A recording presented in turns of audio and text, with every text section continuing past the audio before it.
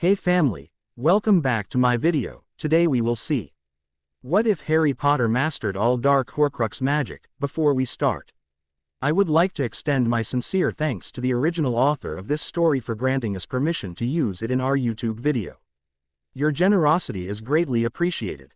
The author's creation and the original stories link in the descriptions. Please do check that first. Now enjoy the video. Today is the day Lily Potter was giving birth, the wife of the heir of the Potters, James Potter. The couple lived in Godric's Hollow after moving away from James's parents, with whom the heir had a falling out before their marriage. More than 5 hours of torment were worth it. The baby was born healthy and will surely grow up very beautiful. Lily, are you all right? James entered the room. I'm fine. The woman smiled tiredly. Look at our baby. The woman looked at the baby with tenderness. You can immediately see the future, Lord, James said enthusiastically. Wait a minute, you are not having a boy, but a girl, said the medic, looking at the dumbfounded parents after stepping into the fireplace and disappearing.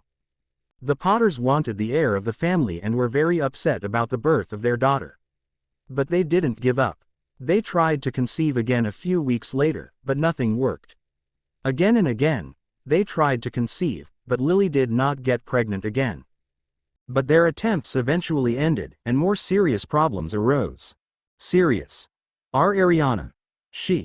What's wrong with her? Sirius was seriously worried about his goddaughter. She hisses like a snake. What? Black had not expected that response. Hisses like a snake. James frowned while repeating the words of his wife. What can you do to help her, Sirius? Usually, James called his best friend by his nickname, but now he was more serious than ever. She is a dark creature? Sirius stared at James in disbelief. He didn't expect that from Potter. James Potter has always been a good Gryffindor, a supporter of goodness, and he certainly could not say the same about his own child. Dark, a dark creature. Take her out of our house. James, Sirius, do something with her. Lily hysterically shrieked. Sirius looked at them in disbelief. If he heard about this from another person, he would hit him. For his best friend, one of the brightest wizards and the kindest woman in the world, James's wife and soulmate, to behave similarly. The only thing Sirius could manage was, it's a prank? Having finished with Lily and James Potter, Voldemort walked to the second floor. The Dark Lord approached the crib where the child was looking at him. The girl looked at him with curiosity, not understanding what danger he was carrying. He pressed the wand to her forehead. The girl was still silent and did not cry. Avada Kedavra. Something happened that the Dark Lord did not expect. The spell was reflected and flew at him. Green eyes stared wide. It lightened to morning. Areana Potter hates her life. According to Aunt Petunia, her parents were alcoholics in a car accident, but Ariana doesn't believe her. What kind of car accident can cause a lightning bolt scar on a person's forehead? This is a complete lie. Ariana knows. She's special. She is different from other people. She can lift things without touching them, fix things at will, and even resurrect and kill. How does she know about the ability to resurrect and kill? As a child, she killed Aunt Marge's dog, which her cousin Dudley set on her, and she accidentally killed the dog. Aunt Marge began to sob and insult her, and Ariana, not believing that she had just killed a living creature, touched him, and as a result the dog came back to life. After that she was not given food for a whole week, severely beaten and flogged. And Aunt Marge did not visit them for a long time. Aside from the fact that her parents are allegedly alcoholics and died in a car accident, she knows that she is almost nothing like them. Ariana has beautiful aristocratic, pale skin, black, straight, loose, waist-length hair, green eyes, blood-red lips, lush eyelashes, and short stature. The only thing that spoiled her image was that she always wore her cousin's old clothes. Ariana Potter hates her life. Does she have a dream? Yes, she does. Escape from the Dursleys, and live a life of luxury with her soulmate. Once, the Dursleys tore off her skin, where the mark was. This was due to the fact that Dudley did not receive the mark as early as she did, and it was not at all known whether Dudley would receive the mark. Ariana doubts that he will ever receive his mark. Eventually, her mark reappeared and Ariana was able to breathe a sigh of relief. The Dursleys grew to hate her even more. Avada Kedavra. One day a letter came to her. As it turned out, The letter was from Hogwarts School of Witchcraft and Wizardry, where similar children studied. The headmaster of the school, Albus Dumbledore, who personally came to her, advertised the House of Gryffindor to her and told her about everything she needed. After convincing the old man that she did not need a guide, Potter went to the bank on her own the next day. She is interested in her pedigree because her father, according to the headmaster, was a pure-blooded wizard who is now dead, and asks if there is a way to find out her blood status. What she found out surprised her. Birth name: Areana Euphemia Potter. Name given by magic after accepting an inheritance: Areana Iolanta Peverell. Parents: father, James Potter, deceased; mother, Lily Potter, deceased. Half-blood. Godfather: Sirius Black III. Grandmother: Euphemia Potter, deceased; grandfather: Fleemont Potter, deceased. Cadmus Peverell, Antioch Peverell, Godric Gryffindor. Helga Hufflepuff, Rowena Ravenclaw, Salazar Slytherin. Parents in spirit and magic: Iolanta Peverell, Ignatus Peverell. Gifts of magic: Parseltongue, Necromancy, Artifactorica. Nonverbal and wandless magic, Occlumency, Potions, Parcel magic, Dark ritualism, Combat magic, Ancestral magic, Healing magic. Status: Heiress of Death according to the Dark ritual, blood and gift through time. Heir of the Peverells by blood, magic, and spirit. Heir of the Slytherin by blood, magic, and spirit. Gryffindor heiress by blood, magic, and spirit.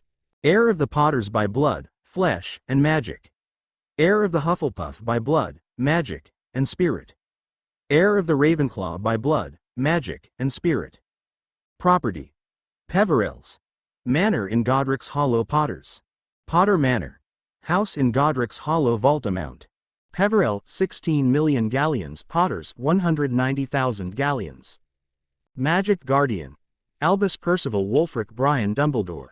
As the goblin for the Peverell accounts explained to her, they performed a ritual so that one of the descendants would become a Peverell so that the family would not disappear.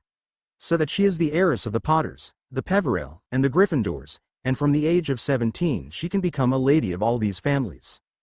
When asked why, the age of 17, the goblin looked at her strangely. Explaining with whom she lives, the goblin was shocked. Not every day you find out that the heroine of magical Britain lived with muggles. Having introduced her to her birth status, she was given the key to the Potter's vault. Having collected the money, she took the money and went to buy everything that was needed for the school and the books that the goblins advised. She went into the store with a display: Madame Malkin, clothing for all occasions. Going to Hogwarts? She asked before Potter could explain the purpose of his visit to her. At the back of the store, a pale boy with delicate features stood on a high bench, and the second witch spun around him, adjusting his long black robes to fit. Madame Malkin placed Ariana on the next bench.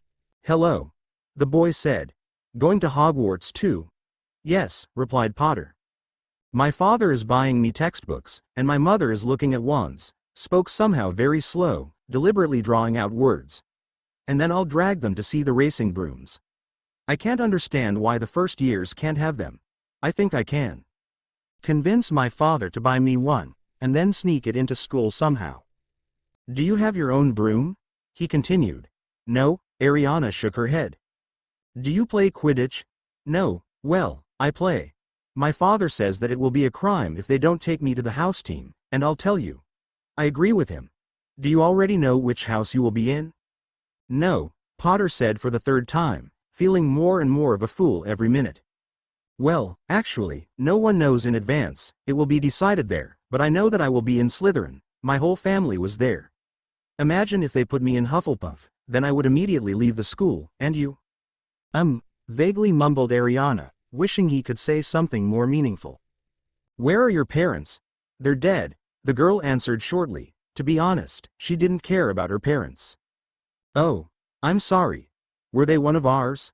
"Father was a pureblood wizard if that's what you're talking about." "What's your last name then?" Before Ariana had time to answer something, Madame Malkin interrupted the conversation. "Everything is ready," she said. "Well, I'll see you at school," the boy called after her.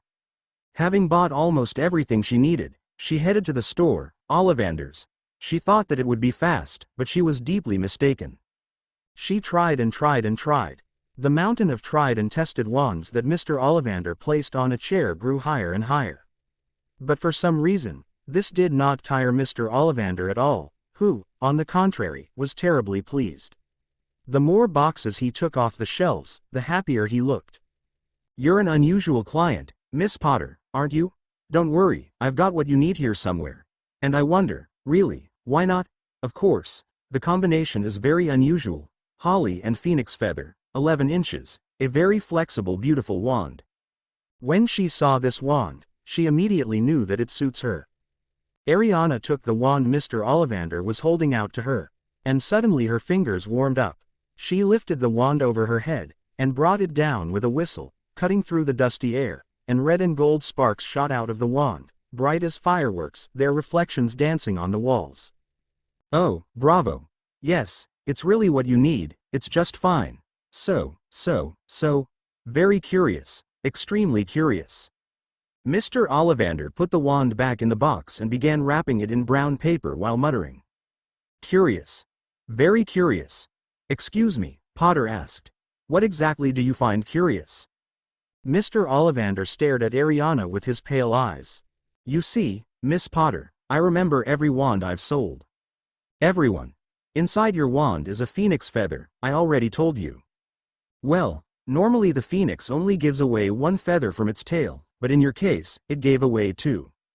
So it seems quite curious to me that this wand shows you because her sister, who got the second feather of that phoenix. Well, why hide it from you? Her sister gave you that scar on your forehead. Yes, 13.5 inches, you. Fate is a strange thing. Didn't I tell you that the wand chooses the wizard? And not the other way around? So I think we should expect great things from you, Miss Potter. He who must not be named did many great deeds, terrible, yes, but great nonetheless." How ironic. The August that Ariana spent with the Dursleys before leaving for Hogwarts wasn't exactly fun. The Dursleys ignored her and acted like they didn't notice her. She spent the whole month reading books recommended to her by the goblins. She still didn't know what Quidditch was. She arrived at King's Cross Station at exactly 10:30. Sitting in the farthest carriage, thanks to the observation of the red-haired family, she changed into a school uniform. She was wearing a white shirt and a black skirt just below her knees and black shoes. A red-haired boy entered the compartment, from that same red-haired family. She ignored him. The boy didn't say anything to her and looked enviously at her clothes. Her clothes looked just perfect. Much better than this boy's clothes. She ignored the boy and focused on the book, ignoring the boy's attempts to get acquainted. He begins to annoy her. The book she was reading was about how to become an animagus. It's very interesting and Ariana wanted to practice as soon as possible. Someone knocked on the compartment door.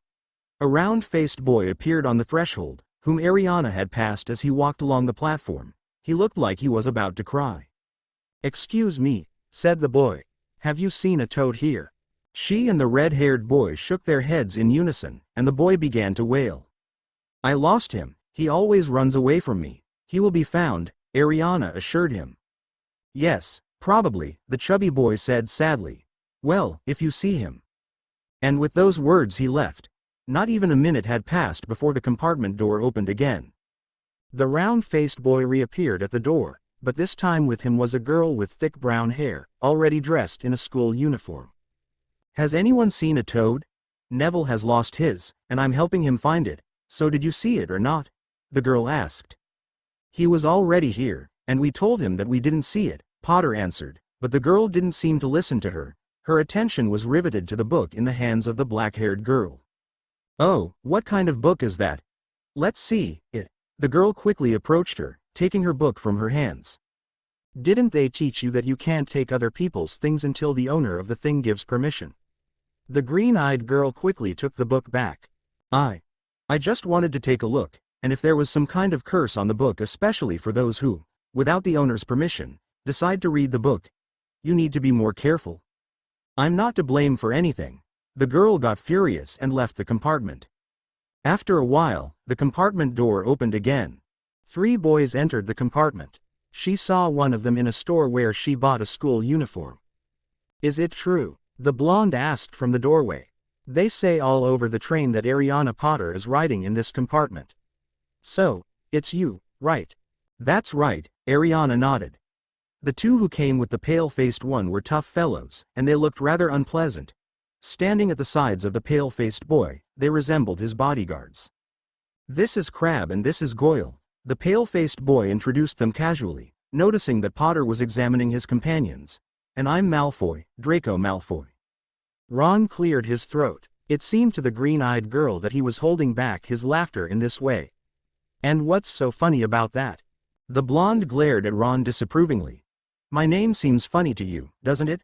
I won't even ask you your name, my father told me that if you see a red-haired and freckled boy, then he is from the Weasley family. Families with more children than their parents can afford. You don't need to be friends with people who don't deserve it. I'll help you sort things out. Now Malfoy seemed much more friendly than a second ago. In one of the books it is written that the Malfoys are one of the 28 most sacred purebred families in Great Britain. Friendship with a representative of this kind will be useful and beneficial to her. He held out his hand for a handshake, and Ariana shook it. This was the beginning of a long and strong friendship. 1. Slytherin. We are approaching Hogwarts in 5 minutes, the driver's loud voice echoed through the carriages. Please leave your luggage on the train, it will be deliveredly. Ariana mentally thanked the driver. When she shook hands with Malfoy, this Weasley began to yell at her and say that he did not expect this from her. And what did he expect about her at all? Draco stood up for her and the two started to argue. If not for the driver's words, this could have escalated into a fight. They went out the corridor, where the others were already crowding. The train slowed down and finally stopped. A terrible crowd arose in the corridor, but after a few minutes, the green-eyed girl nevertheless found himself on an unlit small platform. It was cold outside, and she shivered. Then a large lamp swung over the heads of the kids standing on the platform, and the brunette heard an unfamiliar voice. First years, over here. Above the sea of heads towered the shining face of a very tall man. So, is everyone gathered? Then follow me, and watch your feet. First years, follow me. Slipping and stumbling, they followed Hagrid down a narrow path that dropped sharply down. They were surrounded by such dense darkness that Ariana thought they were making their way through the thicket of the forest. All conversations died down, and they went on in almost complete silence. Only Neville, the boy who kept losing his toad, sneezed a couple of times. A few more seconds and you'll see Hogwarts, shouted Hagrid without turning around. Okay, be careful, I'll come here. Ooh, an admiring exclamation escaped. Ariana understood them. This castle was the most beautiful place she had ever seen and she couldn't help but admire. They stood on the shore of a large black lake, and on the other side, on top of a high rock, stood a giant castle with turrets and towers, and its huge windows reflected the light of the star-strewn sky. 4 in one boat, no more, Hagrid commanded, pointing to a fleet of small boats rocking along the shore. Ariana and Draco were in the same boat with Neville and a girl unknown to Ariana. Have you sat down? Shouted Hagrid, who had his own boat, then onwards. Get down, shouted Hagrid loudly as they floated up to the cliff. All bowed their heads, and the boats found themselves in a curtain of ivy that hid a huge crevasse. Passing through the ivy, they entered a dark tunnel, which, apparently, ended right under the castle, and soon moored at the underground pier and landed on the stones. Hey, you, shouted Hagrid, turning to Neville. Hagrid was inspecting the empty boats and must have noticed something. Is that your toad? Oh, Trevor, Neville yelled gleefully, reaching out his arms and hugging his toad. Hagrid led them up the stone stairs, lighting the way with a huge lamp. Soon they were all on the dewy lawn at the foot of the castle. Another flight of stairs and now they were standing in front of a huge oak door. Is everyone here? The man asked. Hey, have you lost your toad again? Making sure that everything was in order, the man raised his huge fist and knocked 3 times on the castle door. The door swung open. Behind it stood a tall, black-haired woman in green robes with a stern face. Professor McGonagall, here are the first years, Hagrid told her. Thank you, Hagrid, the witch nodded to him. I'm taking them from here. She turned and walked forward, ordering the first years to follow her. They were in a very large room. Torches burned on the stone walls. Just like in Gringotts, the ceiling was lost somewhere above, and a beautiful marble staircase led to the upper floors. They followed Professor McGonagall across the cobbled floor. As they passed the closed door on the right, Ariana heard hundreds of voices murmuring, "The whole school must have gathered there by now." But Professor McGonagall was not leading them there at all, but into a small empty room. The crowd of first years was crowded here, and they huddled, breathing down each other's necks and looking around uneasily. "Welcome to Hogwarts," Professor McGonagall finally greeted them. "The banquet to mark the beginning of the academic year will begin soon, but before you sit down at the tables, you will be divided into houses. The sorting is a very serious procedure because from now until graduation, your house will become a second family for you. You will study together, sleep in the same dormitory and spend your free time in a room specially designated for your house. There are 4 houses in the school: Gryffindor, Hufflepuff, Ravenclaw, and Slytherin. Each of them has its own ancient history, and outstanding wizards and witches came out of each. While you are at Hogwarts, your progress will earn points for your house, and points will be deducted for each violation of the rules. At the end of the year, the house with the most points wins the House Cup, which is a great honor. I hope each of you will be a worthy member of your house. The sorting ceremony will begin in a few minutes in the presence of the entire school. While you have a little time, I advise you to collect your thoughts. I will return here when everyone is ready to meet you," said Professor McGonagall and went to the door. Before leaving, she turned around. "Please wait quietly." Weasley began to lie about having to pass a test in order to be selected, but she knows that it is not. Suddenly, heart-wrenching screams cut through the air, and Ariana almost jumped in surprise. Ghosts seeped into the room through the wall opposite the door. There were about 10 of them. They were translucent and glided around the room talking to each other and, it seemed, not noticing the first years at all or pretending not to notice. A ghost in leotards and a round puffy collar who had previously spoken to a ghost that looked like a small fat monk and stared at the first years as if he had just noticed them. "Hello, what are you doing here?" No one answered. "Yes, these are new students," exclaimed the fat friar, smiling at the audience. "Awaiting the sorting, I presume?" Several people nodded uncertainly. "I hope you get to Hufflepuff." The friar continued smiling. "My favorite house, you know, I myself once studied there." "Get out of here," a stern voice said. "The sorting ceremony will begin now." Professor McGonagall returned.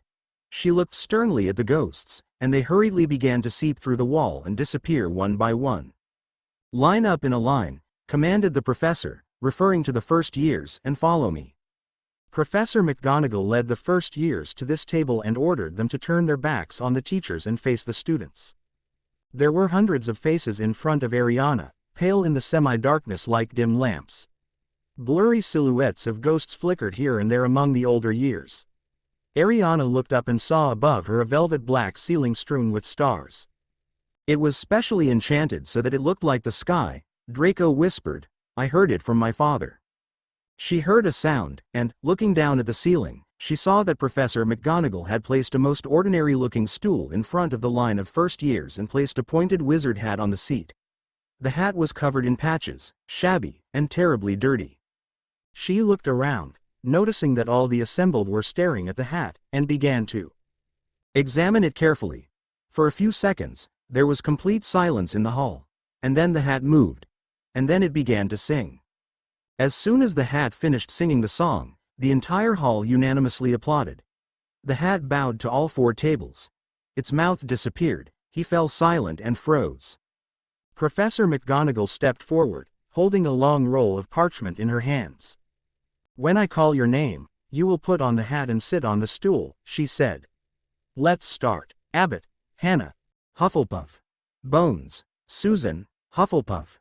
Boot, Terry, Ravenclaw. Mandy Brocklehurst also went to the Ravenclaw table, and Lavender Brown became the first new member say. Millicent Bulstrode was assigned to Slytherin.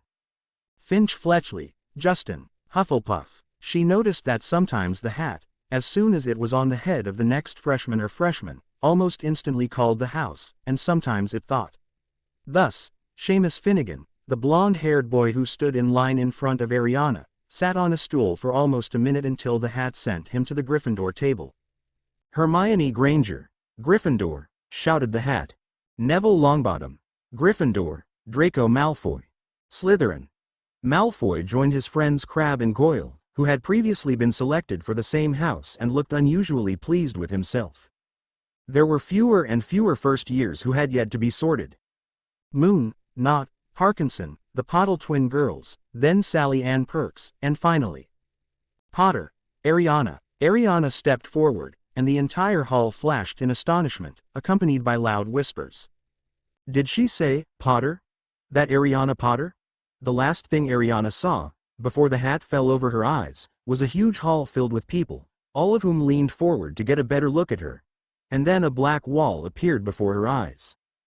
A soft voice said thoughtfully in her ear. Difficult, very difficult, a lot of courage. I see it. And the mind is pretty good, and there is enough talent, and there is a very commendable desire to prove oneself. This is also curious. So where should I place you? You know, you can become great, you have all the makings, I see it, and Slytherin will help you achieve greatness, that's for sure. Let's go to Slytherin. Slytherin. Everyone looked dumbfounded at the Sorting Hat, including the teachers. That Areana Potter herself should go to the house where the Dark Lord studied. Only Draco Malfoy did not look surprised and applauded her.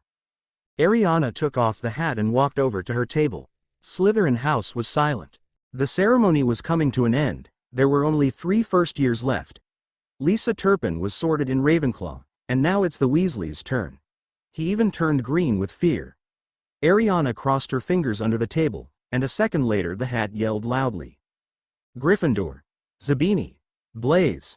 Slytherin. Professor McGonagall rolled up her scroll and carried the magic hat out of the room. Areana looked down at the empty gold plate in front of her. She just now realized that she was insanely hungry. The headmaster rose from his throne and spread his arms wide. A radiant smile played on his face. He looked as if nothing in the world could please him more than the students of his school sitting in front of him. Welcome, he said. Welcome to Hogwarts. Before we begin our banquet, I would like to say a few words. These are the words. Nitwit, blubber, oddment, tweak, thank you. Dumbledore sat down in his seat. The hall burst into cheers and applause. Ariana sat and didn't know whether to laugh or not. Is he a little crazy? She asked unperturbed. I think so, Draco replied. She looked at the table and froze in amazement. The plates on the table were filled to the brim with food. Potter had never seen so many of her favorite foods on one table.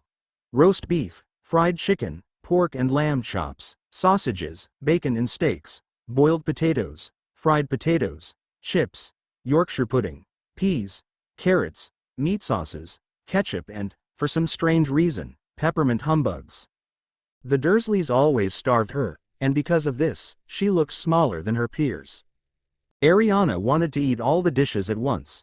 Therefore, she collected a little bit of everything and ate it all carefully. A ghost was watching her. When Ariana turned to him in fear, she choked and coughed up food. The ghost was very creepy. It had bulging empty eyes with a long bony face in clothes stained with silvery blood. Are you okay? Draco asked. She cleared her throat and forced out in a hoarser voice than before. Everything is fine. The ghost sat next to Draco. Draco wasn't happy. When everyone had eaten, the plates were suddenly empty, again becoming perfectly clean and shining so brightly in the flame of candles, as if there was no food on them. But in a moment, sweets appeared on them. Ice cream of every kind imaginable, apple pies, fruit cakes, chocolate eclairs, and donuts with jam, biscuits, strawberries, jellies, rice puddings and the like. Who is that black-haired professor? Draco looked at the main table and when he realized who she meant, a soft warm smile appeared on his face. So he is close to this person. He's my godfather. His name is Severus Snape. He's gorgeous. His smile became proud. He teaches how to brew potions and is the head of our house. And he is by far the youngest potions master in all of Wizarding Britain. When everyone had had their fill of dessert, the sweets disappeared from the plates and Professor Dumbledore rose from his throne again. Everyone was quiet. Dumbledore coughed loudly. Now that we are all full, I would like to say a few more words. Before the semester starts, there are a few things you need to learn. First year. Students should remember that all students are prohibited from entering the forest located on the school grounds. Some older students, for their own good, should also remember this. Dumbledore's shining eyes rested for a moment on the redheads of the Weasley twins. At the request of Mr. Filch, our school caretaker, I remind you that you should not perform magic in corridors. And now about the Quidditch practice. It starts in a week. Anyone who would like to play for the teams of their houses should contact Madam Hooch. And finally, I must inform you that this school year, the right side of the corridor on the 3rd floor is closed to anyone who does not want to die a painful death. It was a joke. Is he joking? She asked. Perhaps, answered the girl sitting next to her. Usually he explains why we can't go somewhere. Everything is clear with the Forbidden Forest. There are dangerous animals and you can die from. And then he should have explained everything, but he is silent. I think he, at least, should have let us elders into it. Now, before we go to bed, let's sing the school song, shouted Dumbledore. Ariana noticed that all the teachers had strange smiles on their faces. Dumbledore shook his wand as if he were chasing away a fly that had landed on its end. A long golden ribbon escaped from the wand, which began to rise above the tables, and then crumbled into words hanging in the air. Everyone sings to their favorite tune, said Dumbledore. So, let's start. It was a real abuse on the ears. She and the rest of the Slytherins covered their ears so as not to hear this horror. Since everyone sang as they wanted, the song was terrible. It is understandable why the teachers smiled at them so strangely. But Dumbledore seemed to like it. Oh, music, he exclaimed, wiping his eyes. Dumbledore seemed to shed tears of emotion. Its magic overshadows what we do here. And now to sleep, off you trot. On the way to the Slytherin common room, they met the local poltergeist Peeves on the way, whom the prefect threatened to tell the Bloody Baron about his behavior. The head girl she was talking to, Gemma Farley, showed them to their bedrooms. Her roommates were Daphne Greengrass and Pansy Parkinson. The beds were already made. Everyone was too tired to talk about anything else, so they silently changed into their pajamas and climbed onto the bed. Dog. There she is. Look. Where? Yes, over there, next to Malfoy and Greengrass. Is it the green-eyed one? Did you see her face? Did you see her scar? Ariana heard this whisper from all sides from the very moment she left the bedroom the next morning. Crowds of schoolchildren gathered outside the doors of the rooms in which she had classes, wanting to look at her. The same POPD by several times when she found herself in the corridor and stared intently into her face. Potter would rather they didn't, because they were distracting her, and she had to focus on getting to the next classroom. It was very difficult to remember the location of stairs, doors, classrooms, corridors, and dormitories. It seemed that everything at Hogwarts was constantly changing, and today everything was different than it was yesterday. The people depicted in the portraits went to visit each other, and the brunette was convinced that the knightly armor standing in the corridors was able to run. Added hassle and ghosts. Ariana was always shocked when a ghost suddenly leaked through the door she was trying to open. There was no problem with the Bloody Baron. He was friendly to the Slytherins and always helped the students drive Peeves away. Problems were with Peeves. She heard that Peeves dropped paper baskets on the heads of late students, pulled out carpets from under them, and threw pieces of chalk at them. She thought there was no one worse than Peeves at this school, but she was wrong. Filch caught them just as they were trying to open one of the doors. Unfortunately, it turned out that it was behind this door that the same corridor closed to everyone on the 3rd floor, about which Albus Dumbledore spoke at the banquet, begins. Filch refused to believe that the students were simply lost. The caretaker was sure that they specifically wanted to enter the forbidden territory, and threatened to lock them in a cell located in the dungeon. But at the most critical moment, they were saved by Professor Quirrell passing by. She also became friends with her neighbors Daphne Greengrass and Pansy Parkinson. Both came from the Sacred 28 and are talented sorceresses. Thanks to them, she learned more about professions in the wizarding world. Pansy wanted to become a school prefect in the future and then get a position in the ministry. Daphne wanted to become a healer. During the time spent with both girls, she realized that Pansy is the most well-read and loves books very much. No, Parkinson was not like Granger, who envied her and looked at her angrily as soon as she appeared in the library. Every Wednesday at midnight sharp, they crouched down at the telescopes, studied the night sky, wrote down the names of different stars, and memorized how the planets moved. 3 times a week they were taken to the greenhouses located behind the castle, where a short plump lady, Professor Sprout, taught them herbology, the science of plants, and told them how to care for all these strange plants and mushrooms and what they are used for. The most tedious subject was the history of magic. These were the only lessons that the ghost taught. Professor Binns was already very old when one day he fell asleep in the staff room right in front of the fireplace, and the next morning he came to class already without a body. Binns spoke in a terrible monotone and non-stop. The students hurriedly wrote down names and dates after him and confused Emmerich the Evil with Uruk the Strange. Professor Flitwick, who taught spells, was so tiny that he would stand on a stack of books so he could see the students from behind his desk. On the very first lesson, getting acquainted with the class, he took a scroll and began to read out the names in order. When he reached Ariana, he squeaked excitedly and disappeared from view, falling off his stand.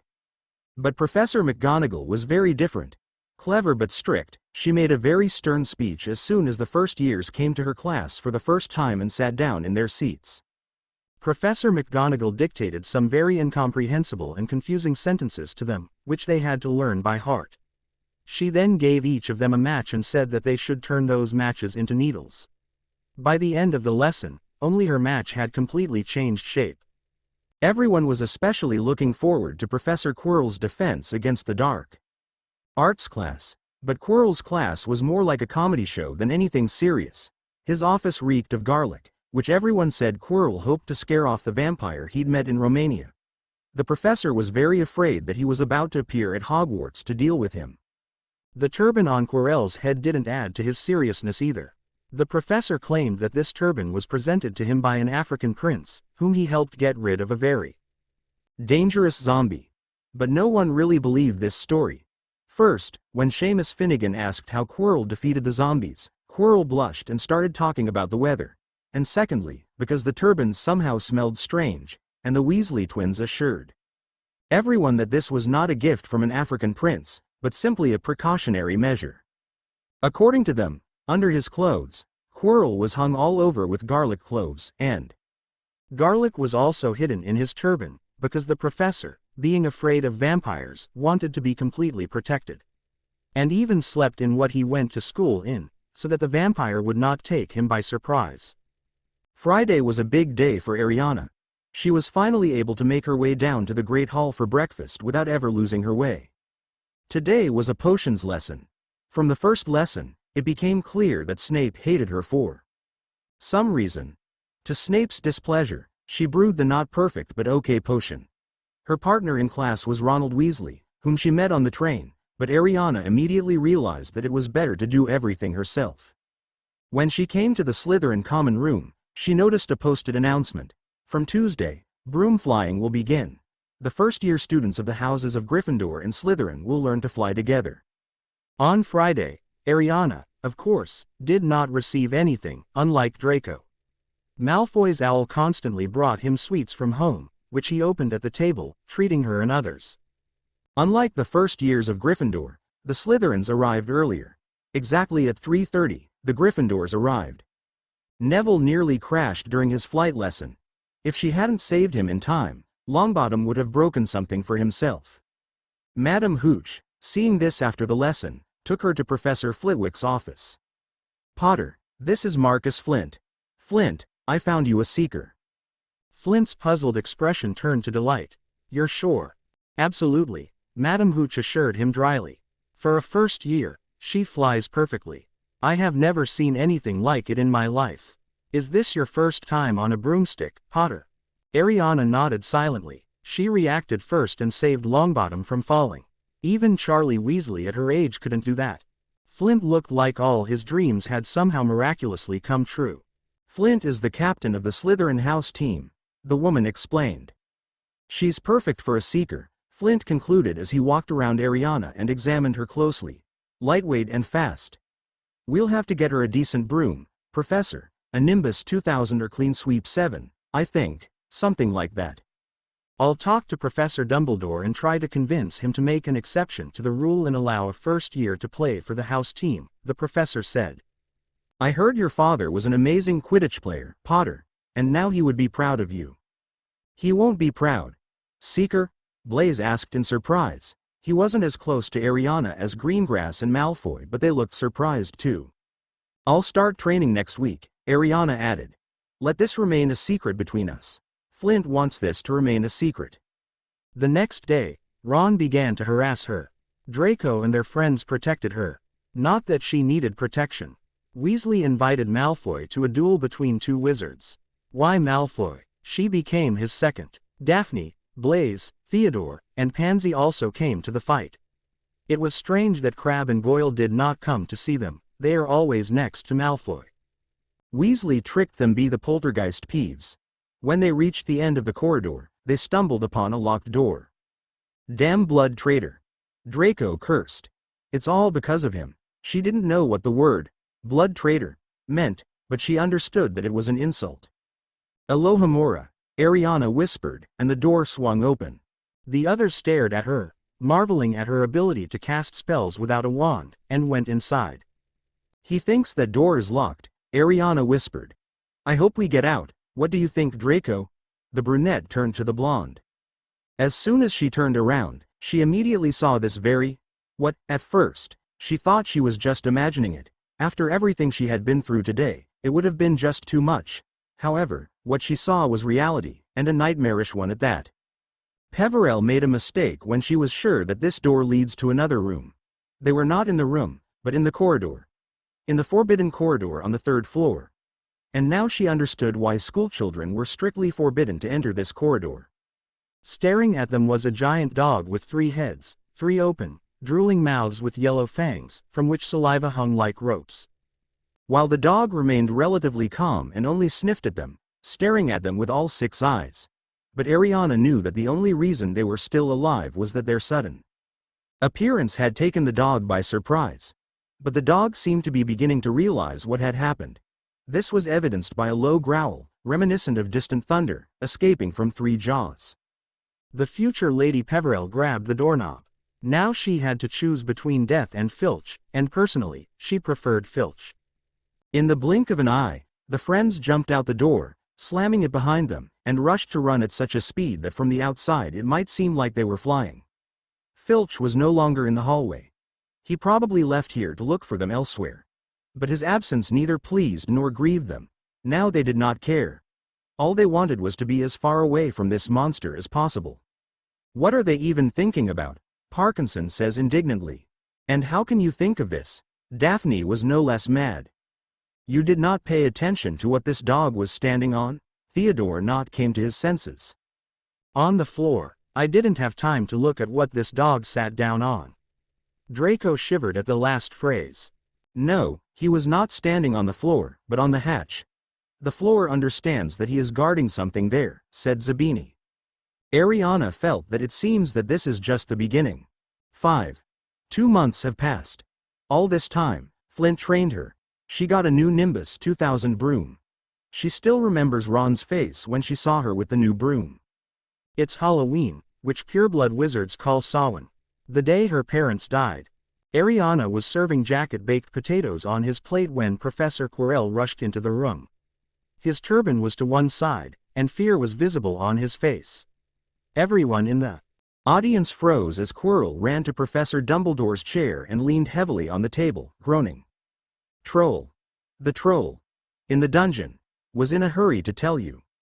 And Quirrell, unconscious, collapsed to the floor. There was a commotion in the hall. It took a few loudly exploding purple fireworks from Professor Dumbledore's desire to silence him again. Elders, roared Dumbledore.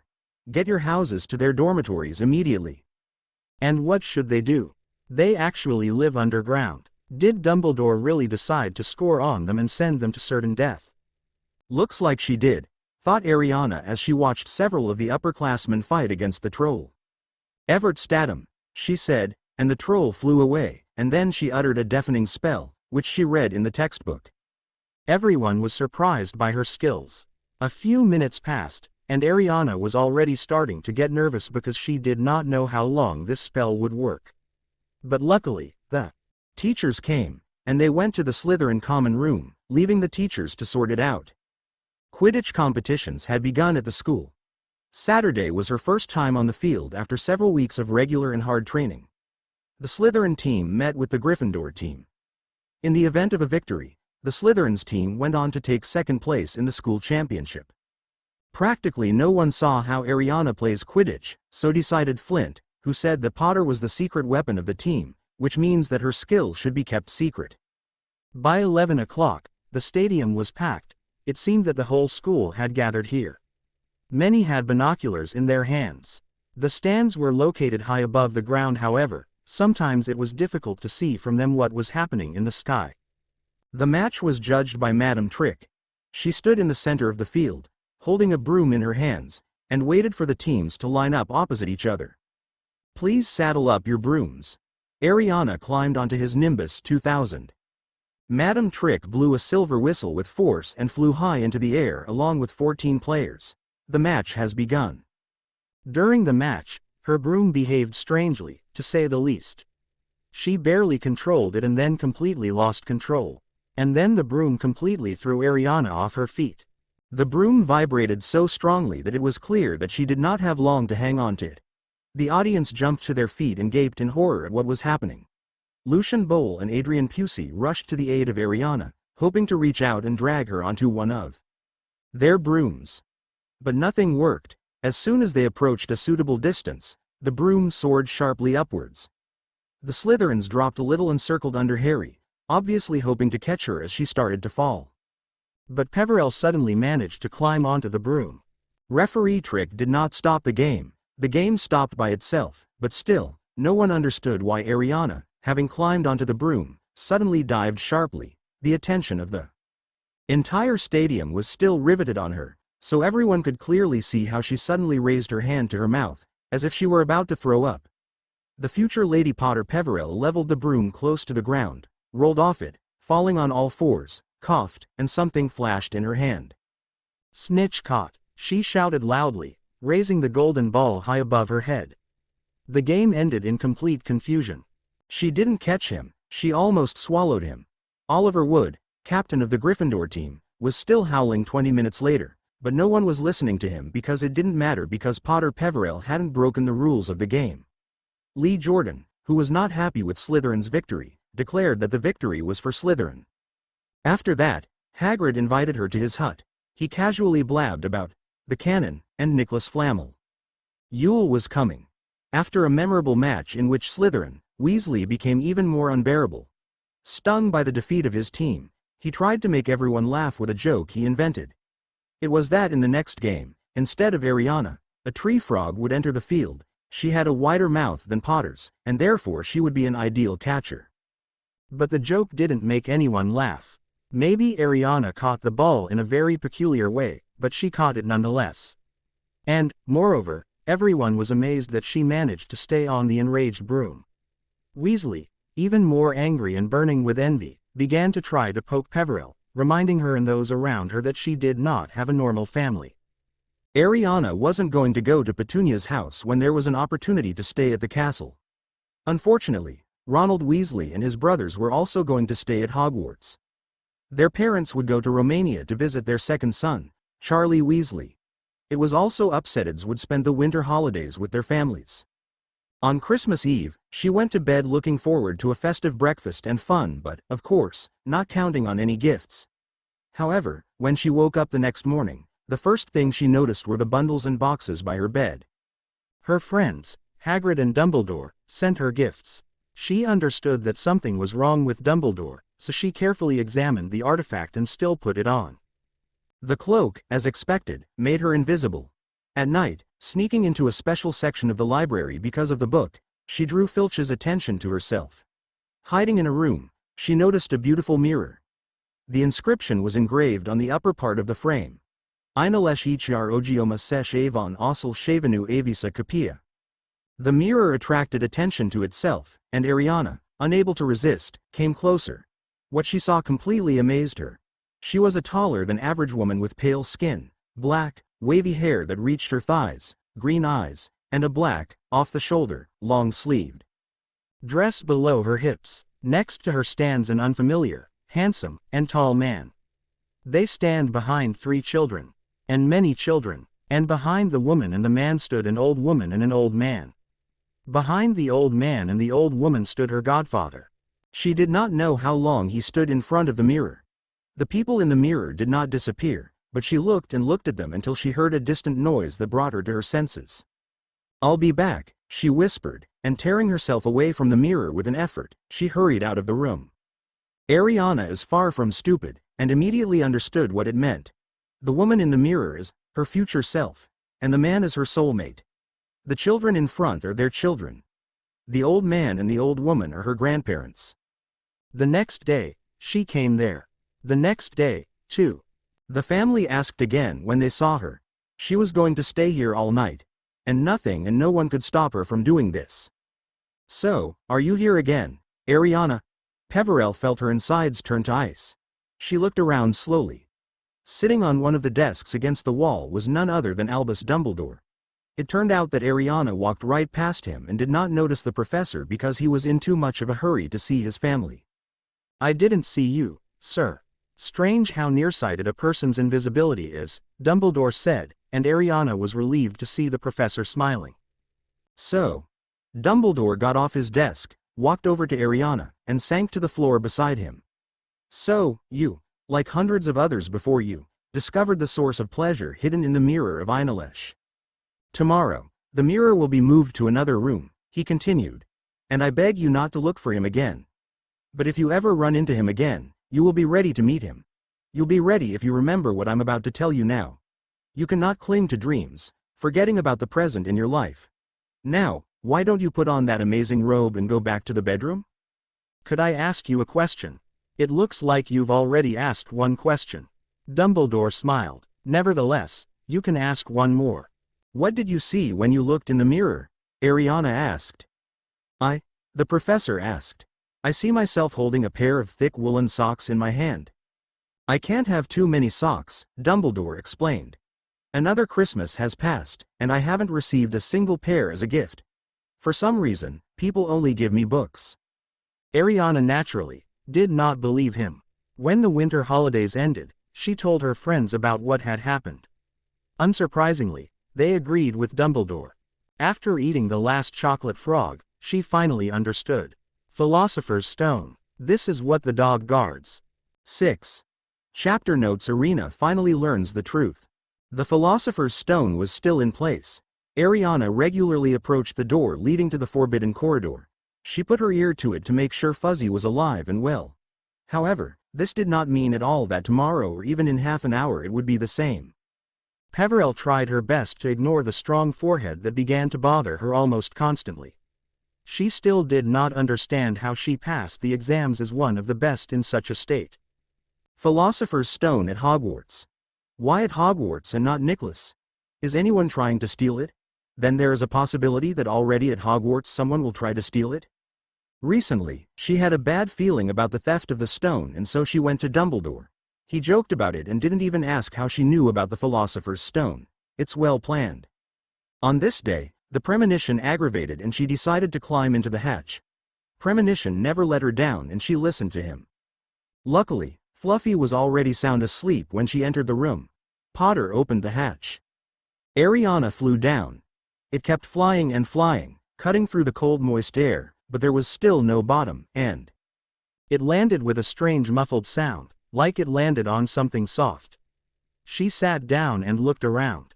Her eyes hadn't adjusted to the darkness yet, but it felt like she was sitting on some kind of plant. This is definitely a devil's snare. This plant seems to like darkness and humidity. The Peverell heiress drew her wand and waved it, whispering something. Blue flames erupted from the wand. The plant tried to crawl away from the light and heat. Convulsively writhing and whirling, the sprouts that engulfed her hurriedly unwound and finally disappeared. Ariana looked around and noticed a single stone passage leading out of here. All she heard, except her footsteps, of course, was drops of water falling from the walls. Ariana listened. From somewhere above came a quiet rustle and a quiet ringing. There's a light ahead, and there's something moving, and whatever it is, she has no other choice. She reached the end of the corridor and found herself at the entrance to a brightly lit hall with a high vaulted ceiling. The hall was full of fluttering and circling birds, small and bright as precious stones. On the other side of the hall was a heavy wooden door. She was ready for the fact that at any moment she was pierced by sharp beaks and claws, but this did not happen. Areana went to the door and took the handle. The door was locked. Convinced that the birds were not dangerous, Areana cast the spell of Alohomora several times, but nothing happened. Out of desperation, Areana sat on the floor, looking up at the ceiling. Who even put these birds here if they do nothing to help? Areana immediately guessed. These birds. They can't just be here for decoration. She looked at the birds fluttering above her, bright, shiny, brilliant. These are not birds, these are winged keys. Well, of course. I must catch the correct key. She leaned over to the door, examining the lock. She wanted a large antique key, probably silver, the same as the doorknob. She quickly saddled the broom, rose into the air and found themselves in a cloud of keys. At first, she tried to chaotically grab what she needed, but the enchanted keys dodged, swooping down or gaining altitude, so that it seemed impossible to catch them. However, Ariana has not in vain become the youngest catcher in the last 100 years. She had a gift for seeing things that others don't. After circling for several minutes in a whirlpool of multicolored feathers, she noticed a huge silver key with a crumpled wing. It looks like he was caught just recently and forced into the castle. Here it is. Somehow, she grabbed the key and pulled the door towards her. The next room was so dark that you couldn't see anything at all. However, as soon as she took a few steps, a bright light suddenly flooded the room. She rolled her eyes in surprise. They stood chessboard, right behind the black stone pieces that were taller than all of them. On the other side of the board were white pieces. The white pieces, unlike the black ones, had no faces. Obviously, she must win to be on the other side of the hall. There, behind the white pieces, was another door. Peverell boldly stepped forward and, going up to the black horseman, who played the role of a chess knight, touched his horse. In an instant, the stone figure came to life. The horse began to dig the ground with its hooves, and the rider turned his helmeted head and looked at her. "Do I need to join you to cross over to the other side?" The knight nodded. During her friendship with Daphne Greengrass, she learned to play chess. She still played worse than her, but it's worth a try. They won. After defeating Snape's spell, she saw Professor Quirrell. Quirrell smiled. His face, usually twitching convulsively, looked completely normal this time. "Exactly," he said calmly. "I wish I could meet you here, Potter." Quirrell snapped his fingers. The ropes that emerged from the void pierced into Ariana, binding her tightly. "You're too curious to stay alive, Potter," Quirrell explained. "Who wandered around the school on Halloween? I almost ran into you when I wanted to see who was guarding the stone." "So you let the troll in." The fact that it was Quirrell and not Snape who was trying to steal the stone was unexpected to her. Peverell's prime suspect was Severus Snape. "Well, of course." Quirrell seemed surprised that Ariana was so calm. "I have a special gift for dealing with trolls." Ariana opened her mouth to ask another question, but Quirrell raised his hand in warning. "Keep calm, Potter. I need to inspect this curious mirror." It was only now that Areana saw that she was standing behind Quirrell. It was the mirror of Ainash. "This mirror holds the key to the stone," Quirrell muttered, tapping his fingers on "The frame. You should have guessed that Dumbledore would come up with something. But he's in London, and when he comes back, I'll be far away." Ariana tried to think of something, but all she could think of was to draw Quirrell into the conversation and keep him from concentrating on the mirror. "I saw you and Snape in the woods," she blurted out. "What is she talking about?" "Yes," Quirrell agreed absently, walking around the mirror to see what was behind him. "He was already sure it was me and was trying to figure out how far I was willing to go. He suspected me from the very beginning. He tried to scare me, as if it was in his power." "Because Lord Voldemort himself is on my side." "Lord Voldemort?" Quirrell walked around the mirror and stared hungrily into it. "I see a stone," he whispered. "I'm going to give it to my lord. But where is this stone?" Ariana tried to loosen the ropes binding him, but they wouldn't budge. Quirrell seemed to be fully focused on the mirror. "I can't understand," he whispered. "Maybe this stone is inside the mirror? Can I break?" Ariana didn't know what to do. Right now, more than anything, she wants to find the stone before Quirrell, she thought. "So if I look in the mirror, I will see how I find it, that is, I will see where it is hidden. But how can I look in the mirror without Quirrell noticing and understanding what I want?"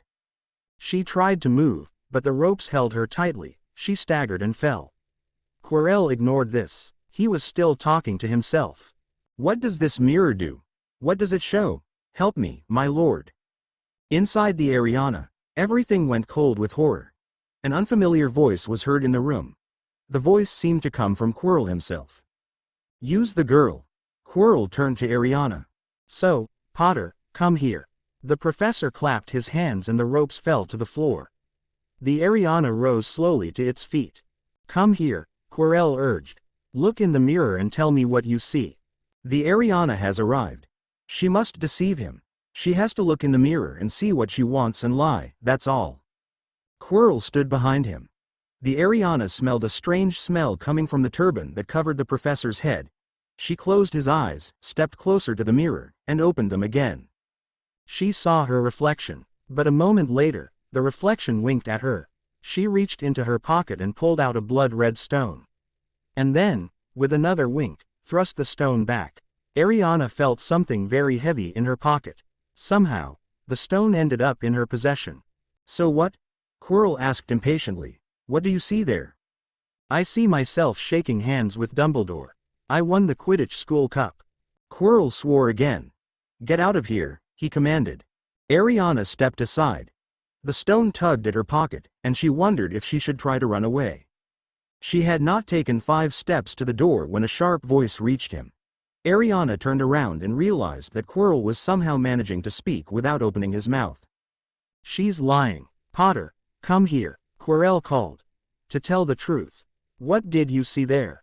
Quirrell closed his mouth and the harsh voice came out again. Let me talk to her. I want to see her face and for her to see me. But, my lord, you are not yet strong enough, Quirrell protested. I have enough strength, a sharp voice snapped. That's enough. Areana watched as Quirrell began to unroll his turban. Finally the fabric fell to the floor. Without it, Quirrell's greatly reduced head looked strange. And then Quirrell slowly turned his back on Areana. The Areana was ready to scream in horror, but could not squeeze out a sound. Where the back of Quirrell's head should have been, there was a face, the scariest face she'd ever seen. It was dead white, with narrow slits instead of nostrils, like a snake's. But worst of all were the eyes, bright red and fierce. Areana Potter, the face whispered, see what I've become. Just a shadow, a chimera. I take shape only by moving into someone else's body. There will always be those who are ready to let me into their brain and their heart. Unicorn blood has made me stronger. And once I master the elixir of life, I can create my own body. So why don't you give me the stone you hide in your pocket? So he knows everything. Don't be stupid, the face growled. Better join me and save your life, or you will end up like your parents, they died begging me for mercy. Perhaps, Ariana returned her cold indifference to her face, but I'm not them. Give me the stone. Never, she rushed to the door. A moment later, Ariana felt Quirrell's hand on her wrist. A sharp pain pierced his forehead right where the scar had been. She felt like her head was going to explode in two. She tried to break free, and to her surprise, he succeeded. The pain became less. Potter turned around hastily to see where Quirrell had gone. The professor writhed in pain, looking at his fingers, which were covered with red blisters right before his eyes. Catch her! Voldemort shouted again. Quirrell lunged at Peverell and knocked her down. The Ariana didn't have time to recover, as Quirrell was already on it. The professor's hands were holding her by the throat. The headache was so severe that Ariana was almost blind. However, she distinctly heard Quirrell howl in pain. Lord, I can't hold her, my hands, my hands. Quirrell let go of Ariana's neck and stared at his hands in horror. The Peverell heiress, who was beginning to regain her sight, noticed that they were reddened and looked badly burned. It looked like their skin had peeled off. Then kill her, fool, and be done with it, Voldemort shouted hoarsely. Quirrell raised his Haneth spell on her, but she instinctively lunged forward and punched Quirrell in the face, aiming for his eyes. Ah! Quirrell fell off her. His entire face was also covered in burns, and she suddenly understood. Every time Quirrell touched him, he felt terrible pain, so she only had one chance. There was no need to let Quirrell out of his hands, so that he would forget about everything in the world in pain and be unable to impose a curse. Ariana jumped to his feet and grabbed the professor's arm. Quirrell yelped and tried to shake him off. But Peverell himself, barely touching Quirrell, felt a sharp pain pierce his head. She was almost blind again. But she could hear Quirrell's wild cries. She could hear Voldemort's voice screaming, "Kill her! Kill her!" Ariana felt Quirrell pull out of her grasp. She realized that it was all over, and fell into darkness. Such a stupid death. She flew lower and lower and lower. Ariana woke up in a room. "Is this the infirmary?" "Good afternoon, Ariana," said Dumbledore, and then she remembered everything. "Sir," Ariana said in a weak voice, trying to get up. "Stone." It was Quirrell. "He has." "Don't worry, my dear, you're a little behind the times." Dumbledore's voice was friendly and calm. "Quirrell doesn't have the stone." "But then who?" Ariana took a deep breath and looked around. She was lying on the bed, and the table next to her was littered with sweets. It seemed that someone bought at least an entire store just for her. "Signs from your friends and admirers," said Dumbledore, catching Ariana's eye. "What happened in the dungeon between you and Quirrell is a closely guarded secret, so it's no wonder the whole school knows about it." "How long have I been here?" 3 days. "Your friends will be very happy that you finally came to your senses. They were extremely concerned about your condition." "A stone? I can see that he worries you more than anything." The smile faded from Dumbledore's face. "Well, let's talk about the stone. Professor Quirrell couldn't take it from you. I showed up just in time to stop him from doing so. Though I have to admit, you did pretty well without me." She saw satisfaction in Dumbledore's eyes. It was all Dumbledore's elaborate plan. But what did he do it for? Is it just because he's a crazy old man? "What happened to the stone?" "And as for the stone, it was destroyed." "Destroyed?" Ariana asked incredulously. "And your friend, Nicholas Flamel?" "Oh, so you know about Nicholas?" Dumbledore seemed very pleased with this circumstance. "You understand everything, don't you?" "Well, Nicholas and I had a little chat and decided that it would be better this way." "That means he and his wife will die, doesn't it?" "They have enough elixir to get their affairs in order, and then then they die." There was silence in the room. "Sir, can I stay at school for the summer? The fact is that my relatives hate me." Dumbledore did not let her finish. "Unfortunately, you can't stay at Hogwarts in the summer of Ariana. And I think you're exaggerating about the fact that your relatives hate you, my girl," Dumbledore said with a benevolent smile, annoying her. Ariana sighed heavily. He didn't believe her. An idea came into her head. "Sir, what does Avada Kedavra mean?" When she started studying at Hogwarts, she immediately realized that the words on her wrist were a spell. But to her disappointment, for the entire school year, she still did not learn anything about this spell. Dumbledore frowned. "Ariana, how do you know about this spell? It's a killing spell. For the use of this spell, they are sent to Azkaban prison." Ariana doesn't want to believe it. 7. Severus Snape never thought that the child of James and Lily Potter would become a Slytherin. He expected that Ariana would be a female copy of her father, except for the color of her eyes. Dumbledore told everyone that Ariana Potter had green eyes, black hair and a lightning bolt scar on her forehead. Dumbledore told the truth, but at the same time lied. When he first saw her, he did not recognize her as her parents. It was only when the hat called her name and Ariana went towards the hat that he realized who she was. This arrogant, stupid, selfish girl differed from her parents in many ways from appearance to behavior. Ariana's hair color was darker than the hair of his enemy and her eyes were somehow different from the eyes of his beautiful Lilina like Lily or Potter. Yes, and red lips. Ariana is able to lie potion normally. This shocked him. Her father could brew potions but never seemed to try and never got beyond expected. And she somehow became friends with Draco. He didn't think it was even possible. And he was shocked when he found out that the entire Slytherin house treated her well. At the end of July, Ariana moved in with the Malfoys. Using the portkey given by the goblins a year ago, she left a note for the Dursleys and went to Gringotts for money. Taking the money, she bought herself a crow and a snake. The crow that she named Melania she gave a letter to Draco. The crow immediately flew away as soon as she gave her an assignment while Tanis the snake coiled around her body. As it turns out, Ariana can talk to snakes about what's said in a letter to Draco. Draco was surprised by her skill and wrote that wizards like her are called Parselmouth, and promised to persuade her parents to give permission for her to live with them and celebrate her birthday. And she completely forgot about her birthday. Those who hate her did not give her gifts for her birthday or other holidays. So Areana Iolanta Peverell never celebrated her birthday.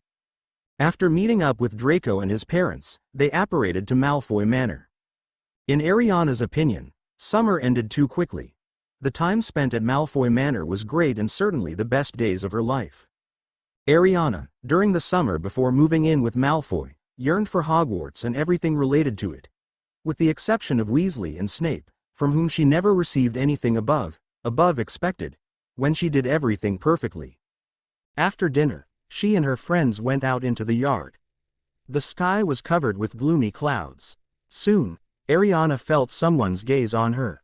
Looking up, she saw the same boy with mouse-colored hair, whom she noticed through the window in the Great Hall during the distribution ceremony. The boy stared at her, wide-eyed, as if spellbound.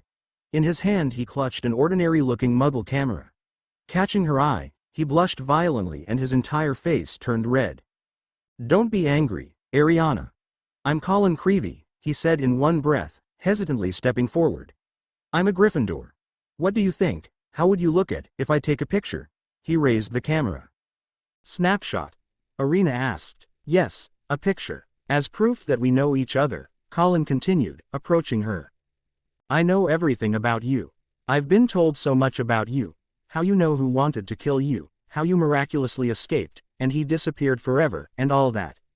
That you have a mark on your forehead that looks like lightning. And one boy from our class said that if you develop the film in a special solution, then your photos will move." Colin from an excess of feelings sighed with a sob and continued, "How wonderful it is here. Strange things happened to me at home, and I did not know that it was magic. But then I received a letter from Hogwarts and understood everything. My dad is a milkman, so he still doesn't believe in magic. I want to send him lots and lots of photos. It will be great if he gets yours." He looked pleadingly at her. At the mention of the Dark Lord became unpleasant. "Could your friend take a picture of me with you so that we stand side by side? Could you sign the photo?" "Sign a photo? Potter, are you handing out autographed photos of yourself?" Not surprisingly, it was T by Seamus Finnegan and Justin Finch Fletchley. "Get in line," shouted the youngest Weasley, Areana Potter, signing autographs. "Weasley." Malfoy angry, "Damn blood traitor. I'm not handing out anything," she said in a firm tone. "Be quiet, Weasley." "You're just jealous," Colin snapped. "To me, jealous?" Weasley ignored Malfoy and turned his attention to the freshman. What's going on here?" The new defense against the dark arts Professor Lockhart's flew like a blue bird, his turquoise robe fluttering behind him like wind-drying laundry who's handing out autographed photos. She wanted to explain what was happening, but Lockhart grabbed her by the shoulders and, smiling from the full width of his white-toothed mouth, sang. "You shouldn't have asked. We crossed paths with you again, Ariana. Go ahead, Mr. Creevey. We are ready." He gave Colin a beaming smile. Weasley whispered smugly to his buddies while Creevey took pictures of them. "Go to class. Faster," Lockhart commanded, and he rushed to the entrance. He still held her by the shoulders, who bitterly at that moment regretted that he did not know the magic for instant disappearance. "Solomon's decision," said Lockhart from the height of his majesty, entering the castle with her through the side doors. "In that scene with young Creevey, I was your shield. Since he took pictures of the two of us, your enemies will not reproach you. Look what, puts himself above others." "Let me tell you frankly, handing out autographed photos at this stage of your career is the height of imprudence. The time will come when you, like me now, will need to have a stack of such photographs ready, but," he laughed cheerfully, "I think that today, perhaps, is still too early." They finally entered Lockhart's office, and she was finally free. Lockhart's gave them a test. The questions were, to put it mildly, idiotic. On the first page, Ariana read, 1. What is the favorite color of Gilderoy Lockhart's? 2. What is the secret ambitious dream of Gilderoy Lockhart's? 3. What, in your opinion, is the greatest achievement of Gilderoy Lockhart's to date?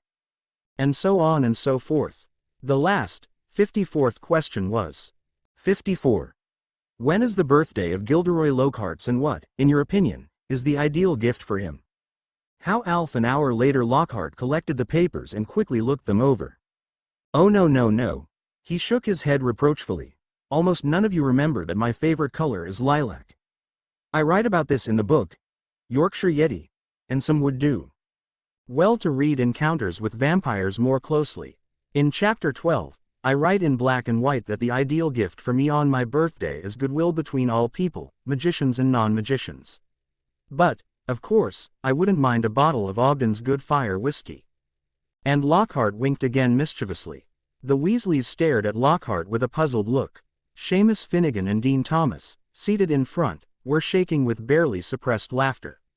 Hermione Granger, on the other hand, was all ears. It was only her name that was spoken to the whole class that brought her back to reality. But Miss Hermione Granger knows my ambitious dream. Yes, I want to rid the world of evil and flood the market with hair-preserving formulas of my own invention. Clever girl. He leafed through her work again. She deserves the highest praise. Where is Miss Hermione? Granger. Hermione raised a trembling hand. Great. Lockhart exuded delight.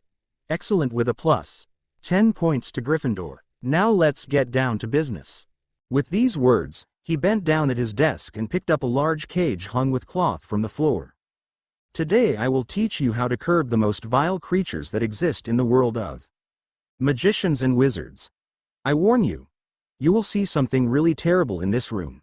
But don't be afraid, as long as I'm around, nothing bad will happen to you. All I ask is that you remain calm. Be quiet. Lockhart shook his finger, lowering his voice. They can get excited. The whole class held their breath. Lockhart pulled off the fabric. Yes, they are, he said dramatically. Freshly caught Cornish pixies. Seamus Finnegan couldn't help but chuckle so clearly that even Lockhart didn't mistake his chuckle for a scream of horror. What's happened? He broke into a smile. But they're not dangerous at all, Seamus said through laughter. Don't tell me. Lockhart shook his head. Their amusements can be damned unpleasant. Pixies were bright blue, about 20 centimeters tall, with pointed muzzles. Once in the light after dark, they began to scream piercingly, as if a regiment of trumpeters had burst into the classroom, darted around the cage, began to drum on the poles and make faces, either teasing the audience or amusing. Now let's see. Gilderoy Lockhart raised his voice. How will you cope with them? And he opened the cage. And so it began. The pixies jumped out of the cage like small rockets and scattered in all directions. Two pranksters grabbed Neville by the ears and flew up to the ceiling with him. About 5 or 6, breaking a window and showering glass fragments on the last row, flew out of the classroom. The rest began to crush everything that fell into their nimble hands with the fury of an angry rhinoceros. They smashed the ink bottles and flooded the whole class, scattered the wastebasket, tore books and notebooks to shreds, tore pictures off the walls, and threw bags and textbooks through the broken window. Less than 5 minutes later, the whole class was sitting under the tables. Neville, holding on to the chandelier, dangled from the ceiling. What are you afraid of? Take action. Drive them back to the cage. It's just a pixie, Lockhart shouted. He rolled up his sleeves, waved his wand, and said quickly, Pesky pixie pesternemy. His words, however, did not tame the raging evil spirits. One even snatched the wand from Lockhart and threw it out the window. Lockheed gasped and ducked under his own desk. Just in time. The chandelier broke down and Neville fell right on the spot where the professor stood a second ago. Just then the bell rang, and the whole class rushed to the door. It became quieter in the office. Lockhart crawled out from under the table, saw the inseparable trinity, ready to jump out the door, and ordered. Please, friends, drive the remaining pixies back into the cage. The professor dashed briskly past them and slammed the door in their faces. Now Areana is afraid to imagine what will happen in the next lesson of Lockhart. For several days, Ariana tried not to catch the eye of Lockhart, and she succeeded in this. Harder to avoid was Colin Creevey, who seemed to have memorized her class schedule. Colin was in 7th heaven. 10 times a day he said, How are you, Ariana? And heard in response, It's okay, Colin. Today was Quidditch practice. They were joined by Draco, who became a hunter. Daphne, Blaze, Theodore and Pansy promised to come and watch them. Throwing her Nimbus 2001 over her shoulder, she and other members of the Slytherin team went onto the field. Flint. Wood barked, addressing the rival captain. Now is our time. We got up a little light, get out of here. Marcus Flint was bigger than Wood. Ariana sometimes thought he looked like a troll. Even now a stupid smile played on his face. Like a troll's, planning another trick. There's enough room for all of us here, Wood. But I booked the stadium. Wood shouted. Booked. You booked, Flint objected, and I have written permission from Professor Snape. Here, read. I, Professor S. Snape, allow the Slytherin team to practice on the Quidditch pitch in connection with their need to try out a new hunter. Do you have a new hunter? Wood asked. This is news. Where did you get it from? From behind the backs of 6 players came the 7th, almost a head shorter than the others except her. Draco had a smug smile on his face. Are you by any chance? Fred asked, glaring at Draco with distaste. And you mentioned his father for a reason, Flint declared, and the smirks on the faces of the Slytherins stretched even wider. He gave our team a generous gift. See for yourself. All 7 of them stretched their brooms forward. Highly polished, brand new, with Nimbus 2001 lettering in gold, they shone dazzlingly in the morning sun.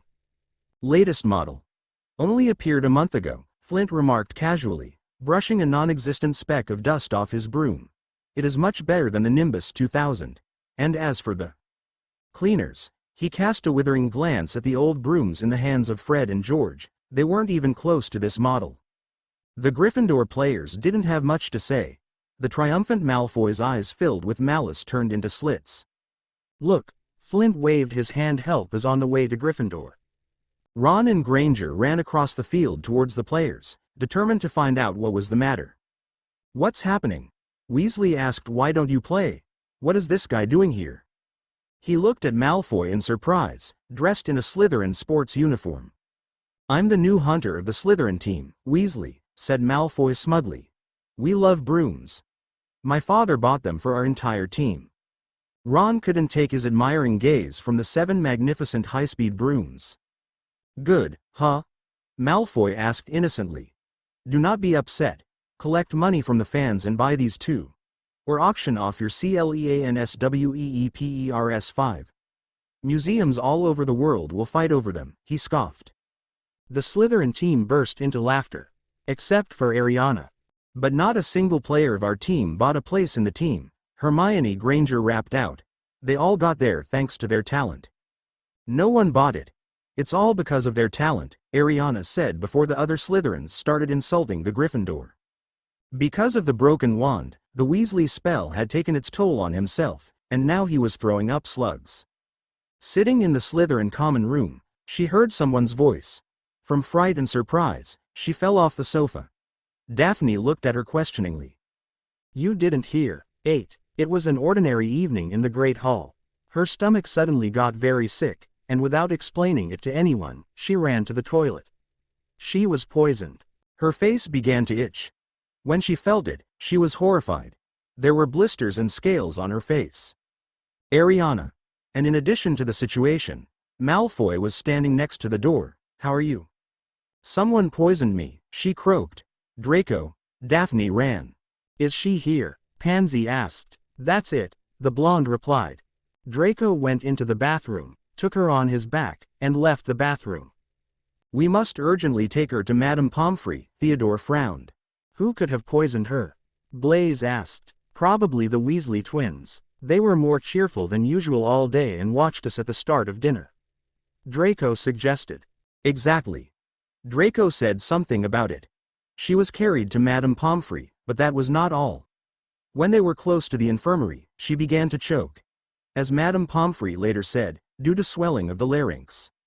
She lay in the infirmary for 2 days, and when she came to the drawing room, she began to be asked questions. Did the Weasleys poison you? Millicent was shocked, as were many of the other students. And Flint and the other members of the Slytherin Quidditch team were frowning. The potion mixed in pumpkin juice caused an allergic reaction, which caused scales and blisters to appear on my face, and because of the swelling of the larynx, I began to choke, she said calmly. The Slytherins frowned. Ariana is sure they're up to something. On Halloween Day, after leaving the Great Hall after the banquet, she and the other students froze when they saw it. The room is open again. Tremble, enemies of the air. Water was spilled on the floor. Mrs. Norris was hung by her tail from a torch bracket. The bulging eyes were wide open. A few days later, in history class, someone asked about the Chamber of Secrets. Ariana, having not found information about the Chamber of Secrets in the library, stopped lying on her desk. Okay then. Binns even got confused. Let me remember. The Chamber of Secrets. The Chamber of Secrets. You all know that Hogwarts School was founded over 1,000 years ago, the exact date is unknown, by 4 of the greatest wizards and sorceresses of their time. Our faculties bear their names. Godric Gryffindor, Penelope Hufflepuff, Candida Ravenclaw, and Salazar Slytherin. They built this castle together, away from the eyes of meticulous muggles. At that time, ordinary people were afraid of magic, so sorcerers and witches had to hide. He glanced unseeingly at the students and continued. For quite a long time, they lived in friendship and harmony, looking for capable young people and taught them, as they could then, in this very school. Well, then a black cat ran between Slytherin and the rest. Slytherin required a very strict selection. He believed that the secrets of magic should be kept in the families of pure-blood wizards. He didn't trust muggles. In the end, Slytherin and Gryffindor fell out completely, and Slytherin left the school. Professor Beans pursed his lips, making his face look like that of an old, shriveled turtle. That's all the chronicles tell about. But over time, the legend of the Chamber of Secrets has overshadowed the facts. They began to say that Slytherin had a secret room in the castle. Thus, the myth was born. According to him, before leaving the school, Slytherin placed a spell seal on the room. Since then, no one can penetrate it. Only the heir of Slytherin will remove the spell, free the prisoner in the room of horror, and expel those who are unworthy of studying magical arts from the school with his help. Beans finished, and the class fell silent. The students did not take their eyes off Binns. They waited for the continuation, and Binns was rather tired of this. All this, of course, is a myth. They searched for the room, and more than once, they searched for the most knowledgeable witches and magicians. The room does not exist. It's just a scary tale for fools. Someone else raised their hand. Sir, what is it? A prisoner in the horror room. Legend says it's a monster that only the heir of Slytherin would obey, Professor Binns explained in a dry, rustling voice. Behind the next turn of the stairs began the same corridor where they found Mrs. Norris. Everything was as before, only there was no cat on the torch bracket, and there was a chair against the wall, where the words, "Secret room is open again," were painted. Filch, set it up. He's on duty here, Blaise explained. Now the corridor was empty. All 6 looked at each other. Let's eat. Suddenly there were some traces here, Pansy suggested, dropping the briefcase and dropping to all 4s. That's a charred spot, and so. Come here, take a look. What is Theodore? Daphne went up to Not. Ariana and Daphne got up and went to the window closest to the writing on the wall. Not pointed to the upper glass. A line of spiders was hurrying somewhere along it towards a barely noticeable crack. Behind her, like a wisp of smoke, a long silver web swayed. The spiders were clearly in a hurry to get out. What is it with them? I've never seen anything like it, Zabini remarked. Me too, added Daphne, and you? The 2 shook their heads at once.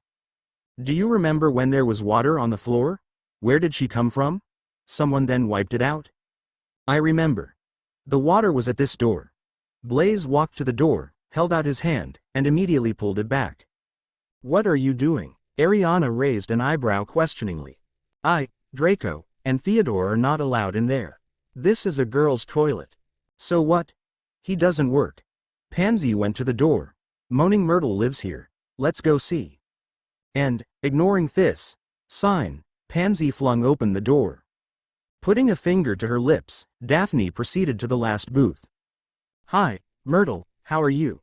It seems that only she knew about the existence of the ghost in the abandoned toilet.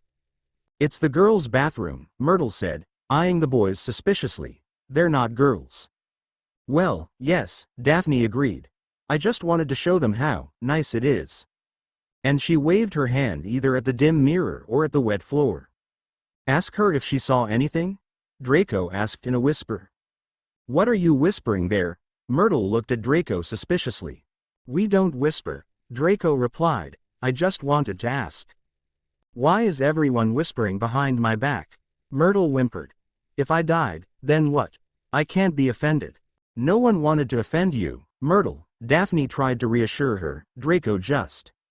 Of course, no one wanted to offend. I have suffered so much in my life. And here it is. It all started all over again. We just wanted to ask if you've seen anything out of the ordinary these days. Areana did not delay with the question. During the holiday, right in front of the door to your toilet. Someone attacked the cat. Maybe someone was here, Blaze added. I didn't see anyone, Myrtle replied ruefully. I was so offended at the holiday that, returning here, I wanted to hang myself, and then I remembered that I, after all, dead. Theodore helped. Myrtle sobbed miserably, flew over the cistern and dived straight into the toilet, spraying friends from head to toe. Her muffled moans came from the drainpipe. Draco and Blaze gaped, and Daphne shrugged in disappointment. By the way, for Myrtle, this can be considered fun. Okay, let's get out of here. They were silent until the common room. Already in their room, Daphne spoke. Who attacked the cat anyway? He asked softly, as if continuing an interrupted conversation. Who needs a school without squibs and muggles? No idea, Ariana snorted heavily. 9. At the beginning of the year, Lockhart had a fight with Cornish pixies in the classroom. The fight did not end very well. Since then, he has read passages from his own books to students in class or acted out scenes taken from there, in his opinion the most impressive. Himself, the wizard, he played himself, and for other roles he usually took Ariana. And Ariana, in front of the whole class, portrayed either a Transylvanian peasant suffering from the spell of loquacity, or a cold Bigfoot, or a vampire who, after meeting with Lockhart, could not stand blood and ate exclusively lettuce leaves. In another defense against the dark arts lesson, Ariana played a werewolf. Wonderful howl, Ariana, very natural. I rushed at him, knocked him to the ground and put a magic wand to his throat. Gathering the last of his strength, he uttered the most complicated spell of conversion. The werewolf let out a plaintive groan. Come on, Ariana. Draw. More poignant. Yep, that's it. His fur disappeared, his fangs shrunk, and he turned into a mere mortal. Simple, but unforgettable, and for the inhabitants of that village I am now a hero. Delivered them from the werewolf. The bell rang and Lockhart got up from the table. Homework. Write poems about my victory over a werewolf from Vega Vega. To the author of the best, a copy of my book, I Am a Magician, with an autograph. The students tumbled into the corridor, and Ariana breathed a sigh of relief. From the first minutes of the lesson, she dreamed that the lesson would end. A year ago, when she was in her first year, defense against the dark arts was her favorite lesson. Remembering the first school year, she remembered Voldemort. She heart sank. Hey, are you okay? Draco put a hand on her shoulder. It's okay. She turned to him. Ariana woke up half an hour early on Saturday morning. No doubt they will win. The Slytherin team has the new Nimbus 2001 brooms that fly better than the Nimbus 2000, and she is the youngest seeker in a century. The audience greeted the Gryffindors with enthusiastic shouts. Not only their own, but also Ravenclaw and Hufflepuff were rooting for the Gryffindors. However, the Slytherins did not sit silently. They met the enemy with a whistle and hooting. Judge Madam Trick invited Flint and Wood to shake hands, and they exchanged too tightly and darted menacing glances at each other. Whistle! Shouted Madam Hooch. 3, 2, 1. Driven by the roar of the crowd, the 14 players soared into the leaden sky. Peverell raced ahead of everyone, squinting and trying to see the snitch in the sky. The bludger had been chasing her all by herself. Of course, what could she expect? It was her, after all. Yet she is lucky in one way. She has no vision problems and does not wear glasses. Why is she mentioning this now? Because it started to rain. If she had worn glasses, she would have bumped into something or someone anyway. Distracted by the Gryffindor who was flying next to the twins who had been knocked off their brooms for revenge, she felt pain. The ball still overtook her and broke her arm. The ball turned around and aimed at her head. She dodged, her brain pounding dully. Snitch, snitch. ... She released her broomstick and, reaching out with her good hand, grabbed the wet, cold snitch. Clutching the broom only with her knees, she began to fall rapidly, trying not to lose consciousness. The audience gasped in horror. Peverell thudded into the mud, his broken arm twisted unnaturally, the broom rolled to the side. In the stands they whistled, yelled. From acute pain it seemed to her that the fans were somewhere far, far away. And then it dawned on Potter. She was holding the snitch in her hand. "We won," she groaned, and lost consciousness. She woke up right there, on the field. The rain poured into her face, someone leaned over her, bestowing a dazzling smile. "It is you. Please go away," Potter Peverell whispered. "What is she?" Surprised Locons and looked at the Slytherins gathered around. "Don't worry. I will heal her now." "How are you?" Draco asked worriedly. "Could be worse." "No need," objected the future lady. "It's better that way." The camera suddenly clicked. "Why film me like this, Colin?" Ariana asked. Lie down, Lockhart advised carefully. "Now I will cast a spell." "Don't be afraid, I'm not the first time." "I'd better go to the hospital," Ariana whispered. Through the palisade at his feet, Ariana could see Montague and Derek wrestling with the lunatic bludger, stuffing it into the box as it struggled wildly. "Really, Professor? Ariana better go to the infirmary." Marcus got nervous. "Step back," said Lockhart, rolling up his green sleeves. "Maybe we shouldn't," Ariana breathed. "But Lockhart can't be stopped." He twirled his wand and pointed it straight at his broken arm. A strange sensation swept from my shoulder to my fingertips, as if air had been expelled from she arm. Ariana turned away, closing his eyes. Someone in the crowd screamed. And Colin Creevey snapped his camera with the speed of a machine gun fire. Her hand no longer hurt. For some reason she did not feel it at all. Well, nothing. Lockhart did not lose his presence of mind. This happens. But there is no more fracture. And this is the main thing. Can you hobble to the hospital wing? Mr. Malfoy, please escort him, and then Madame Pomfrey will, put her in proper order. Rising to his feet, Ariana felt lopsided. She took a deep breath, looked at her hand, and nearly passed out again. Something like an inflated rubber glove the color of raw meat peeped out of the sleeve. Ariana wanted to move his fingers, but where was it? Lockhart did not heal the fracture, he simply removed all the bones from the hand. Madame Pomfrey looked at her and was furious. "You should have come straight to me." She felt the soft, boneless hand. It costs nothing to splice bones, but to grow new ones. "But you can do it, right?" Heiress Potter asked tiredly. Warning. It will hurt. Madame Pomfrey tossed her pajamas with a worried expression. "You will have to spend the night here, young lady." Draco, Blaise and Theodore waited behind a screen while Daphne and Pansy helped her put on her pajamas. How was he even hired? Greengrass protested loudly. Draco completely agreed with her. "I have exactly the same question." Theodore crossed his arms over his chest. "You've got a long night ahead of you," Madame Pomfrey said as she filled a glass and handed it to her. Steam was coming out of the glass. Growing bones is not a pleasant occupation. Drinking, Costerost, as it turned out, too, she burned his mouth and throat. Taking his first sip, Ariana coughed. Madame Pomfrey walked off, grumbling about dangerous sports and incompetent teachers.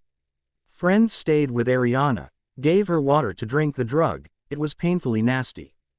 2 hours later, Ariana woke up in pitch darkness. Her hand seemed to be stuffed with sharp shards. But it was not only the pain that woke her up. Someone in the dark wiped her forehead with a sponge. "Who is it?" Her voice was calm. "Dobby, you." The brownie, with eyes the size of tennis balls, gazed plaintively at Ariana, and a tear ran down his long, pointed nose. "Areana Potter is back at school," he whispered. Dobby warned Ariana Potter. "I warned you." "Oh, ma'am, why didn't you listen to Dobby?" Dobby was the Malfoy house elf. Upon arrival at Malfoy Manor, the house elf tried to convince her not to return to school because it was dangerous, in Dobby's opinion. Peverell naturally did not believe him. If only Ariana Potter knew. Dobby sighed, tears streaming down the frayed pillowcase. If only she knew how much she means to us poor slaves, the scum of the wizarding world. Dobby remembers the glory days of he who must not be named. We house elves were treated like rats and cockroaches, ma'am. But still, since you defeated who must not be named, life has become much easier. The Dark Lord has lost his power. Areana Potter is still alive. It's like the dawn for us, ma'am. Areana Potter shines like a ray of hope. We didn't even look forward to the end of the dark days. And now terrible events are brewing again at Hogwarts. Maybe they have already begun, and Dobby won't let Areana Potter stay here. The Chamber of Secrets is open again. The nightmare may repeat itself. Dobby realized that he had let it slip, and was dumbfounded with horror. He grabbed a jug of water from the bedside table, smashed it on his head, so that sparks fell from his eyes, and rolled onto the floor. Then he climbed back onto the bed, muttering, Dobby is bad, very bad. So, does the Chamber of Secrets really exist? Ariana wondered. You said that it had already been opened before. The elf reached for the fragment of the jug, but she, grabbing his thin handle, this time prevented the execution. I'm not a muggle, so I'm not in danger. Oh, ma'am, don't ask poor Dobby, the elf stammered. Dark deeds are being plotted at this school, and Areana Potter must leave. Go, ma'am, go home. And Ariana, ma'am, it's too dangerous here. Dobby, who opened the room anyway? She held the hand of the elf so that he would not start executing himself again. Tell me who.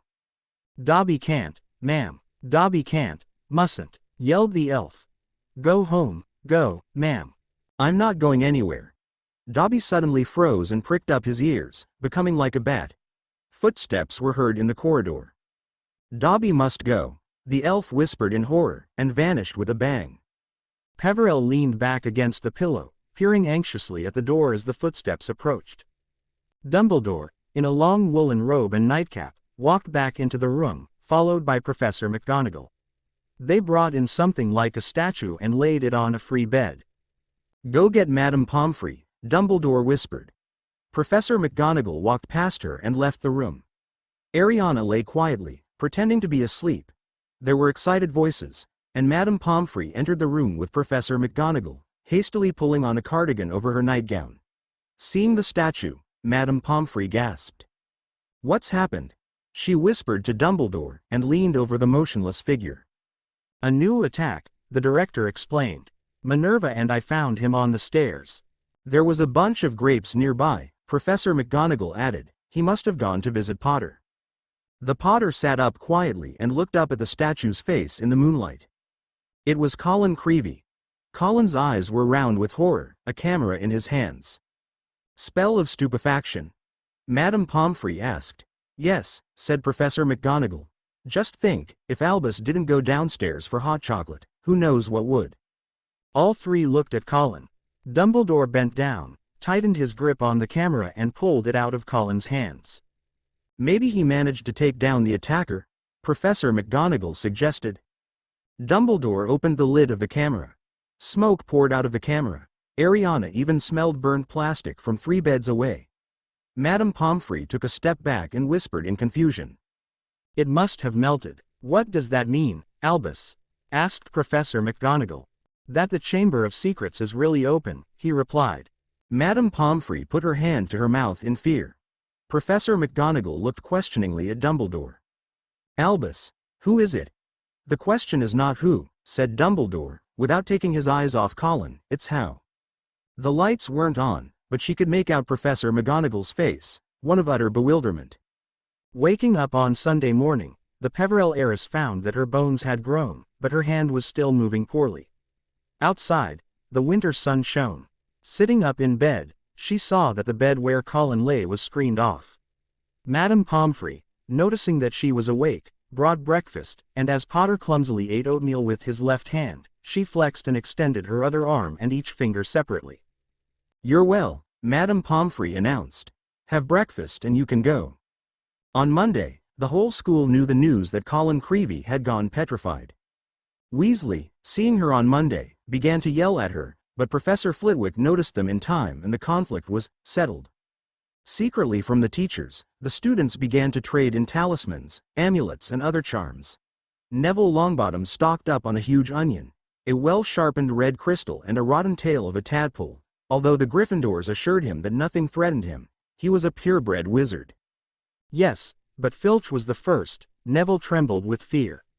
And everyone knows I'm almost a squib, too. In the second week of December, Professor McGonagall drew up a list of people who wanted to stay at school for Christmas. Among them were Ariana, Draco, Crabbe and Goyle.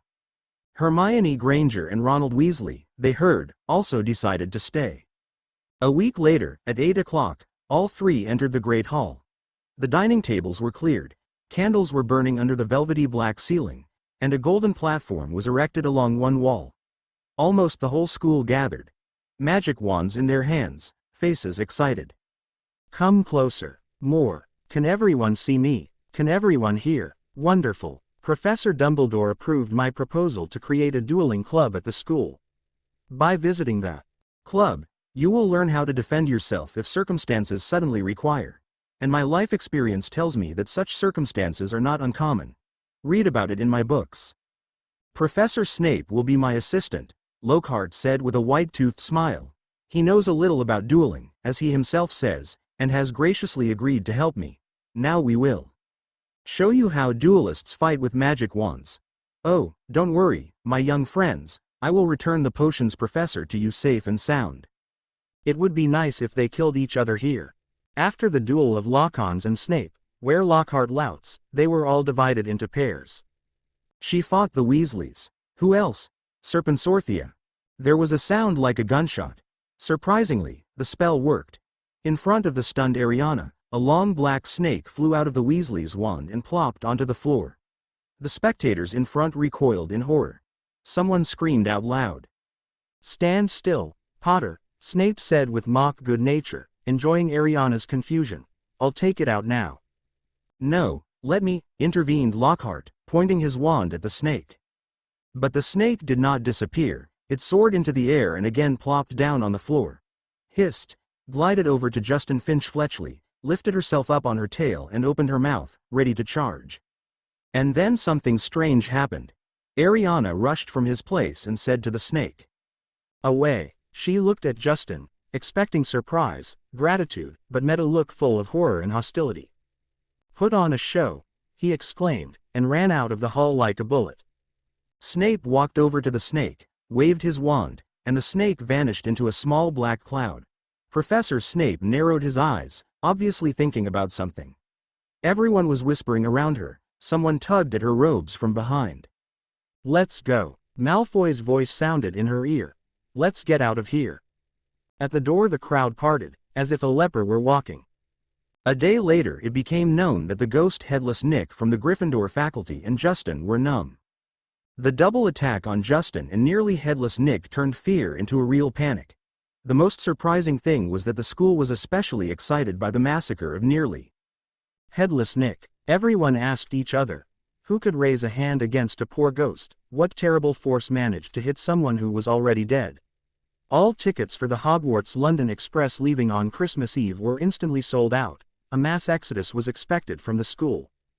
Crabbe and Goyle, who have always imitated Draco in everything, stay at Hogwarts for the holidays.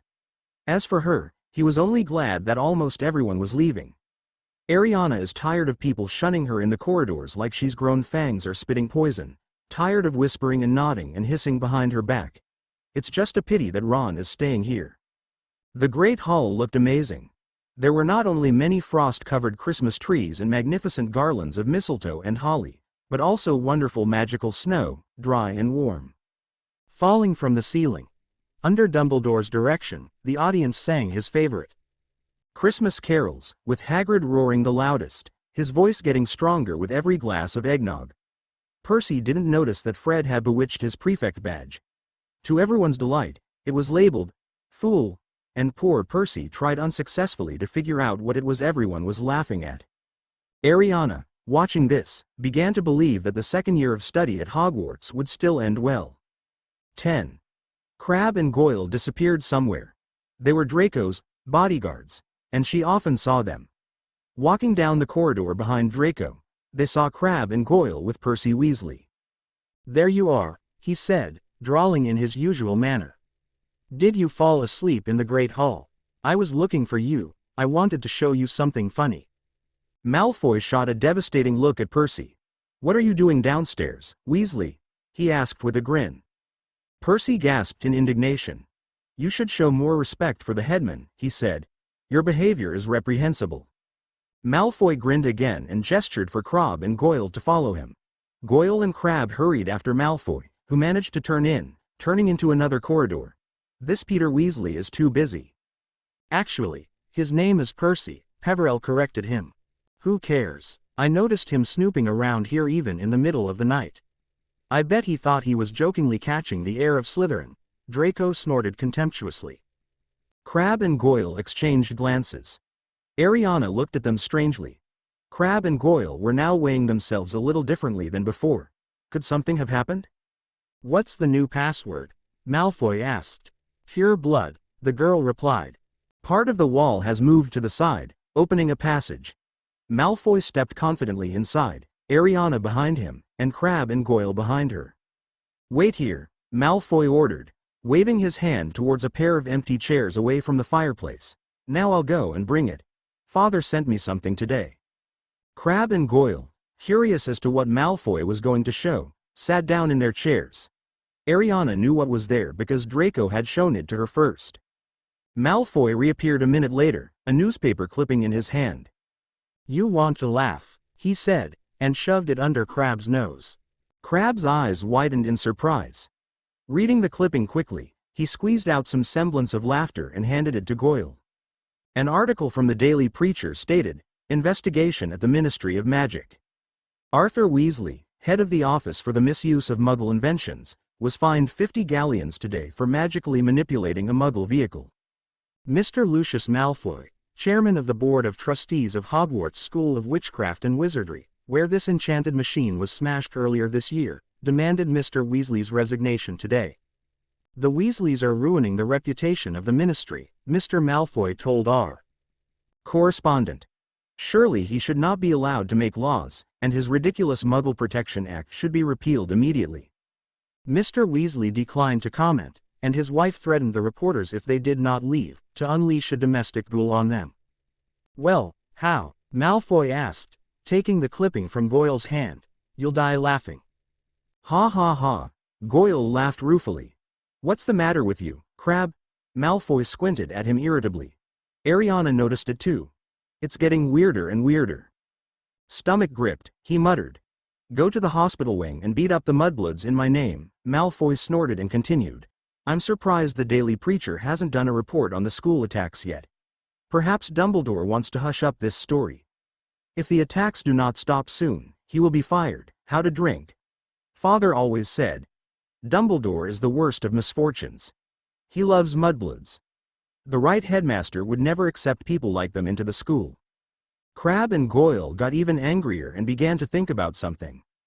If I knew who the heir of Slytherin, I would help him. You're going to be in trouble, Potter said calmly, as if not her best friend had just said he wanted to help exterminate Muggle-borns. Crabbe's jaw dropped, making his face look even sillier. The Malfoy heir didn't notice anything, unlike the Peverells. Is not Ariana the heiress of Slytherin? I'm not his heiress, and I'm not the one doing the attacks either. I don't know how many times I have to tell you, Goyle. Malfoy growled at him. And my father is silent. The room was opened for the last time 50 years ago, long before he studied here. But he knows everything. This is a very big secret. And he is afraid that if I know a lot, I might accidentally spill the beans. But one thing I do know. When the room was last opened, one of the mudbloods was killed. We bet, and this time they will slam. It would be nice if Granger was an asshole, he said bloodthirsty. Crabbe clenched his fists. Do you know that the one who opened the room then was caught? She asked Malfoy. Yes, of course. He was expelled.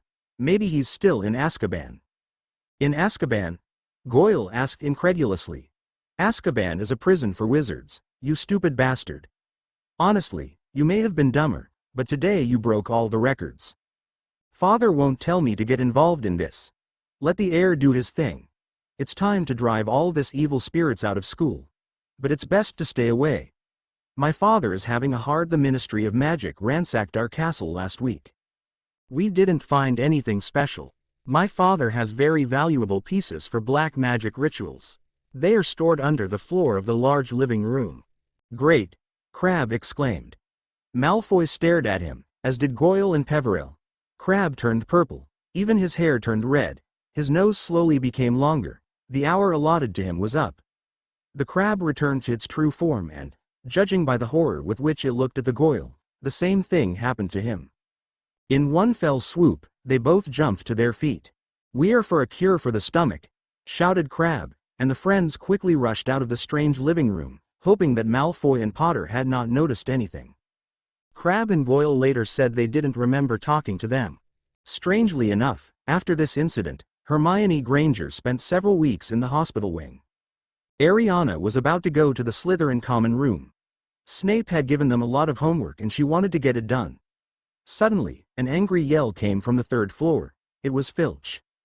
The girl rushed up the stairs, listening, and Filch continued to rage.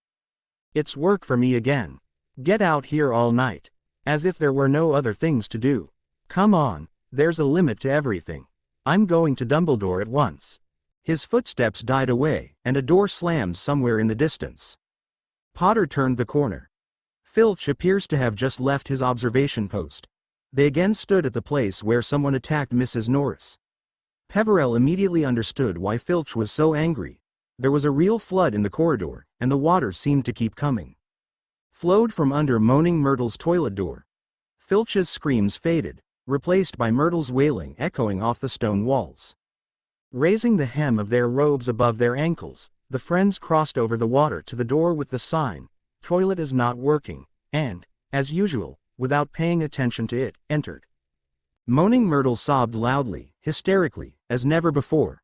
The toilet was dark, the candles washed away by the torrents of water that flooded the walls and floor.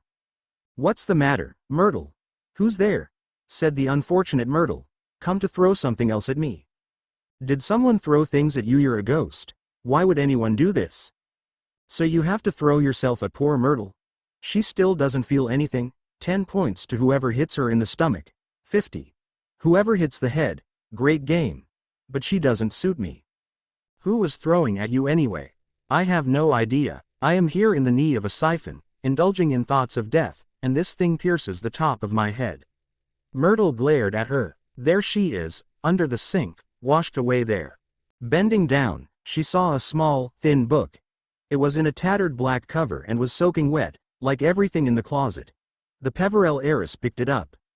She knew at once that it was a diary, from the faded date on the half-century-old cover. On the first page, she can still make out the name, T.M. Riddle, written in blurry ink. She unstuck the water-swollen pages. They were completely clean. Not a single word anywhere. Everything is absolutely clean. She didn't write anything there. But then why did they throw him out? Ariana flipped over the black cover and saw on the inside the address of a shop on Vauxhall Road in London. And the owner of the diary was most likely a muggle. Otherwise he wouldn't be able to buy it there. Ariana still took the diary with her. Hermione Granger left the hospital wing in early February. Not that she cared. Ariana couldn't quite explain to himself why she hadn't thrown Riddle's diary away. Even if she knew that the diary was empty, she would still pick it up and flip through the pages. Something in this diary held her back. It beckoned her. And although Ariana knew for sure that he had never heard the name TM in his life, Riddle, she always felt as if it meant something to her, as if this Riddle was an old half-forgotten childhood friend. Or even more. But it was completely absurd, because before Hogwarts, she had no friends and TM Riddle lived even 50 years ago. She was able to find out some information about Riddle. Riddle was the head boy of the school and most likely the best student in the school, and 50 years ago he received an award for special merit. Ariana suspected that this Riddle caught the heir of Slytherin. In Hogwarts again began to rejoice in the sun. There were no more attacks. Everyone's mood rose. The hope came to life in the heart that the clouds that had been gathering would pass by. Madame Pomfrey happily reported that mandrakes are becoming nervous and withdrawn, which means that they are entering adolescence. Young pimples will go away, and we'll transplant them again. Ariana overheard her good-naturedly sharing the news with Filch. After that, we'll cut it and prepare the tincture. So soon Mrs. Norris will be with you again. Perhaps the heir of Slytherin, whoever he was, had lost his resolve, Ariana thought. It must be getting more and more risky to open the Chamber of Secrets, because the whole school is on the lookout. And the monster must have decided to hibernate for the next 50 years. Lockhart seems to have taken credit for stopping the attacks. Peverell somehow overheard him ranting about his own prowess.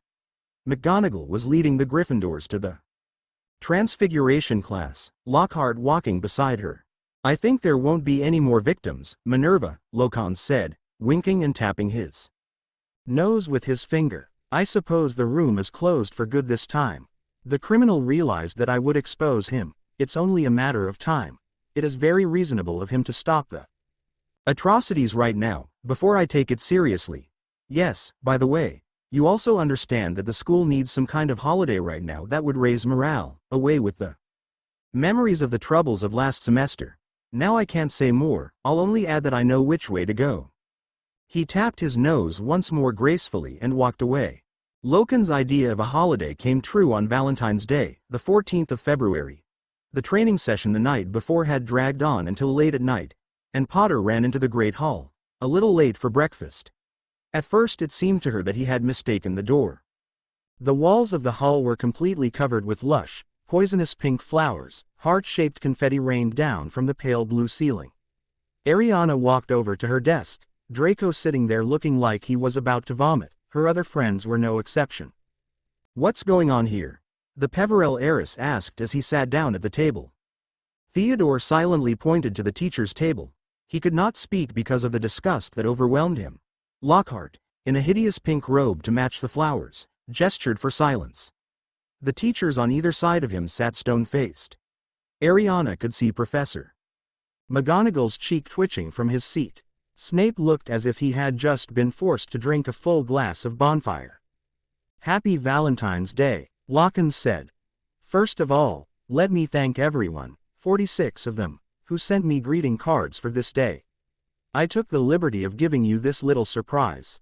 But that is not all." Lockheed clapped his hands, and a procession of grim-looking dwarfs entered the hall. True, these were not ordinary gnomes. Each had a harp in his hand, and golden wings behind his back. "I present to you my amiable cupids, Valentine's letter bearers." Locke smiled radiantly. "Today they will go around the school and deliver valentines. The fun is just getting started. I'm sure my colleagues will want to contribute to our holiday. Let's ask Professor Snape to show us how to make the love potion, and Professor Flitwick, on this holiday of flaming hearts, could tell something about love remedies. He knows about them." The old prankster, Professor Flitwick, buried his face in his hands. Snape's look said that he would forcibly force a glass of poison down the throat of the first person who approached him for the potion of love. Throughout the day, gnomes with valentines unceremoniously scurried from class to class, much to the annoyance of the teachers. After dinner at the door of the spell room, one of them, a particularly ugly one, caught her. "Hey, you, Areana Potty," he squeaked, pushing the students aside. She was suddenly thrown into a fever. That was still not enough. She tried to sneak away. It was not there. The dwarf rushed to intercept her, beating on the legs of whomever he hit, overtook her and grabbed her tightly by the bag. "I have a musical message for you, Areana Potter, personally," the dwarf announced, inexorably strumming his harp. "Not here," she pulled out. "Stay cool," grunted the dwarf, pulling her towards him. "Let me go." Potter got angry, pulled the bag. There was a bang that looked like a shot. The bag burst. Books, a magic wand, a pen and parchment fell out of it. The ink bottle fell last in. Of course, crashed. Peverell rushed to pick up the scattered things. Ariana before the dwarf begins to sing. "What's going on here?" Weasley approached them. Ariana began to frantically push things into the torn bag. If only Weasley hadn't heard the valentine dropped on him from nowhere. "Why the noise?" Another familiar voice called out. Percy Weasley arrived. More attack. And she decided to drop everything and give a shit, but the dwarf grabbed her knees with his hands and threw her to the floor. "Here you are," he said, perching on his ankles. "Now listen." Her eyes, though they see weakly, but greener than a Cheodea toad. And her hair is someone else's longing, more than a cool glyph board. "Oh, deity, I want the Sidesa to give me, the Gione who mastered the Dark Lloyd." Ariana was willing to give up all his money from Gringotts just to fall through the ground. The best thing now is to laugh along with everyone. She tried to smile and rose to her feet, which were completely numb under the weight of the dwarf. Some of the first years were crying with laughter, and Percy was trying to clean up the mess. Go away. Go away. The call was 5 minutes ago, he said, pushing the youngest students to the doors of the classroom. That goes for you too, Ron. Glancing back, Ariana saw that the Weasleys leaned over, picked up something, and with a grin showed the trophy to his faithful companion Seamus. It was Riddle's diary. Oh no. Give it back. I wonder what Potter writes in this diary. He scoffed. He obviously did not notice the date on the cover and decided that her diary had fallen into his hands. There was silence. Ginny looked at the diary, then at her, and she looked the most miserable. Give it back, Ron, Percy ordered sternly. Let's flip through first, Weasley sang venomously, waving the diary in front of her nose. Weasley approached Draco, obviously not pleased with the boy's actions. Percy started his own, as a head of the faculty, but Ariana paid no attention to him. She grabbed her wand and said, Expelliarmus. Snape then showed the duelists in the club how to disarm the enemy, and the black diary flew out of Malfoy's hands like a bullet. Draco deftly caught the diary. Potter. Percy protested loudly. You know, no magic in the hallways. I'll have to report it. But Areana didn't care. In Professor Flitwick's class, Ariana discovered a strange feature of the diary. All the books were filled with red ink, and the diary was pristine clean, as if the ink had not touched it. That evening, the future lady went to bed before anyone else, partly because she didn't want to listen to Fred and George's musical Valentine again, but mainly because she really wanted to do the experiment with Riddle's diary, although friends thought it was empty spending time. Peverell sat up on the bed and flipped through the blank pages. There was no trace of red ink anywhere. Then she took a new vial of ink from the bedside cabinet, dipped the pen in it and planted an inkblot on the first page. For a second, the ink stood out brightly on a white sheet, and then, as if etched into the paper, disappeared. She dipped her pen again and wrote, My name is Areana Peverell. The words stood out clearly for a moment and then disappeared without a trace again, and then, finally, something happened. Her own ink bled out of the paper, forming a phrase she never wrote. Hi, Areana Peverell. My name is Tom Riddle. How did you get my diary? This inscription also disappeared, but not before she began to hastily write a reply. Someone threw it down the toilet. Riddle's new message was not long in coming. It's good that I wrote down the memories not in ink, but in a more reliable way. I knew there were people who didn't want my notes to be read. What does it mean? This diary keeps records of terrible events shrouded in a veil of mystery. They happened years ago at Hogwarts School of Witchcraft and Wizardry. I am right here, Ariana wrote quickly. Awful things are happening at Hogwarts again. Do you know anything about the Chamber of Secrets? For some reason her heart was beating loudly. Riddle was quick to answer, his handwriting chaotic, as if the other party was in a hurry to express his thoughts. Of course it is known. In my time, we were told that this is a legend, that it does not exist, but it was a lie. In my 5th year, the room was opened, the monster broke free, attacked the students and killed one. I caught the person who opened the room and got expelled. The headmaster, Professor Dippet, was very ashamed that this could happen at Hogwarts, and forbade me to tell the truth about it. The case was presented as if the girl had died due to an accident. And I was rewarded with a beautiful engraved plaque and told to continue to keep my mouth shut. But I know that this can happen again. After all, the monster is still alive, and the one who is able to free him is still at large. It's happening again. There were 3 attacks, and it is not known who is the main culprit. And who was it last time? I can show it to you if you like, Riddle said. My words alone are not enough, but I could put you in my memory for the night I caught him. Ariana had doubts. The pen paused over the diary. She cast a grim glance at the bedroom door. Darkness deepened in the room. She turned her gaze back to the diary. There were the words. Let me put you in my memory. She hesitated for another fraction of a second and wrote only 2 letters. Fine. The pages of the diary flashed by, as if caught in a strong wind, and stopped in mid-June. Opening his mouth, Ariana watched as the June 13th page turned into a tiny television screen. With trembling hands, she brought the diary closer to her eyes. The miniature window suddenly widened. She was pulled there. She felt her body come off the bed, and she flew head first through the open page into a whirlpool of colors and shadows. She was in Riddle's memories. As it turned out, Riddle lived in a muggle shelter and he is a half-breed. His mother was a sorceress who died after his birth and his father was a muggle. Riddle's mother managed to give him a name before she died. He met with Hagrid. It turns out that Hagrid released the monster from the Chamber of Secrets. Tom betrayed Hagrid and the director of Hogwarts. At that time Armando Dippet expelled Hagrid. It's strange that Dumbledore made Hagrid to the Foresters. Although what is strange?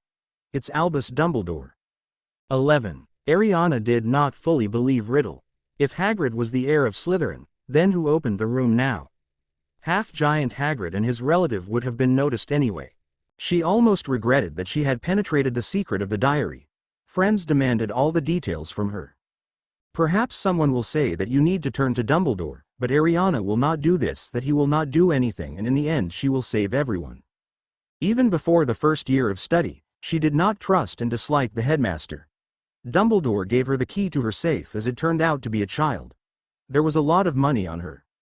Children's safe, but before there was even more. Dumbledore, as a magical guardian, had her key to the children's safe. The old man himself was sure that he had in his hands the key to the Potter's safe.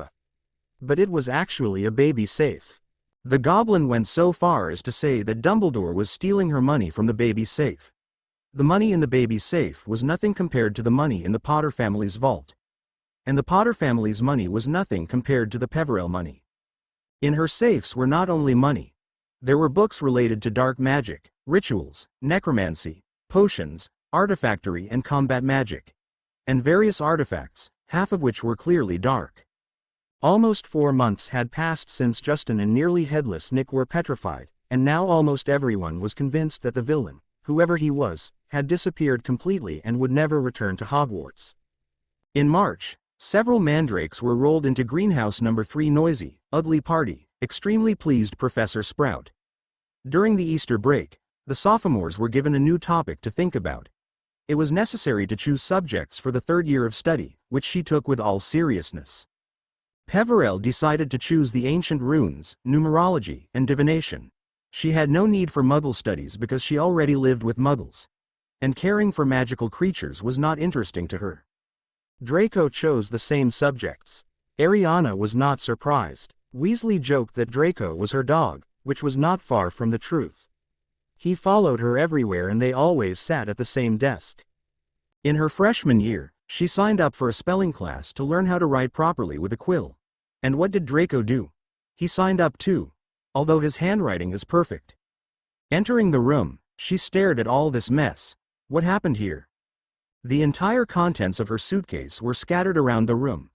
A torn robe lay on the floor, bed linen and blankets were thrown off the bed, the drawer of the bedside table was pulled out and all its contents were poured onto the mattress.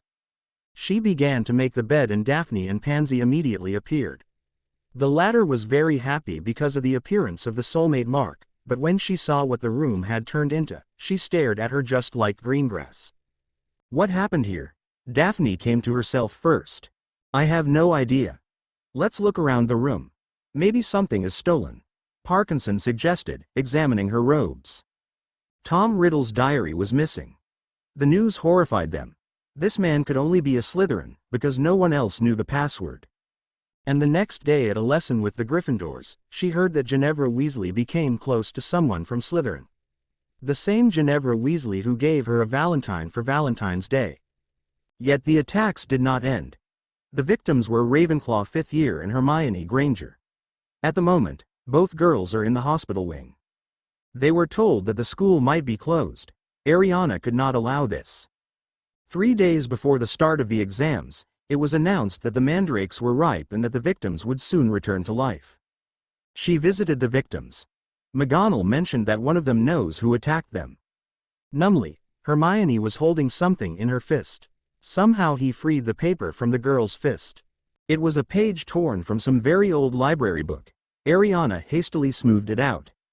Of the many monsters that can be found in our lands, one cannot find a more mysterious and deadly basilisk, also called the King of Serpents. This reptile can reach truly gigantic sizes, and its lifespan is many centuries. He is born into the world from a chicken egg hatched by a toad. Death, however, carries in a strange, unprecedented way, for, in addition to terrible and poisonous fangs, a murderous look is given to him, so that if anyone meets his eyes, he will immediately die quickly and in great torment.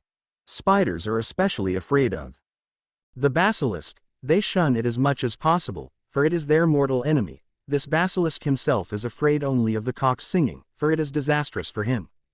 Quote. Under these lines, only one word, pipes, is displayed. She understood. The beast of the Chamber of Secrets basilisk. That's why she's the only one who can hear anyone's voice. After all, she is the only one who understands the snake language. But where could the entrance to the Chamber of Secrets be? Moaning Myrtle's toilet. She recognized that voice. That voice told her not to go check on the Philosopher's Stone in her freshman year. She and her friends overheard the conversation of the teachers. Another attack took place. Ginevra Weasley was kidnapped and dragged into the Chamber of Secrets. Potter was not surprised when she learned that Lockhart's turned out to be a liar. After taking Lockhart's out of the office, they went down the nearest stairs and went along a dark corridor, where messages from the air were burning on the wall, to Moaning Myrtle's hideout. Myrtle sat on the tank in the last booth. "It's you?" she wondered when she saw them. "Why have you come again?" "Ask you how you died," Draco replied. Myrtle changed in the blink of an eye, literally blossomed before her eyes, as if no one had ever asked her such a flattering question. "Ooh. It was a nightmare," she said, savoring every word. "I died right here, in this booth. As I remember now, I hid here because Olivia Hornby laughed at my glasses. Teased embarrassingly. I locked myself in and started crying. Then I heard that they entered the toilet and began to talk. I didn't understand that, probably in another language. One of the speakers was a boy. Naturally, I unlocked the door and told him to go to his toilet. This is where it happened." Myrtle pouted with importance, her face beaming. "I died. But how? I do not know." Myrtle dropped her solemn tone. "I remember only two huge, enormous yellow eyes. My whole body squeezed, suffered somewhere." She looked at Harry vaguely. "And then I came back here again. I decided to keep appearing to Olivia Hornby. Well, you understand. Oh, how she regretted that she laughed at my glasses." Blaise thought for a moment. "Show me exactly where you saw those eyes." "Ah, somewhere there." Myrtle waved vaguely towards the sink in front of her stall. Daphne and Theodore immediately approached him. The lock of eyes, full of horror, prudently remained behind. At first glance, it was the most ordinary shell. They examined every centimeter inside and out, including pipes running into the floor, and not noticed that a tiny snake was scratched on one of the brass taps. "That faucet never worked," Myrtle reported happily as Ariana came over to try and open it. "Say open in snake language." It was the same voice. Ariana listened to the voice. "Open up," she ordered. A strange hiss escaped her lips, and the faucet flashed an opal light and began to spin. Another moment. The washbasin leaned down, sank somewhere and disappeared from sight, opening the gaping mouth of a wide pipe, inviting to start descending, but where? Flying in the tube was like sliding down a steep mountain, endless, dark, covered with slime.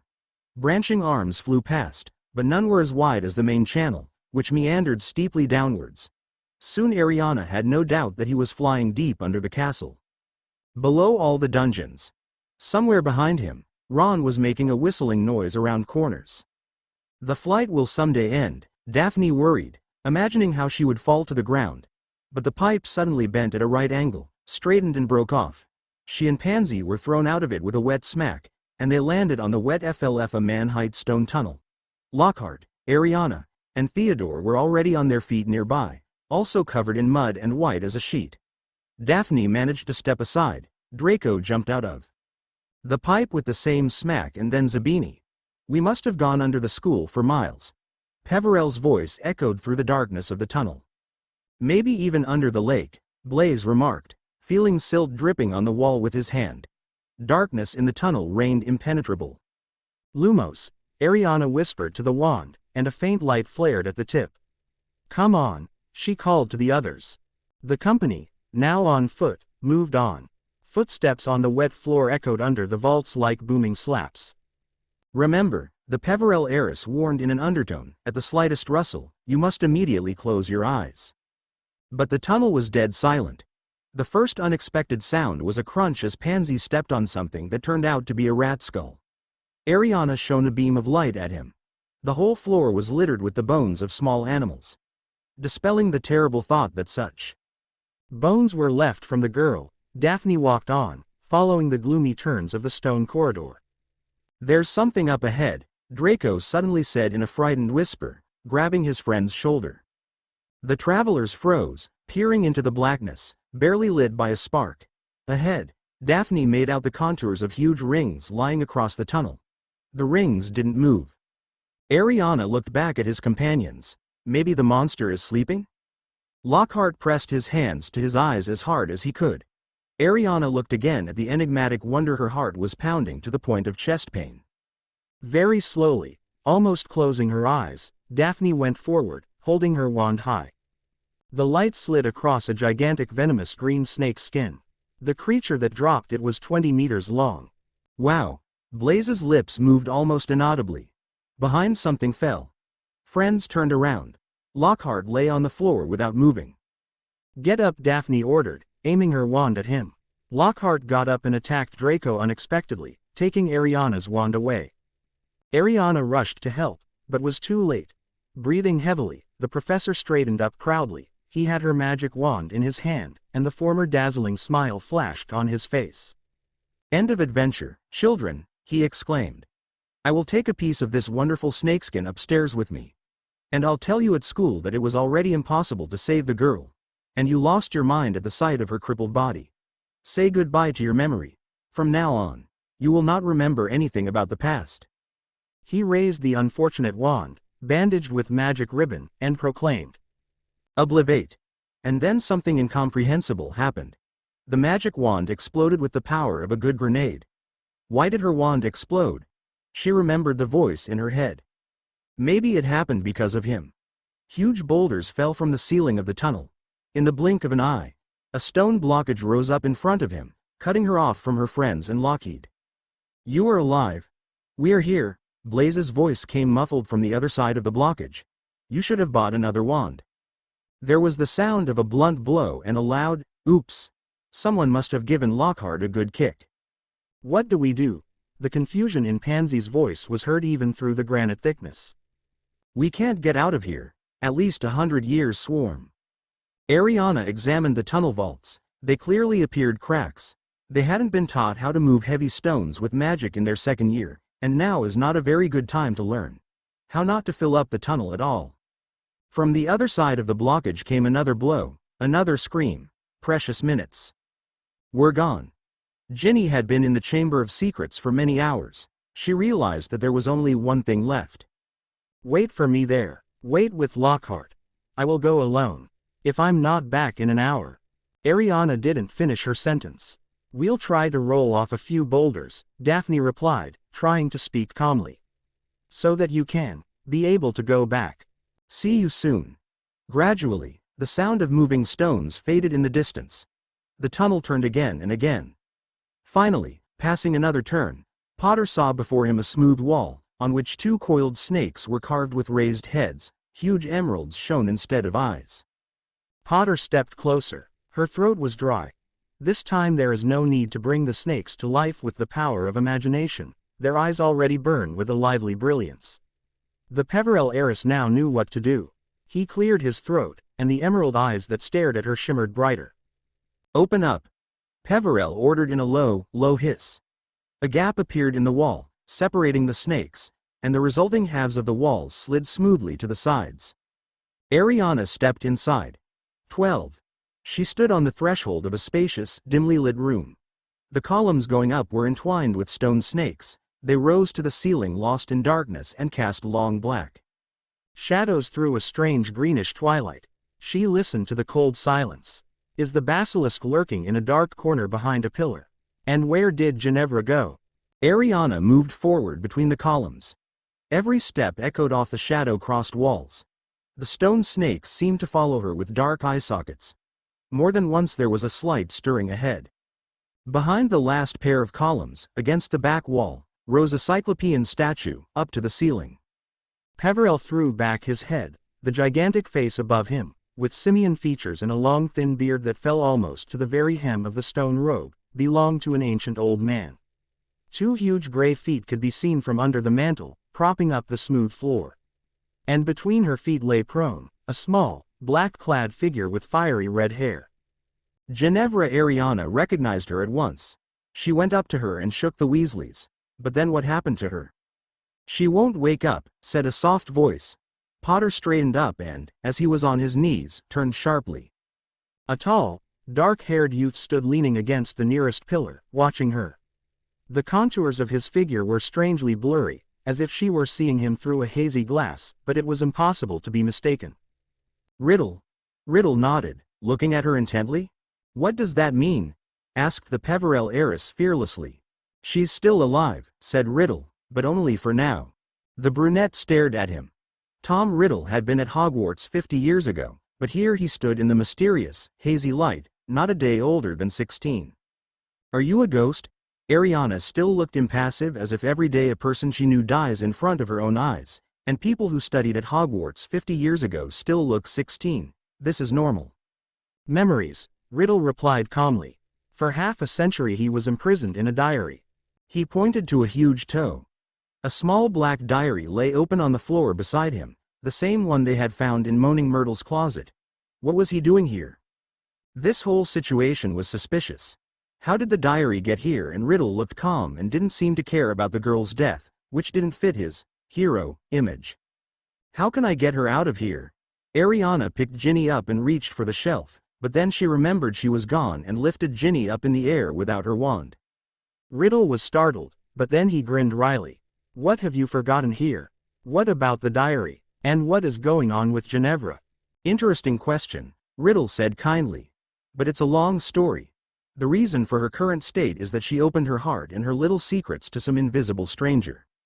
"What are you talking about?" "Diary," Riddle explained. "My diary.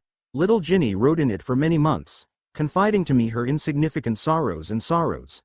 Her brother tees her a shabby robe, she studies from old textbooks." Riddle's eyes gleamed at that. How little hope she has of being liked by that famous, beautiful, great Areana Potter. During the entire conversation, Riddle never took his eyes off Ariana's face. They expressed some kind of strange greed. Deadly boredom listening to the silly outpourings of an 11-year-old girl, he continued. "But I have been patient. I responded, I showed compassion, I was kind.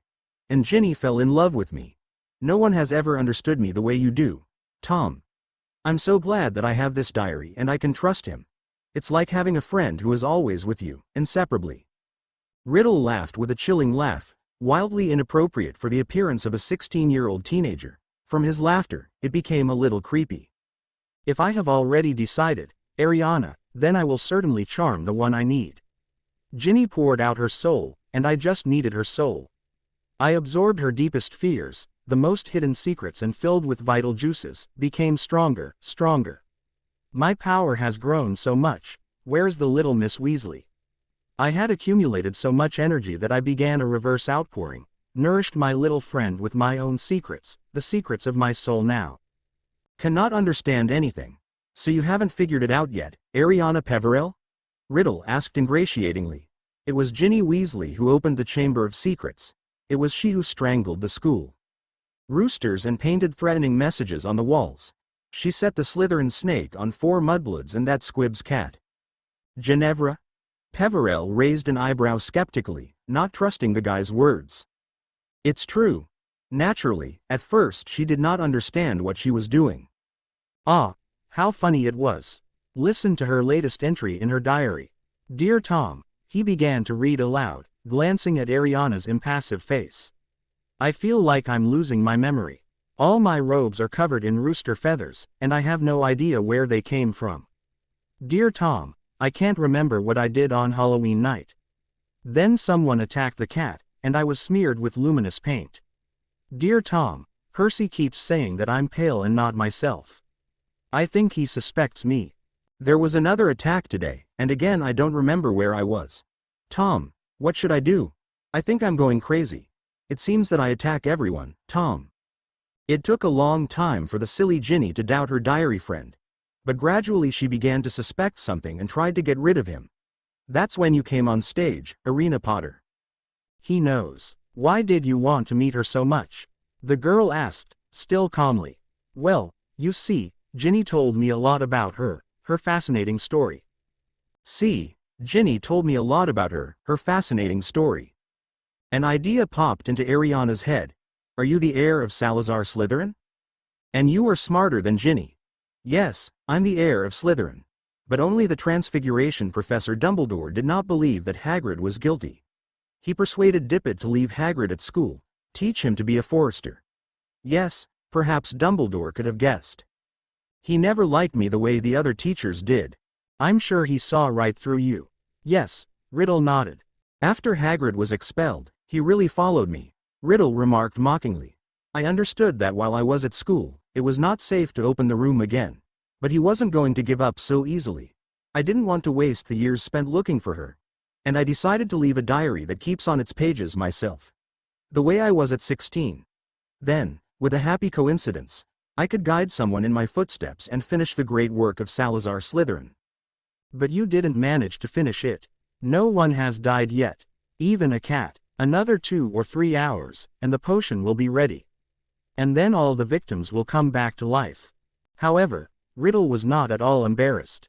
How? Didn't I say killing mudbloods didn't make any sense to me? For many months my new goal is you. What? Imagine my anger when Ginny started writing in her diary again. She saw your diary, you understand, and trembled with fear. What if you figure out how it works and I give you all her secrets? Or even worse, I will reveal to you who strangled the roosters. This fool made friends with one of the Slytherins and the stupid Slytherin gave her the password to the living room and Ginny took advantage of it. I waited until you had no one in the bedroom and stole the diary. But I already knew what to do. It was clear that you were 2 steps away from solving the mystery of the heir of Slytherin. From everything that Ginny told about you, I understand that you will stop at nothing, but you will reveal the secret, especially since your friend was attacked. Ginny described to me in vivid colors how the whole school buzzed when they discovered that you knew snake language. I told Ginny to write her own farewell on the wall and go down here herself and wait for you. She fought here, kicked, screamed. In a word, I was terribly tired of it, but there was already not enough life left in her. She put too much effort into the diary, that is, into me, but thanks to this I was able to leave its pages. I was waiting for your appearance from the first minute we entered here. I knew you would come. I have a lot of questions for you, Areana Peverell. The guy said her last name almost in a purr. What kind? First question. Why did you call yourself Areana Peverell? It doesn't matter. Then the second question. How did it happen that a child who did not possess special charms could defeat the world's greatest magician? How did you escape with only a scar, and Lord Voldemort lost all his power? Strange red lights lit up in his hungry eyes. Why does it bother you so much? Ariana asked. Voldemort seems to have been a little later than you. Voldemort is my past, present and future, Riddle said with an emphasis. He began to draw in the air, writing 3 shimmering words. Tom Marvolo Riddle. Then he waved his wand, and the letters of his name rearranged themselves in a different order. Lord Voldemort. Ariana's eyes widened. Do you understand everything now? Riddle even lost his voice a little. I used to call myself that back at Hogwarts, of course, only among my closest friends. I wasn't going to carry the name of that little bastard my muggle daddy forever. I, in whose veins the blood of the great Salazar Slytherin flows from the maternal side. To be called the name of a vulgar muggle who abandoned me before I was even born after discovering that his wife was, you see, a witch. Well, I do not, and I, Areana, created a new name for myself. I knew the day would come when all wizards would be afraid to pronounce this name, because I would become the greatest magician in the world. Ariana stared dazedly at Riddle, a boy orphaned immediately after birth, who grew into the Dark Lord, her soulmate, the murderer of her family and probably many more. Ariana didn't want to believe it. All that time, she had been communicating with her soulmate without suspecting anything. Would she really have to fight against him again? She would have cried at the thought if she hadn't stopped crying years ago. Music came from somewhere. Riddle looked around the deserted room. The music got louder. It was eerie, otherworldly. As the sound reached such intensity that Potter felt it vibrate all over, fire sprayed from the top of the nearest pillar in all directions, and out of nowhere, a crimson bird the size of a swan fluttered heavily under the arches, singing a fantastic song. She had a sparkling golden tail, as long as a peacock's, and shiny golden paws that clutched some kind of rag. A second later, the bird flew up to Ariana, dropped the burden at her feet, and landed on her shoulder, huge wings folded. Looking up, the Peverell heiress saw a sharp golden beak and beady black eyes. The bird is silent. She sat motionless, Peverell's her cheek. She looked at Riddle with distaste. Phoenix. Riddle was surprised. What's this? Riddle looked at the shapeless piece of felt on the floor. Why, it's an old magic hat. Yes, it was her. A dirty, patched-over patched hat lay at her feet. Riddle burst into his wild laughter again, causing the whole huge vaulted room to rumble and rumble, as if a dozen Riddles were laughing at the same time. So that's what Dumbledore sent to help his comrade in arms. A songbird and an ancient hat. Well, Areana Potter, do you feel a surge of courage? Do you feel safe? She didn't answer. Indeed, how could Fawkes and the magic hat help here? Maybe Dumbledore himself wanted her dead, and that's why he sent the hat and the phoenix. Back to business, Ariana, Riddle spoke up, taking a breath, the smile still on his face. Twice, in your past and my future, we met, and twice I failed to kill you. How did you manage to survive? Tell me. The more you tell, the longer you will stay alive, he added softly. Peverell quickly weighed the danger. It's bad, but the longer Riddle is here, the faster Ginny's vitality decreases. And Riddle's body becomes more visible, material. Yes, if there was to be a battle between him and Riddle, the sooner the better. She decided to be honest. I don't know. Do not you know?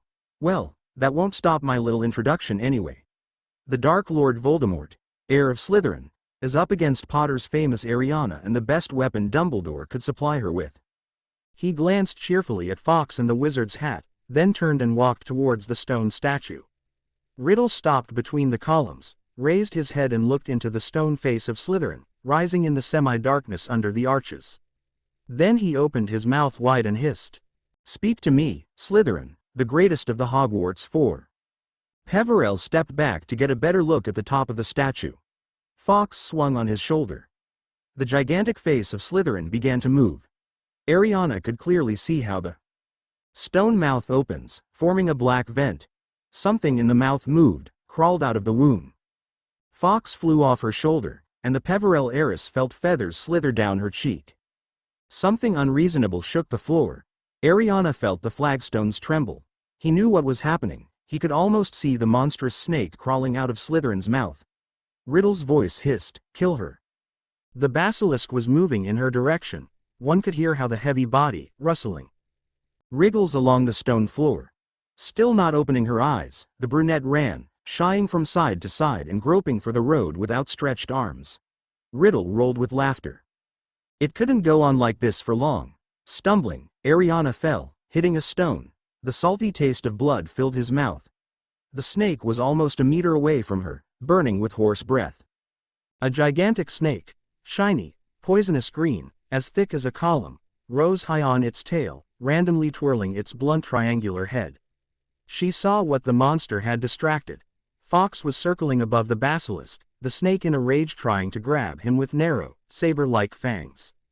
Fawkes swooped down. Her long golden beak made a few subtle movements, and streams of dark blood poured onto the floor. The blow of the snake's tail nearly hit Ariana, and before he could close his eyes, the basilisk turned around. Ariana looked straight into his muzzle.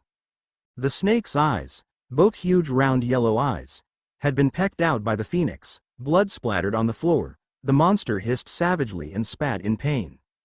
"Leave the bird behind," Riddle yelled furiously. "Leave it now. The girl is in the back. You can hear her. Kill her." The blind snake shook its head, discouraged but still deadly. Fawkes hovered over her, singing the heartbreaking song again, pecking at the enemy's scaly nose with his beak. The blood from the pecked eye sockets continued to gush. The snake's tail darted across the floor again. She managed to jump away, and something soft rustled across his face. The basilisk picked up the magic hat with its tail and threw it right into her hands, and she clung to it. Putting the hat on his head, Potter threw himself on the floor. The basilisk's tail flew up again. The hat, instead of answering, clenched, as if an invisible hand were squeezing it. Some kind of weight hit her on the top of her head. so much so that sparks fell from her eyes. She grabbed the hat, wanted to take it off, but her fingers felt something cold and long. Beneath the hat was a silvery sword, its hilt gleaming with rubies the size of a pigeon's egg.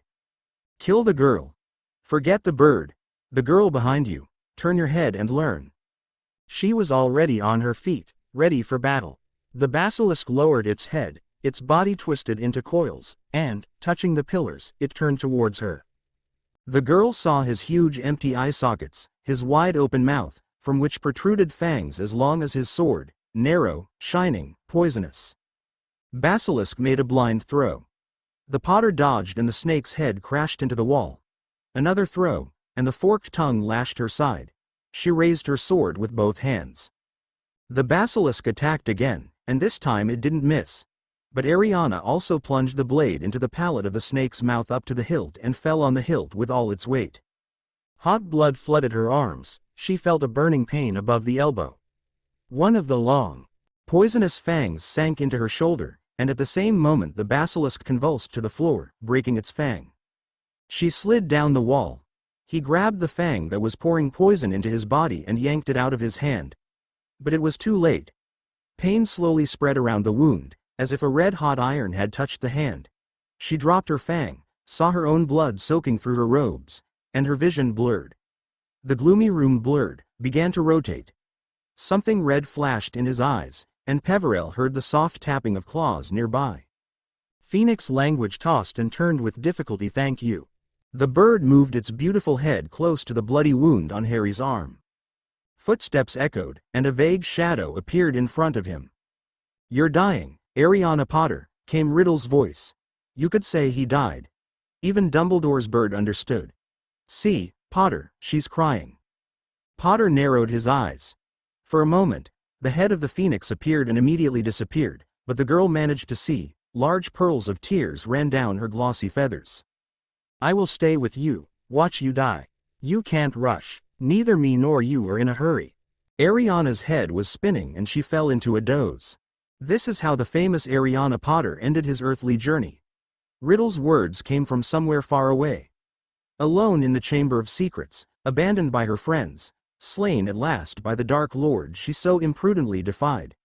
You will soon be with your beloved parents again. If this really is death, thought Peverell, then it's not so terrible. When Riddle was next to her, it was not so scary and bad. Even the pain slowly subsides. But she didn't die. The room took shape. Fawkes, still leaning against his arm, a pearl pool of tears flooded the wound. There was no wound on his arm. Get out, Phoenix! Riddle thundered suddenly. Get out this minute.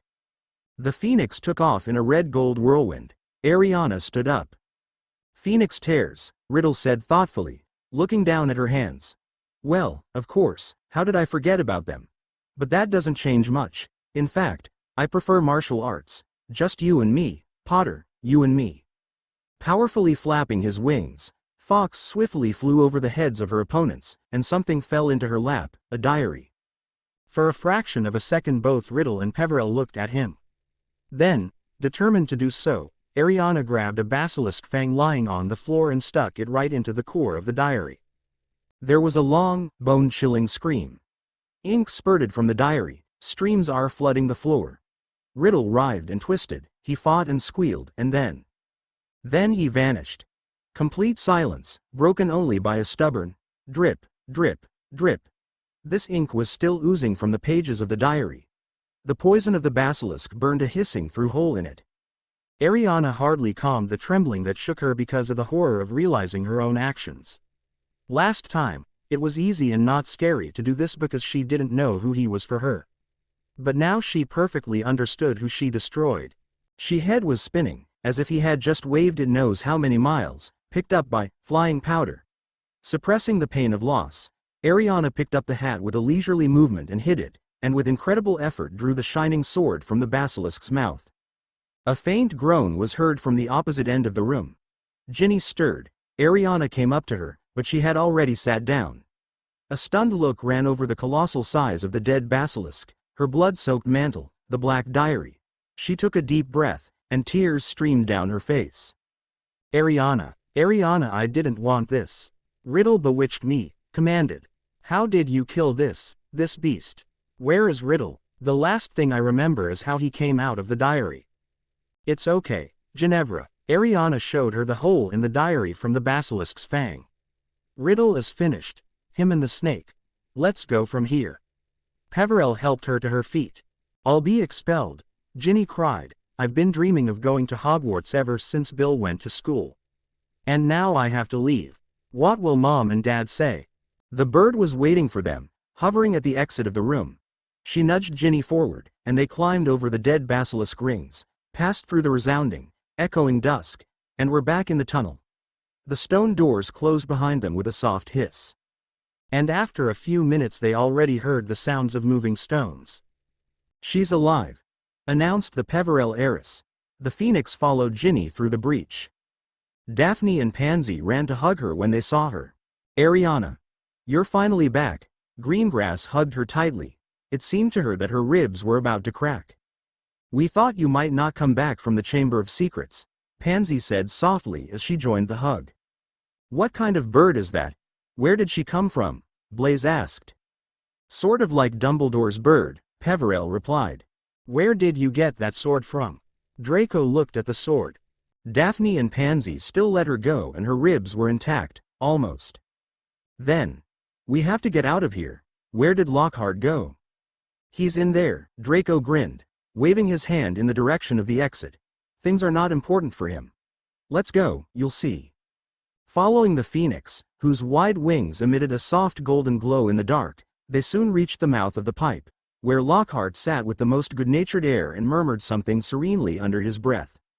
He lost his memory, Theodore explained. His oblivion spell hit him like a boomerang.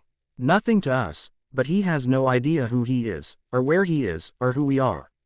He is dangerous to himself. I told him to go and wait for us at the exit. Lockhart gave everyone a happy look.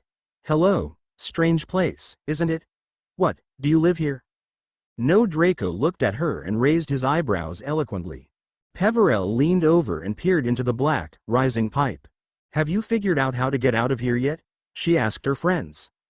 They shook their heads. The phoenix flew up to her and beat its wings noisily, its shining beady eyes sparkling in the darkness, its long golden tail feathers fluttering. She looked at him, trying to remember something. It looks like he wants you to grab onto him. But you're clearly too heavy for him, Draco said. Phoenix is a special bird, said Ariana. We'll have to hold on tight to each other. Ginevra, take Daphne by the hand. Professor Lockhart. The professor is you, Daphne explained to him. Take Daphne's hand. The Potter tucked the sword with the wizard's hat into his belt. Draco grabbed her robes, and she held up her hands, tightly grasping Fox's amazingly hot tail feathers. She felt an extraordinary lightness in herself, and in the next moment the string whistled up the sewer. She heard Lockhart, hanging somewhere below him, exclaiming, "Amazing! Amazing! It's real magic!" Before they had time to fully enjoy the flight, the ascent ended and all four fell on the wet floor of Moaning Myrtle's toilet. As Lockhart coquettishly adjusted his hat, the shell that hid the entrance to the chimney slid into place and everything returned to its normal state. Where to now? Ariana nodded at Fox, who flew forward, bathing everything around him in golden light. They followed him and a minute later were in front of Professor McGonagall's office. Ariana knocked and pushed open the door.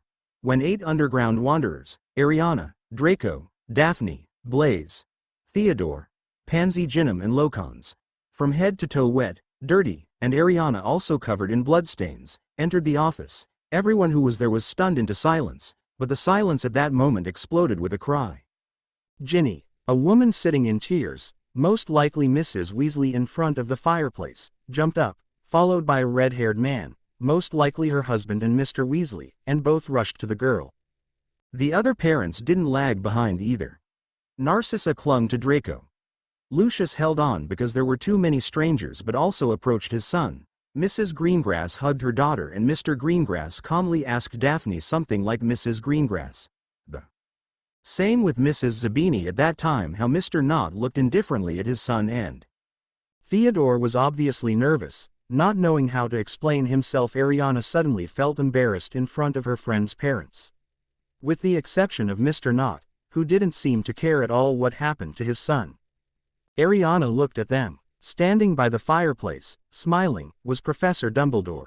He is clearly pleased with what happened, thought Ariana. With a rustle of wings near Harry's ear, the phoenix landed on Dumbledore's shoulder. You saved her. How did you do it? We'd all love to know, Professor McGonagall said in a voice that had lost its usual hardness. She spoke. For about a quarter of an hour, in admiring silence, she talked about the voice of the basilisk crawling through the pipes, how Myrtle told them about the cause of her death and that the entrance to the Chamber of Secrets was not anywhere but in the women's toilet. About the voice of a woman in her head she kept silent. Amazing. So, you found the entrance by violating, I will not fail to add, blatantly 100 school rules. But how did you get out of there alive, Miss Potter? McGonagall was burning with curiosity. Ariana, slightly hoarse, moved on to Phoenix, arriving just in time, when the magic had armed her with a sword cheeks. What I would like to know is, how did Lord Voldemort contrive to bewitch Ginny? The director asked quietly.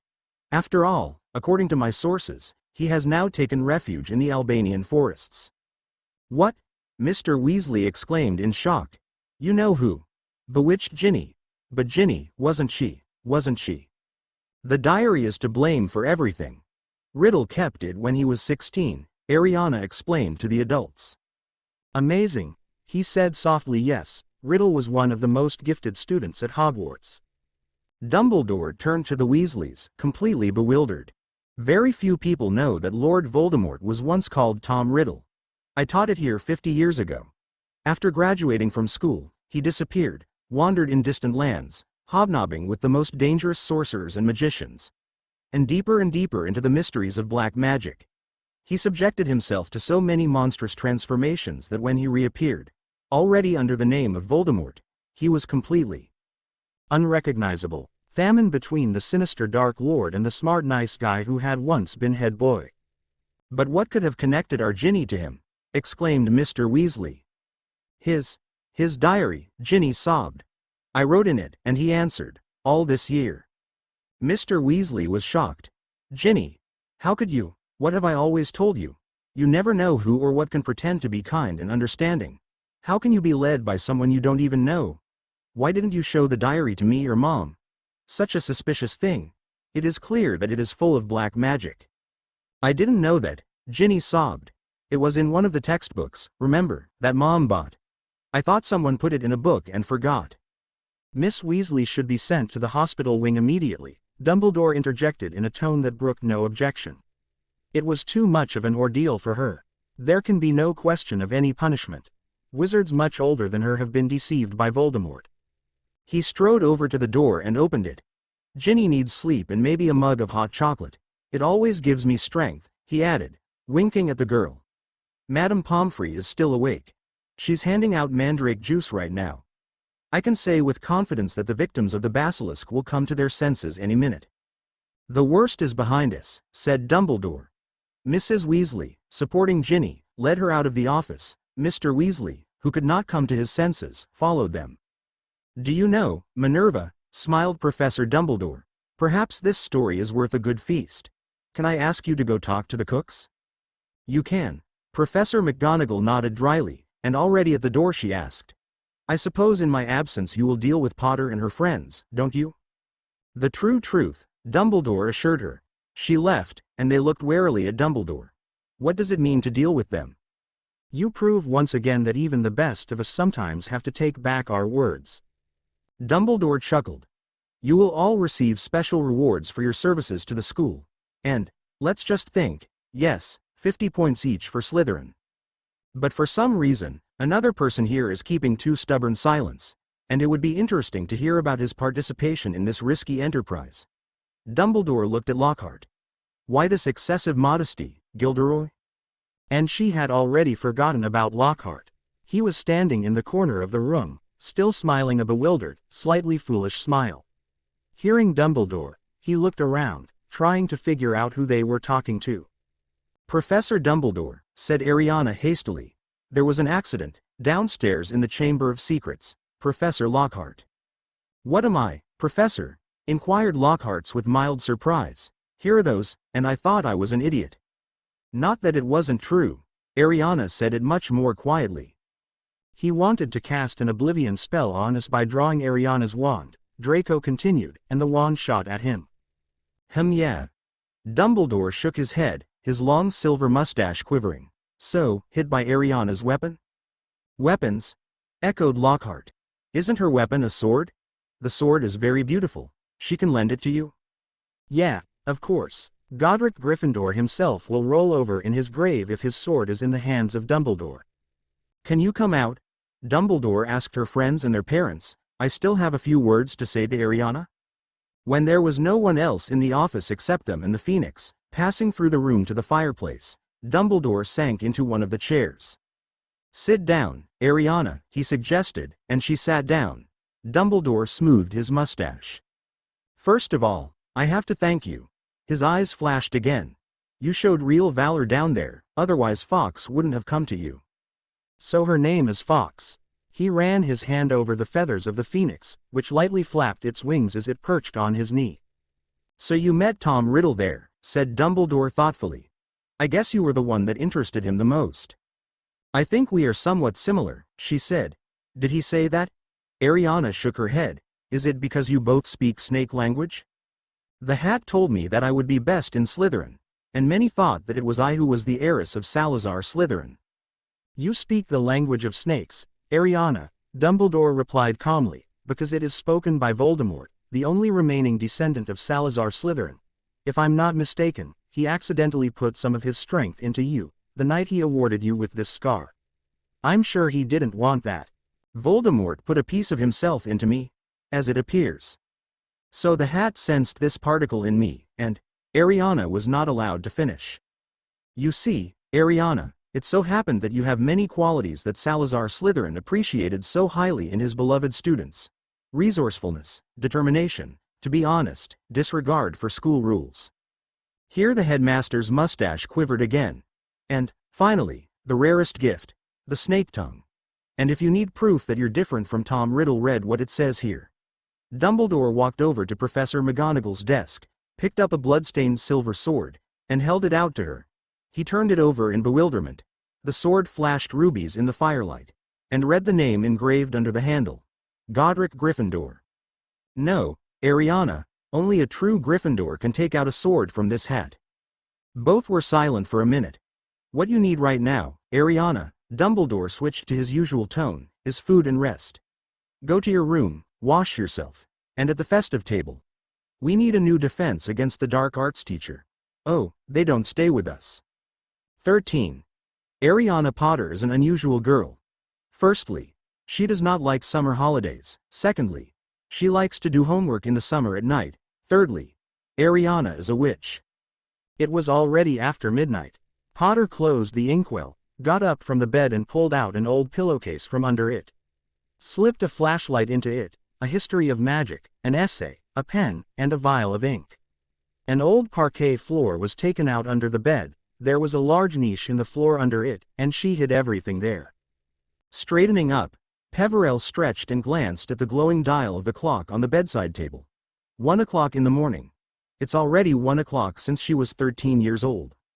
In the morning, she would be flooded with birthday cards, so Peverell ordered Tanis, her snake, to hide so that the owls would not eat her.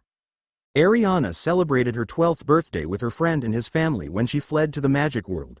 Until then, she had never celebrated her birthday. But at the beginning of her second year at Hogwarts, the headmaster summoned her to his office and began to lecture her about running away from relatives. Bad. How Dumbledore knows about this Ariana does not even want to know. Ariana used to look younger than her years. Over the course of a year, she has grown a lot. She has black straight hair to the waist, green eyes and pale aristocratic skin. And her main feature is a scar on her forehead in the form of a lightning bolt. She was right. The next day, her friends from Hogwarts showered her with gifts. She hid the gifts and entered the kitchen. She was in a very good mood and hoped that the Dursleys would not spoil her, but this was unlikely. The Dursleys ruined her mood this time too. Aunt Marge would arrive to them. It will not be worse. Areana remembers well the arrival of her aunt for Dudley's 5th birthday. The boys raced, and Potter overtook the fat man, for which he was hit in the leg by Marge with a cane, and 2 years later, the woman showed up for Christmas. Dudley gave her an electronic robot toy and gave her a box of dog biscuits. Her last visit was a year before she entered Hogwarts. Then, Areana suffered more seriously. She accidentally stepped loved dog, Sinister. The bulldog chased him around the garden until she climbed a tree, where he sat until late at night. Marge did not think to call the dog back. Remembering this, Dudley and now laughs until colic. "Open the door," hissed Aunt Petunia. With a heavy heart, Ariana obeyed. Aunt Marge stood in the doorway. This red-faced, imposing lady looked very much like Uncle Vernon. She even had a mustache, though not as lush as her uncle's. In one hand she held a hefty suitcase, with the other she pressed an old, sullen bulldog to her chest. "Where is my beloved Dudley?" Auntie barked hoarsely. "Where is my teddy bear?" Fat Dudley appeared in the corridor. Straw hair slicked back, a bow tie sticking out from under 5 chins. Throwing the suitcase at her, the aunt rushed to meet her nephew. Aunt Marge ran up to Dudley and, squeezing him with one hand, gave him a delicious kiss on the cheek. Potter knew full well that Dudley endured her hugs only because his aunt paid him for it, and indeed, when the hugs loosened, a 20-pound note crunched in the fat man's fist. "Petunia!" exclaimed the aunt, and moved towards her. She didn't look at her. She was empty space for her. The aunts kissed, Marge pressing her massive jaw against Aunt Petunia's sunken cheek. Uncle Vernon showed up, too, courtesy itself. "Marge, would you like a cup of tea?" he suggested. "And what does Sinister want?" "Sinister wants to drink tea from my saucer," Aunt Marge grinned. The family departed for the kitchen, while Ariana remained in the corridor with a heavy suitcase. "It's okay. It's good that she left," she thought, and slowly dragged the suitcase into the bedroom prepared for Aunt Marge. When she returned to the kitchen, Auntie was already drinking tea with fruitcake, and in the corner Sinister was noisily lapping tea from a saucer. The floor around was spattered with saliva and tea leaves. Aunt Petunia was clearly not happy. This guardian of purity could not stand animals. "Listen, Marge, who looks after the other dogs?" asked Uncle Vernon. "Colonel Fabster," boomed the aunt. "He's retired and has nothing to do anyway, but I can't leave my poor old man to him. Sinister is so sad without me, so sad." Peverell sat down at the table, and the dog snarled. Marge turned around and seemed to notice her for the first time. "Aha," she snapped. "Are you still here?" "Yes. Yes," mimicked the aunt. "How do you talk, ungrateful girl? Vernon and Petunia have done so much for you, and you. If you were left on my porch, I would not be almondy with you. I would send her to an orphanage right away." "It would obviously be better." Auntie drained half a cup of tea in one gulp, wiped her mustache and continued. "By the way, Vernon, what school is this?" "In the name of St. Brutus," his uncle was quick to answer. "The most suitable place for hopeless cases." "Clear." Auntie turned to her. "Do they even beat with rods in this school?" "Well, yes. They poke all the time. And they do it right." Aunt Marge slammed the table. "All this is nonsense, that, they say, children, even hooligans, cannot be flogged. Yes, out of 100 jerks, 99 deserve a spanking. I'm sure you get there often." Yes, Ariana nodded.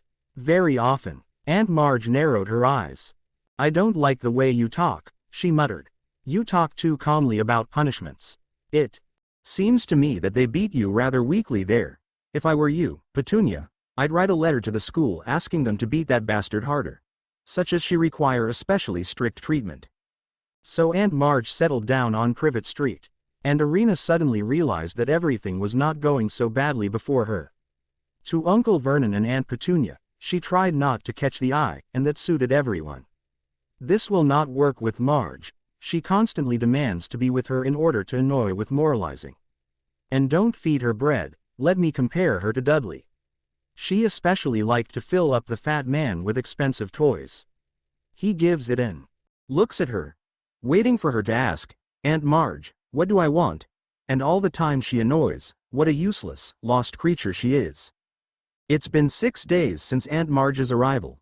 All the inhabitants of house number 4 on Tasovia Street were sitting at the dinner table. "It's not your fault, Vernon, that the girl is incorrigible," Aunt Marge consoled her brother. "What to do, since she was already born with rot? Auntie poured wine into a glass and proclaimed, "What a family is like a girl." As soon as she uttered these words, the glass in her hand exploded. Splinters scattered all over the kitchen. Auntie blinked, muttering something, wine flowing down her purple face. "Marge!" cried Aunt Petunia. "Marge, are you alive?" "Don't worry, Petunia," the aunt wiped her face with a napkin. "I just squeezed the glass very tightly. The other day at Colonel Fabster's, she overdid it the same way." But her aunt and uncle kept their eyes on Ariana suspiciously. "The glass did not just explode, it was because she insulted her family.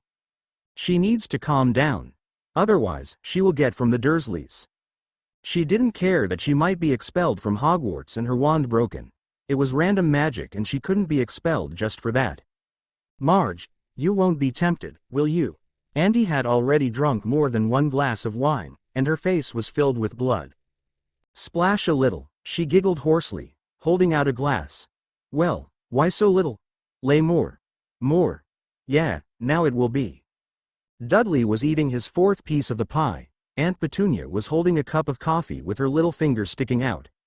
Ariana was about to leave, but Uncle Vernon looked at her so angrily that he had to stay. "But I don't know anything about the older Potter. Who even was he?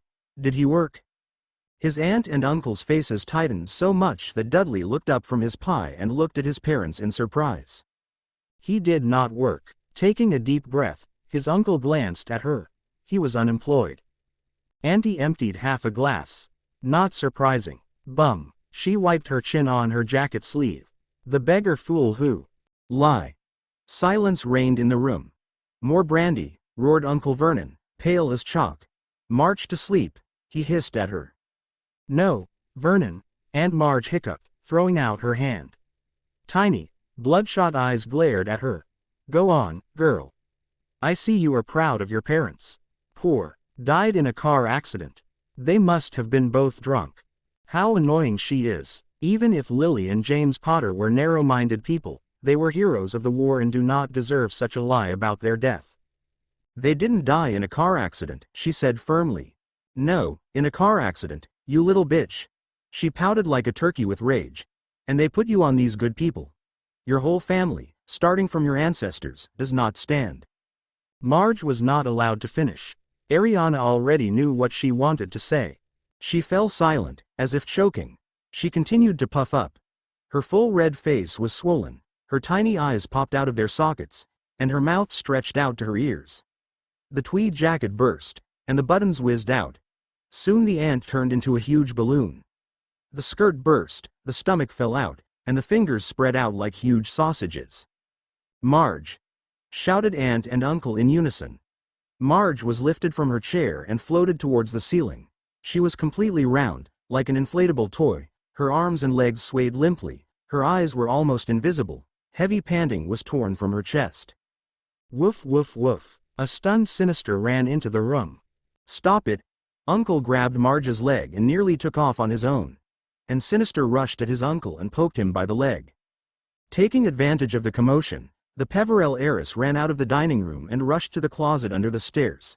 He unlocked the door with a spell, grabbed the suitcase, threw it on the threshold to his room. He took out the parquet under the bed, grabbed a pillowcase with books and gifts, did not forget the empty cage and rushed down to the front door. At that moment, Uncle Vernon burst out of the dining room, one of his trousers turned into bloody patches. "Where are you going?" he yelled. "Come back now and fix your aunt." But she didn't care anymore. She was ready for any recklessness. Kicking open the suitcase, she took out her wand and pointed it at her uncle. "She got what she deserved," she said, and added, "Don't you dare come near me." Ariana fumbled for the doorknob behind him. "That's it, I'm leaving, I'm over it." Another moment, and Ariana found himself on a dark, deserted street. Dragging a heavy suitcase, with a cage under his arm, she strode away from the Dursleys. On Magnolia Street, she saw a low stone fence and, exhausted, sank down onto the floor. It was already completely dark, and little by little despair began to take possession of him. Never before had Potter been in such a predicament, from any angle. She is alone in the cruel Muggle world with nowhere to go. She suddenly felt like someone was watching her. She straightened up sharply and looked around again. The street is dark and deserted. There is not a light in the windows of the houses. Everyone is sleeping. Ariana bent over the suitcase again and immediately jumped to his feet, tightly clutching his wand. She sensed something was wrong. In the narrow space between the fence and the garage behind her, there was clearly someone. Ariana turned around, darted a look there. "Lumos," whispered Peverell, taking his wand in his hands and squinting against the bright light, illuminating the garage, the house, and the lawn between them. Ariana distinctly saw the outlines of something huge. It did not take her big shining eyes off her. "It's time to apparate." Just as she was thinking about it, a purple bus appeared and she fell. A long gold lettering read, "Night Night," across the windshield. The conductor in red jumped out of the bus and said into the silence, "Welcome. This is a bus for witches and wizards in a difficult situation. Wave your wand and enter the salon. We will take you anywhere. I am Stan Shunpike, your conductor this evening." He stopped short when he saw her sitting on the ground. Raising his wand, Areana rose to his feet. "And this Stan Shunpike is only 5 years older than her. 18-19, no more," she noted, looking at the conductor's pimply face with large protruding ears. "What are you doing here?" Stan dropped the conductor's tone. "Fell." "For what?"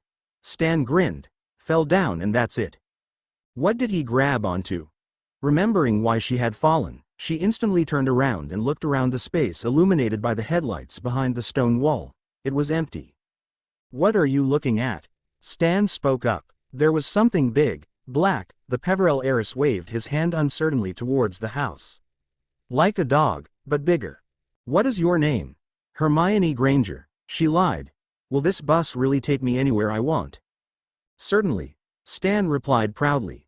"Anywhere in the world, wherever you want. Only under the water, no. He again stared at her. "Did you really vote? Waving a wand?" Yes. "How much is it to London?" 11 sickles, Stan said. "For 14 you get a mug of hot cocoa, and for 15 you get another heating pad and a toothbrush of any color to boot." Ariana took a pouch from his suitcase and shoved some silver coins into Stan's hand. Putting the cage on top of the suitcase, they dragged the luggage inside. There were no seats on the bus. Along the curtained windows are beds with bronze headboards. Above each bed was a candlestick that illuminated the paneled walls.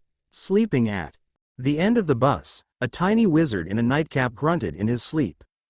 "Thanks, but I'm busy." Salt slugs, and turned on the other side.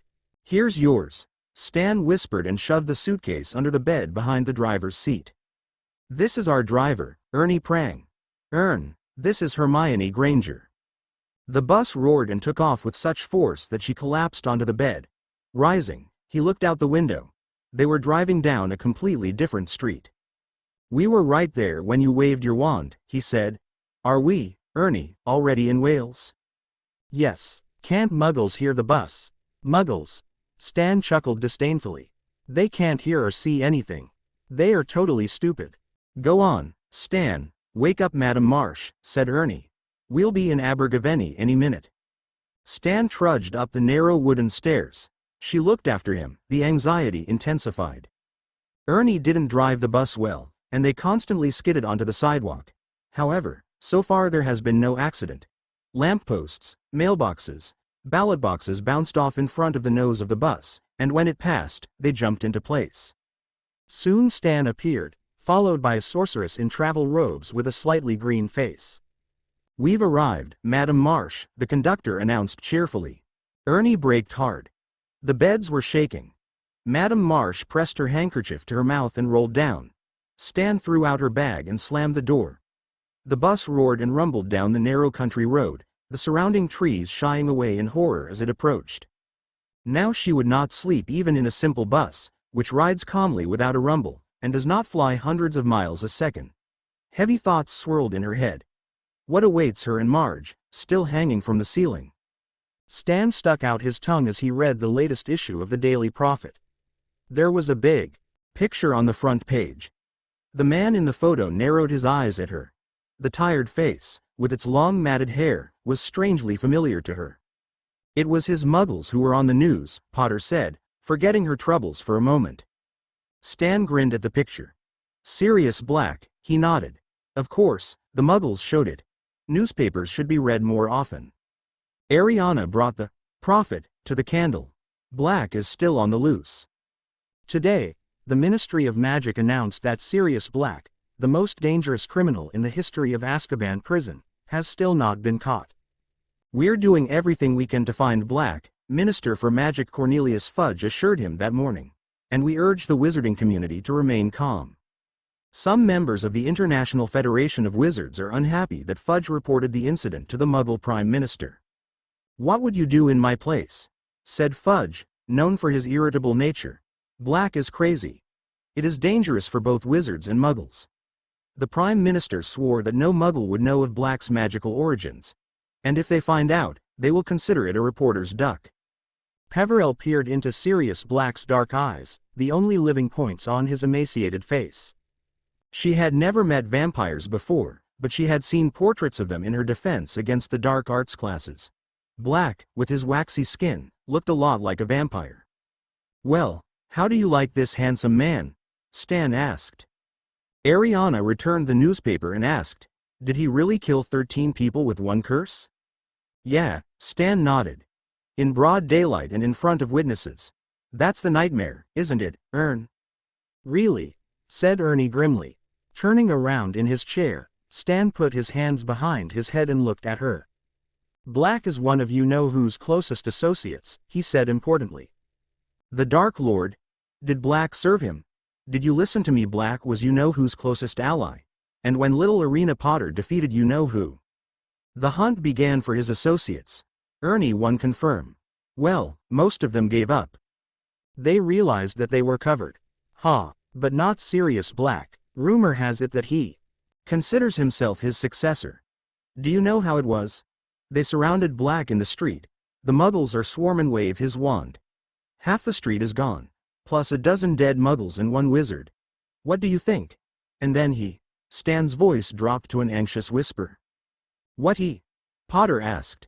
Laughed out loud. Stood and neighed like a horse. Reinforcements from the ministry soon arrived. And he, imagine, no resistance. He walks quietly and neighs nonstop. Quite a jerk. Do you hear, Ern? Madman. Well, before Azkaban, maybe he was normal, but now he's definitely a moron, Ernie drawled. I'd rather blow myself up than go to Azkaban, but he deserves it for all his atrocities.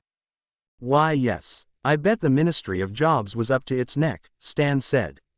"Half a street is a tut and a bunch of dead Muggles. How did they explain it?" "Gas explosion," Ernie snapped. "And now the escape," Stan continued, waving at the haggard face in the newspaper. "No one has been able to escape from Azkaban before. In business. And how did he pull it all off?" Ernie, Ernie. How did he cope with the guards?"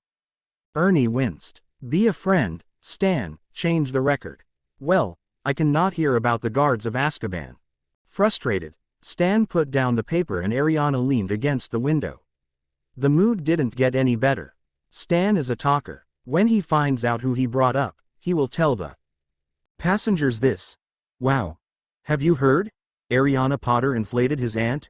Ern, we brought her. The bus made a stop in England. Stan finally remembered that she paid for the hot chocolate and brought a mug. Then the bus pulled away, heading for Aberdeen, and Stan poured all the chocolate on his pillow. Wizards and sorceresses were drawn from the upper floors. In bathrobes and slippers, they hurried to the exit, rejoicing that the trip was over. At the end, only one passenger was left on the bus. Stan rubbed his hands. Well, Hermione, where do you drop off in London? Diagon Alley. Slanted so oblique, Stan chuckled, will be done. The bus roared and rumbled down Charing Cross Road. She sat watching the bus jump towards the side of the building and benches. It was getting light. She would have to wait a couple of hours before Gringotts opened. Then back on the road. Where is unknown. Ernie braked at full speed, and the bus stopped at a small nondescript pub, the Leaky Cauldron, behind which was the magical entrance to Diagon Alley. Ariana jumped down and helped Stan haul the suitcase containing the cage onto the pavement. The conductor stood on the footboard of the bus, staring wide-eyed at the dark entrance to the pub. Well, finally, Miss Potter, a voice said.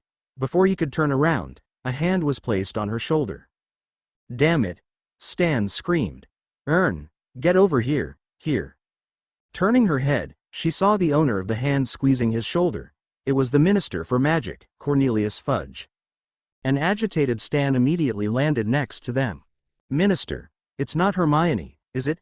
Fudge, a plump little man in a long striped robe, looked tired and cold. Hermione?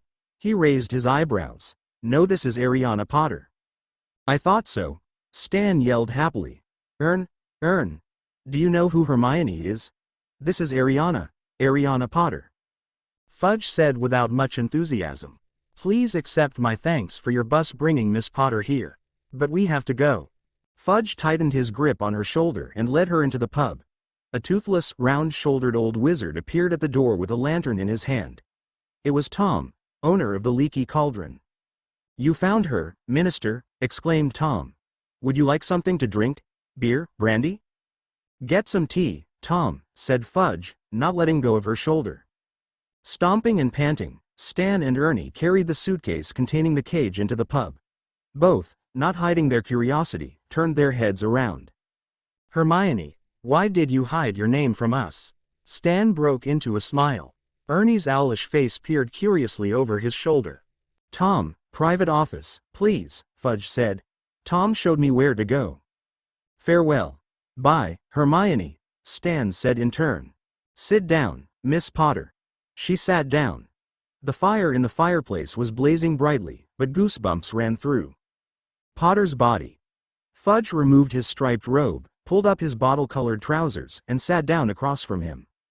Miss Potter, I'm Minister for Magic, Cornelius Fudge. Ariana knew this.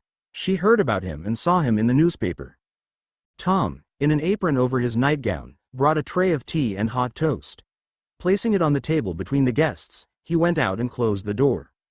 I confess, Miss Potter, Fudge began, pouring the tea. We were all pretty worried. Run away from relatives, and even in a similar way. I already thought. Thank God, nothing happened to you. How does Cornelius know about this? Is he in league with Dumbledore? Then things are bad. Fudge buttered a muffin and handed her a plate. Eat, Miss Potter. You can barely stand on your feet. And I have good news. We have returned Miss Marjorie Dursley to her normal self. A few hours ago, 2 specialists from the Accidental Spell Remediation Department arrived on Privet Street. Ms. Dursley was punctured and the air came out of her. In addition, the structure of her memory was changed so that she completely forgot everything. In other words, nothing bad happened. Fudge lifted his cup and smiled sweetly at Ariana like a beloved niece. Do you want to know what your aunt and uncle think? Fudge asked. I will not hide, they were very angry. However, next summer they are ready to receive you. But Christmas and Easter holidays will have to be spent at Hogwarts.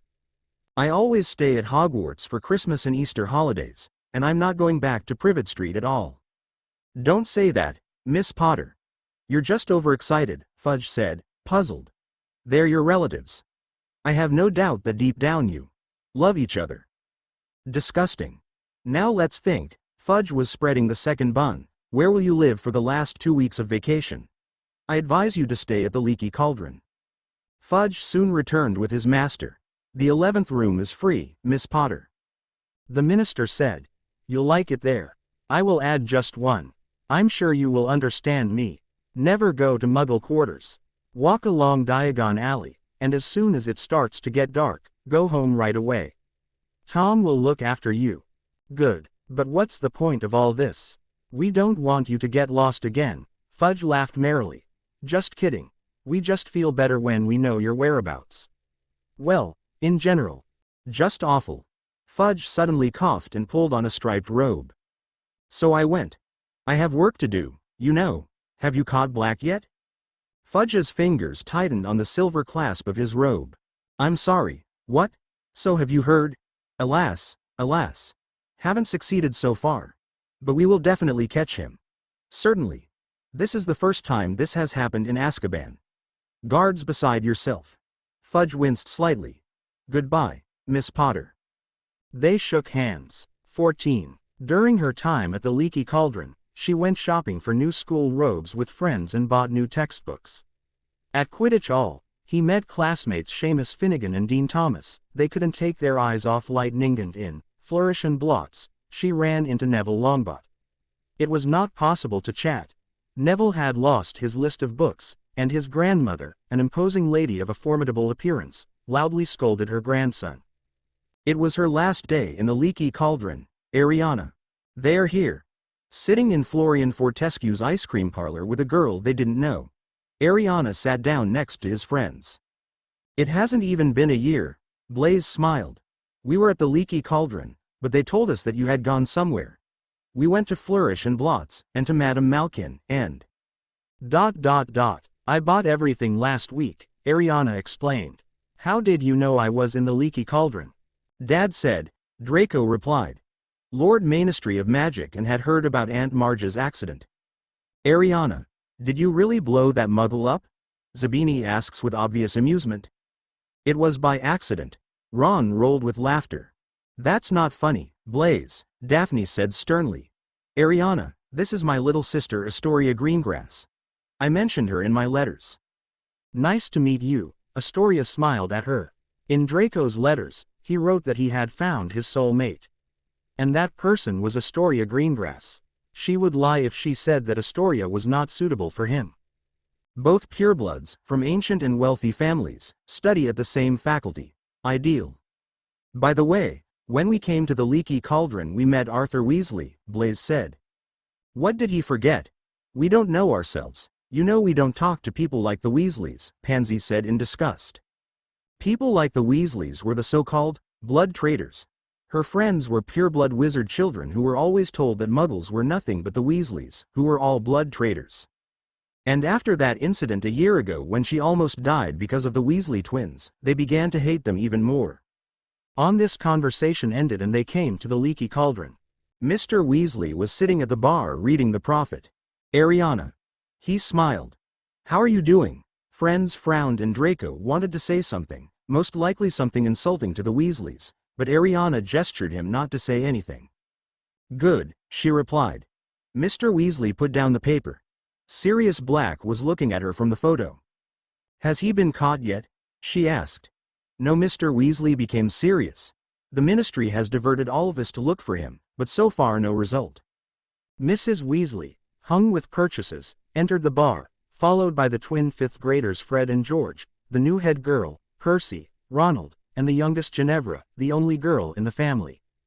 That evening, she accidentally overheard the Weasleys talking. They said that Black was after her and that the Azkaban guards would look after the school. Arthur said that he and Dumbledore couldn't stand them. The Azkaban guards didn't seem like the nicest people. Despite the fact that Black was hunting for her, Ariana was not at all afraid. And she was not afraid of Black killing 13 people with one spell. Swear you won't go looking for Black yourself. What? Ariana asked. Ariana didn't look surprised at the words, rather she looked like she'd heard a bad joke. Hurry, Arthur! Cried Mrs. Weasley. Arthur Weasley rushed to his family. Today she came to the station at the same time as the Weasleys. Mr. Weasley asked her to speak to him alone and she agreed. And why would she look for someone who wants to kill her? In search of a free compartment, she could not find her friends, but she found another. There was only one passenger in the compartment, dozing near the window. The Hogwarts Express was intended for school children, and besides the woman who delivered the food carts, she had never seen adults in the car before. The stranger was dressed in a shabby, darned mantle. Sickly looking and emaciated, but not yet an old man, light brown hair barely touched by gray. She closed the door and sat down away from the window. She turned her attention to the suitcase of the man. In one of the corners was the inscription, Professor R.J. Lupin. She assumes that this so-called Professor Lupin will be the defense against the dark arts teacher. They already had 2 defense teachers, in the first year and in the second. There were rumors that a spell was cast on this position. The rain intensified, and the Hogwarts Express sped further north. The windows were covered with thick fog. It got dark. Lamps lit up all over the carriage and above the luggage racks.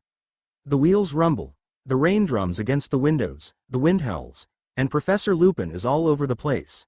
He sleeps and sleeps. But suddenly the train slowed down. The train was moving slower. The noise of the engine subsided, but the wind and rain outside the window seemed to intensify. Ariana looked out into the corridor. Curious people also leaned out from other compartments. The train jerked and stopped. Judging by the sounds in the car, things were falling from the shelves.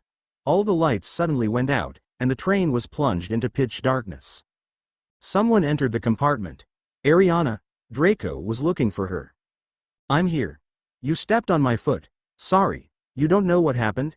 Theodore's voice sounded in the darkness. I have no idea. If you want, sit down with me. Where are you? Came Pansy's voice. I'm going to go to the driver, find out what happened. Blaze's voice was heard. The door slid again, the sound of a collision, and 3 voices cried out. Who is this? Who is this? Who are you? Astoria. Daphne. Blaze? What are you doing? Looking for you. Go sit down. Not here. I'm here, Potter warned. Quiet. Suddenly a hoarse voice rang out. Professor Lupine finally woke up. She heard a rustle in the corner. Everyone fell silent. There was a faint crackling sound, and light came into the compartment. Fire flickered in Professor Lupin's palms, illuminating his tired, gray face. His eyes, however, were clear and watchful. Stay where you are. The voice was still hoarse from sleep. He stood up slowly, holding a handful of fire in front of him, and went to the door, but it, ahead of him, slowly opened. The flickering flame in Lupin's hands illuminated a cloaked figure leaning against the ceiling. The alien's face was completely hidden by a hood. Ariana's eyes darted down, nausea rising in her throat. A hand stuck out from under the cloak. Shiny, grayish, covered in mucus and scabs, like that of a drowned man who had been in the water for a long time. The hand stuck out for a fraction of a second. The creature seemed to sense her gaze and hastily hid it in a fold of black matter. What was under the hood let out a long, hoarse howl or sigh, as if it wanted to in not only the air, but in general everything around. Those present were overwhelmed with cold. She caught her breath. The frost made its way under the skin, into the chest, into the very heart. Arena's eyes rolled back. She didn't see anything. Plunged into the cold. A stream of water rushed into my ears. She was dragged down. The howl intensified. She heard Tom Riddle's posthumous screams as she destroyed the diary. Why does she hear him? Ariana tried to move somehow, but nothing worked. She was enveloped in a thick white fog.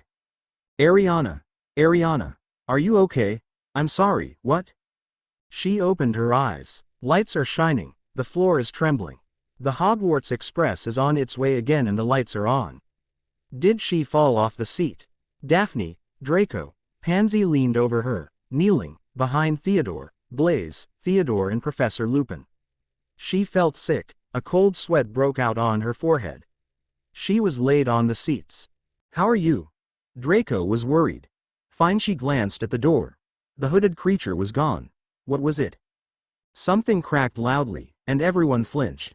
Professor Lupine broke a large bar of chocolate into pieces. Here, he handed Ariana the largest piece. Eat and feel better. She took it but did not want to eat. You don't know who it was? She asked. Dementor Lupine was handing out chocolates to everyone else. One of the Dementors of Azkaban. Everyone looked at him in disbelief. Professor Lupin crumpled up the empty wrapper and slipped it into his pocket. Eat, he repeated. You'll see, it will get easier. Excuse me, I'm leaving for a while. I need to say something to the driver. Lupine disappeared into the corridor. Areana, are you really okay? Pansy looked worriedly at her friend. I still don't understand what happened. Peverell wiped sweat from his forehead. This Dementor was standing here looking around. And you fainted.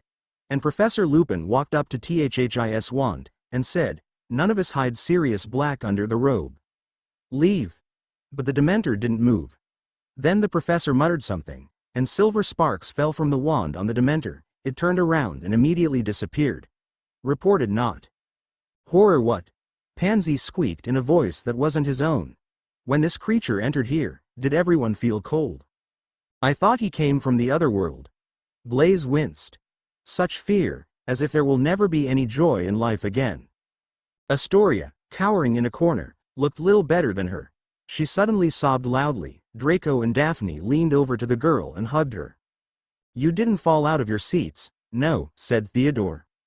Astoria was trembling. She doesn't get sick with the flu, but she's so weak, and the tooth doesn't fall on the tooth. Professor Lupine has returned. He stood next to her and smiled softly.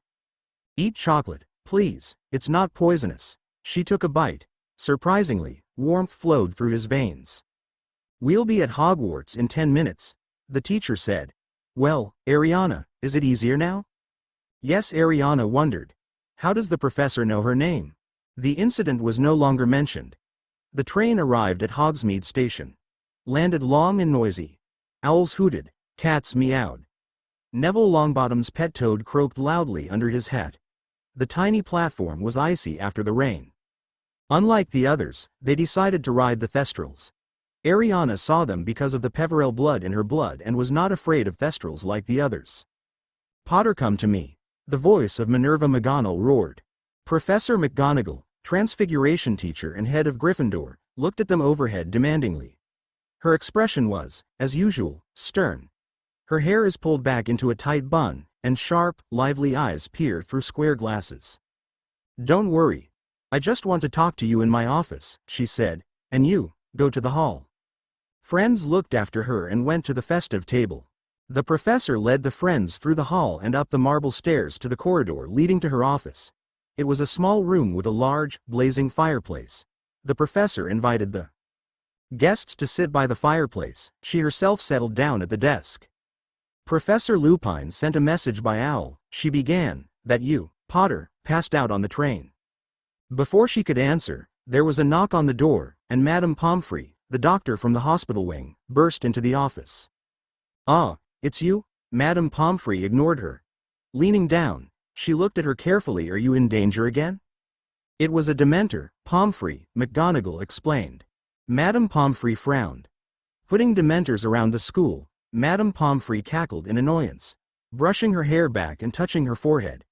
One swoon will not end the matter. Yes, she is all wet. Such a passion, but they are of little use.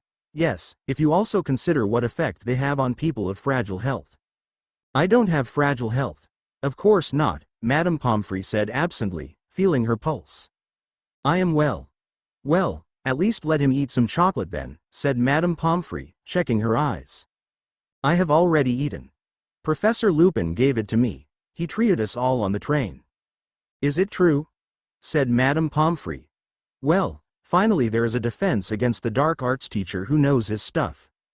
Ariana entered the corridor and went to the Great Hall. 15. This was the first divination lesson. Ariana was sitting next to Daphne. Why not with Draco? Her friend got fed up with Draco always sitting with her and forced Malfoy to sit with Blaise to the displeasure of the former. Now it's my turn. Daphne stared into her cup. I see a dark spot that looks like a cylinder. What could this mean? Greengrass turned over the cup. And now exactly the same acorn. Let's see what that means. She ran through the open pages. Unexpected joy. A sudden golden shower. Beauty.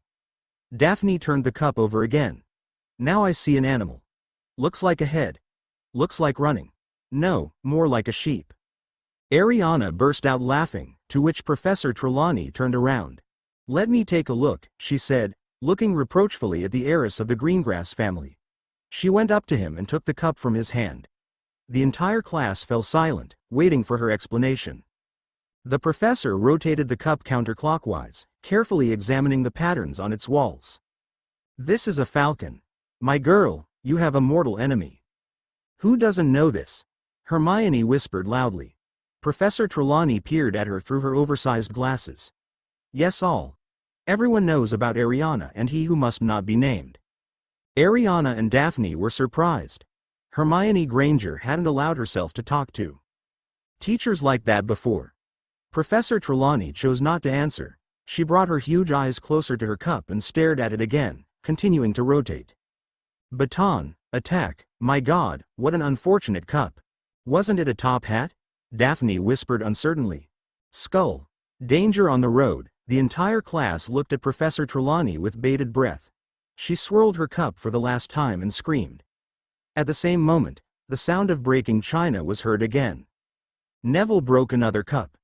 Professor Trelawney sank into the nearest chair, closing her eyelids and pressing her jeweled hand to her heart. My girl, my poor girl, no, it's more merciful to remain silent, don't ask me. What do you see there? Professor, Dean Thomas asked immediately. The whole class jumped up from their seats, huddled at their table. Everyone tried to look into her cup. Yes, move away from our table. Daphne got angry. My girl. The professor opened her huge eyes. You have Grim here. What? She didn't understand. There were those who also did not understand anything like her. Dean shrugged. Lavender had a clearly bewildered look. The others pressed their palms to their lips in horror. There was real horror in the eyes of Daphne, Draco and Blaze. It was immediately clear that Grim was something terrible. Grim, my girl. Makeup, a huge dog, a messenger of trouble, a cemetery ghost. My dear girl, this is the most terrible omen, it promises death. Her heart broke. The dog on the cover of Omens of Death in Flourish and Blots, the dog at Magnolia Street at night. Lavender also put her hand over her mouth. Everyone's eyes are fixed on her, everyone except Hermione. Hermione stood up and walked behind the chair where Professor Trelawney was sitting. I don't think it has anything to do with Grim, she said firmly. Trelawney looked at the girl with growing dislike. Forgive me, my dear, for what I will tell you now. My mind's eye sees a very faint aura around you. Very weak susceptibility of waves coming from the future. Seamus Finnegan bowed his head this way and that. He even narrowed his eyes almost to slits. I really do look like Grim. And if you look from here, he moved to the left. He looks more like a donkey. Stop wondering whether Ariana will die soon or not, Daphne suddenly exclaimed. That concludes our lesson today, Trelawney said in her most otherworldly voice. Gather all your belongings, please. The students silently replaced the cups, collected their textbooks, and closed the bags. Even her friends tried to avoid her gaze. Goodbye, my dears, Trelawney breathed in a sepulchral voice, and good luck be with you. Oh yes, Neville, you'll be late next time. Please read from the textbook what you will miss in the lesson, and then you can fall behind. In the Transfiguration class, she had chosen a seat at the very back of the class and still felt as if the lights were pointed at her. Every now and then she caught someone's eye on her. Didn't her classmates expect her to drop dead any minute? She hardly heard Professor McGonagall talk about animagus. Wizards who could turn into beasts at will. And did not even in front of everyone into a tabby cat with traces of glasses around her eyes. What's wrong with you? Professor McGonagall asked, reverting to her usual self at the sound of a light pop. It doesn't matter, of course, but there has never been a time when turning into a cat and back has not caused applause. And although all eyes again turned to her, the class took water in its mouth. Pansy raised her hand. The fact is, Professor, that our first lesson was divination, we guessed by tea leaves. Well. Oh, that's it? Then everything is clear. McGonagall frowned. You don't have to say anything else, Miss Parkinson. So who will die this year? Again silence. I am, said Ariana. Well, McGonagall glared at her. So, you know, Miss Potter, Sybil Trelawney from the first day of her appearance at school every year predicts the imminent death of one of the students. No one, however, has yet died. She begins her acquaintance with the class with omens of death. He loves it very much. I never speak ill of my colleagues. The professor paused, and her nostrils turned white. After recovering her composure, she continued, divination is the most imprecise branch of magical knowledge. I will not hide from you. I am not tolerant enough towards her. Real clairvoyants are exceedingly rare, and Professor Trelawney. McGonagall fell silent again and then addressed her in her usual business tone. You look good, Miss Potter. So don't be mad at me if I don't release you from your homework. But do not hesitate, in case of death, it is not necessary to perform it. It became easier for her to breathe. It is not so scary to be afraid of the prediction of tea. Leaves in the reddish light and intoxicating aroma of the tea room. Another thing is conscious fear in broad daylight. But not everyone was reassured by the words of Professor McGonagall, and Daphne said. But Longbottom did break the cup. How to explain it? The Transfiguration class ended, and the Slytherins, along with the entire hungry audience, rushed into the Great Hall. Ariana, have you seen a big black dog? Theodore asked in a serious tone. Happened. I saw him when I ran away from the Dursleys. The Slytherins got even uglier. In the Daily Prophet they wrote that Black was seen not far from here. She was an ordinary muggle and therefore simply called the police. When the Ministry of Magic rushed in, Black was no longer there. After lunch was the first defense against the dark arts class of the year. The students entered the classroom, sat down in their places, took out books, parchment, pens, and, while waiting for the professor, exchanged jokes. He finally came in, smiled, and threw a battered briefcase on the table. His clothes were the same, shabby and patched, but he looked better than on the train, as if he had recovered after several hearty meals. "Good afternoon," he greeted the students. "Textbooks can be removed. Today we have a practical lesson, leave only magic wands." Exchanging curious glances, the students hid the books and paper with quills. They had only had one defense against the dark arts practice session, and they remembered it well. Professor Lockhart brought in a cage of pixies, let them out, and they turned everything in the classroom upside down. "Well, are you ready?" Lupin asked. "Come with me." The students were burning with curiosity. We followed the professor out of the classroom, walked down the corridor and turned the corner. At the nearest door, the poltergeist Peeves hung upside down in the air, spreading his crooked toes, and smeared the keyhole with chewing gum. Noticing Lupin, the poltergeist jerked his legs in the air and yelled, "Stupid Lupin, stupid Lupin, stupid Lupin." Peeves was known to be rude and teasing, but he was generally afraid of teachers. The students looked at Lupin to see how he would react to Peeves' antics. Lupin smiled. "I'd take the gum off the keyhole if I were you, Peeves," he said affably. "Mr. Filch will be very upset because his brushes are there." Filch, a school caretaker with a bad temper, also once studied at Hogwarts school, but the wizard did not come out of him, and Filch, out of envy, always fought with students, and fell to Peeves. Peeves, however, ignored Lupin's words, making an obscene sound with his lips. Professor Lupin sighed and took out his wand. "There is one useful spell for this case," he said to the students over his shoulder. "Look carefully." He quickly extended his arm at shoulder level, pointed his wand at Peeves, and said, "Wadavazi." The gum shot out of the keyhole like a bullet and straight into Peeves' left nostril. Peeves turned somersaults and scolded away. "Hello, sir," exclaimed Dean Thomas in delight. "Thanks." Dean Lupin put away his wand. "Well, let's move on." Lupin immediately grew in the opinion of the students, and they looked respectfully at him and at the worn clothes. After passing the next corridor, Lupin stopped in front of the teacher's room. "Well, here we are. Come in," and he opened the door. The large, wood-paneled staff room was lined with old, mismatched chairs. In one of them, Professor Snape sat by the fireplace. He turned to the noise and smiled wryly, his eyes twinkling. Professor Lupin was the last to enter and was about to close the door behind him, but Snape stopped him. "Wait, Lupin, I think I'll go. The spectacle is not pleasant." Snape got to his feet and strode past the students, his robes billowing like a black sail in the wind. He stopped at the door, turned around sharply and said with a grin, "I want to warn you, Lupin, Neville Longbottom is in this class. So, I advise you not to entrust anything responsible to him. He will not cope unless Miss Granger whispers in his ear what to do and how." Longbottom blushed. Ariana glanced at Snape from under his brows. It's not enough for him to humiliate Longbottom in his lessons, so he incites him and other teachers to him. And today he gave Neville's potion to his toad. If Granger hadn't helped him then, the toad would have died. Professor Lupin raised his eyebrows in surprise. Hermione raised her hand. "A boggart is a ghost that changes its appearance. It turns into what a person is most afraid of." "Great, even I couldn't have been more precise," Lupin complimented Hermione, who blushed. "So, the boggart in the wardrobe still doesn't look like anything else. He does not know who and what will frighten.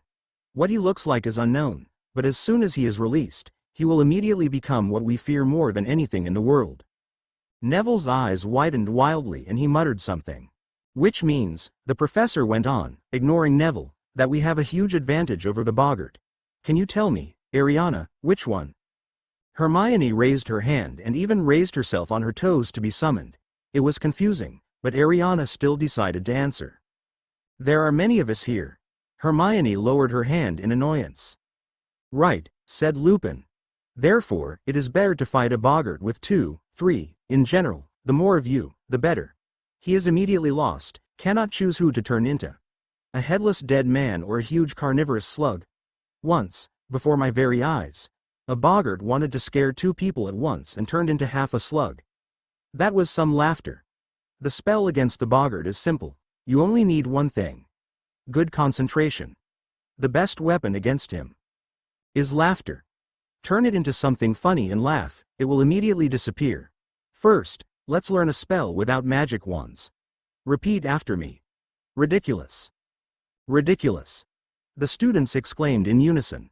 Great. But that's the easy part. The magic word alone will not help you. This is where I need your help, Neville. Come here. The closet shook again, and Neville shook with terror. He walked to the wardrobe as if to a scaffold.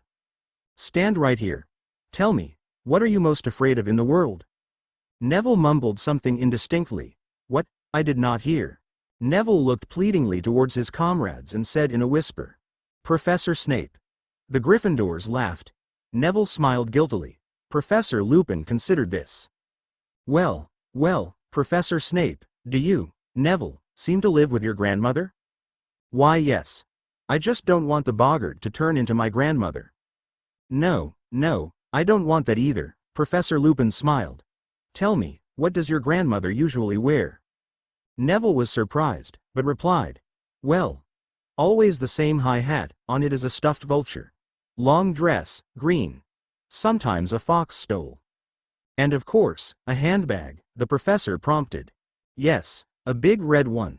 Now try to imagine as vividly as possible everything that Grandma wears. Imagined? Yeah, Neville answered uncertainly. Something will happen next. A boggart will jump out of the closet, see you and turn into Professor Snape. You point a magic wand at him. Imagine your grandmother's clothes and say loudly. Ridiculous. The scary professor will dress up in a hat with a stuffed vulture, a green dress, and in his hand he will have a red handbag. The Gryffindors laughed in unison. The wardrobe was shaking. If Neville succeeds, the boggart will scare everyone in turn, Lupin said. Now remember what you are most afraid of, and figure out how to turn a monster into a laughing stock. Everyone quieted down. What am I most afraid of in the world? Ariana wondered. What could it be? And then it came to mind. A hand sticks out from under a black cloak, a hoarse, drawn-out breath escapes from under a hood. A piercing cold seems to it into a quagmire. Well, did you think of it? Lupin asked. She hasn't thought of anything yet. And what can you think of against the Dementor? But everyone was already nodding their heads and rolling their heads. Neville, we'll step back a bit so you'll have more freedom to act. Then I'll call the next one, said Lupin. Get back, don't disturb Neville. The students backed away and pressed against the wall. Neville was alone at the wardrobe. He turned pale with fear, but rolled up his sleeves and gripped his wand tightly. Begin, Neville, on the count of 3. Professor Lupin pointed his wand at the closet door. 1, 2, 3. A jet of sparks shot out of the magic wand and hit the door handle. The closet swung open, and out of it, right at Longbottom, his eyes sparkling, his nose hooked, stepped like a living Professor Snape. Longbottom staggered back, but did not lower his wand, whispering a spell with his lips alone. And Snape kept advancing, stretching his arms towards him, and would have grabbed a little more. Ridiculous, squealed Longbottom. There was a click, and Snape. He swayed. He wore a long, lace-trimmed dress, a huge hat on his head, topped with a neck, thoroughly beaten by moths, and a capacious lady's bag on his arm. Everyone rolled with laughter. Ariana burst out laughing. Well, Snape looked hilariously, more precisely, the boggart. The boggart was confused and froze in his tracks. Parvati, now you, shouted Professor Lupin. Parvati Potter of Gryffindor confidently took the lead. Snape moved towards her. A click, and instead of it appeared a blood-stained mummy wrapped in veils. She stared blindly at Parvati, stretched out her arms and, slowly dragging her feet, trudged towards the girl. Ridiculous. The fetters on the mummy's legs developed, twisted their legs, and the mummy crashed face down on the floor. The head came off and rolled on the floor. Seamus, Lupin called. Seamus shot out towards the ghost. A click, and instead of a mummy, a banshee appeared, a bony witch, a ghost with long, floor-length hair and a green face, a messenger of death. She opened her mouth wide, and the room filled with a piercing shriek. Ridiculous. Seamus shouted. The banshee wheezed, clutching her throat. Her voice was completely gone. Click. Instead of it, the rat chases its tail. Another click and the mouse turned into a rattlesnake, writhing and suddenly turned into a bloodied eye. "Look, he's lost!" shouted Professor Lupin. "It'll be gone soon. Dean, it's your turn." Dean ran to the boggart. A click. A torn arm jumped on the floor and crawled like a crab towards Dean. "Ridiculous!" Dean yelled. Clap. The mousetrap slammed the hand. "Bravo, Dean. Now Ron." Ronald jumped out into the middle of the room. Huge, taller than an adult, shaggy spider, menacingly clicking its mandibles, went to the Weasleys. Someone yelped. Weasley froze for a moment and suddenly roared. "Ridiculous!" And as if the spider had no legs, it rolled towards Lavender Brown. She jumped away, squeaking. The spider rolled towards her. She raised her wand. "Let me!"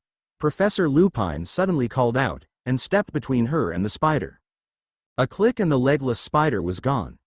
A silver crystal ball hung in the air in front of the teacher. Lupin said calmly, "Ridiculous," and the ball, turning into a cockroach, flopped to the ground. "Come here, Neville, finish it," Lupin called. The snap turned the cockroach into Snape.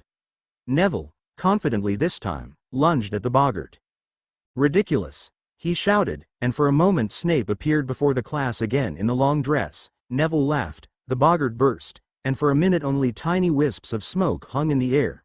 "The ghost is gone." "Perfect." Professor Lupin praised Neville, to the applause of his students.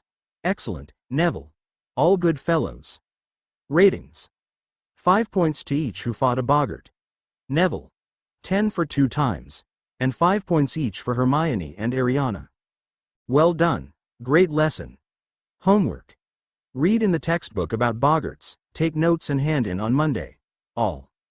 The students started yelling and rushed out of the teacher's room. Wow, here is the lesson. The whole school knew instantly how the boggart appeared as Snape, dressed in Neville's grandmother's dress and hat. The students and some of the professors were holding their stomachs with laughter. Only Snape was walking as black as a cloud. At the mere mention of Professor Lupin, his eyes lit up vindictively. Neville got doubly hurt in his lessons in retaliation. 16. Ariana dejectedly trudged to the library, but halfway changed his mind. The lessons did not go to mind. She turned back and came face to face with Filch. "Filch has just released the last student from the castle." "What are you doing here?" Filch squinted suspiciously. "Nothing." "Nothing?" Filch's jaw shook. "Nice job. Why aren't you in Hogsmeade? Your friends are having fun and you are hanging around. Something is suspicious." Ariana was silent. "Now go to the living room," Filch commanded, and followed her with his eyes to the nearest turn. Ariana did not go into the drawing room. Where should she go? She would have been wandering around the castle and then someone called out to her. She returned 2 steps. Lupin peered out of his office door. "What are you doing here?" Lupin asked in a different tone than Filch. "Where are your friends?" "In Hogsmeade," she replied. "That's it, do you want to come in? I just had a Grindylow delivered for the next lesson." "What did they bring?" Peverell entered Lupin's office. In the corner stood a huge aquarium. A swamp green monster with sharp horns, clinging to the glass, grimacing, bending and unbending long bony fingers. "Water devil," Lupin explained, looking at her carefully. "He's not that hard to deal with, especially after creeping mermen. You just have to break his fingers. They're long and strong, but fragile." The merman bared his teeth, baring his green teeth, and burrowed into the seaweed. "Do you want some tea?" Lupin looked around for the teapot. "I was just thinking about a cup of tea." "Yes." Lupin touched the teapot with his wand, and a trickle of steam immediately escaped from the spout. "Sit down." Lupin pointed to a chair and removed the lid from a dusty jar. "I only have bags." Predictions, are you? No, is there anything worrying you? No. Ariana took a sip from his mug. The water devil showed her his fist. "Remember, we fought with a werewolf?" "Yes, sure. Why didn't you let me try then?" Lupin raised his eyebrows in surprise. "I thought you understood that." She was a little taken aback. She thought that Lupin would try to evade the answer. "But why, anyway?" she asked. "You see," Lupin frowned slightly. "If a werewolf saw you, he would take on the form of Voldemort." Ariana was surprised. She didn't expect such an answer. Besides, Lupin had called the Dark Lord by his first name, and no one but Dumbledore and her dared to call him that. Obviously I was wrong. But I thought there was nothing for him to do in the staff room, continued Lupin. Everyone would be scared, and the lesson would go down the drain. I had no thoughts about the Dark Lord, she continued calmly, but I immediately remembered the Dementor. So that's it? Lupin spoke out loud. Amazing. Noticing Ariana's raised eyebrow, Lupin smiled and added, it turns out that what you fear most in the world is fear. It is commendable. She could not find anything to answer and took a sip of tea. So you've decided that I think you're a coward, incapable of dealing with a boggart. Something like that. Professor Lupin, you know the Dementors well, she couldn't finish. There was a knock on the door. Come in, said Lupin. Snape entered with a smoking glass in his hand, saw her and narrowed his eyes. Ah, it's you, Severus, Lupin smiled. Thank you. Please put it on the table. Snape looked at her, at Lupin, and put down his glass. I'm showing Ariana a water devil here. Lupin pointed to the aquarium. Lovely, Snape said without even looking at the aquarium. Drink right now, Lupin. Yes, of course. If you need more, come in, I've cooked a whole cauldron. Perhaps we should have another drink tomorrow. Thank you very much, Severus.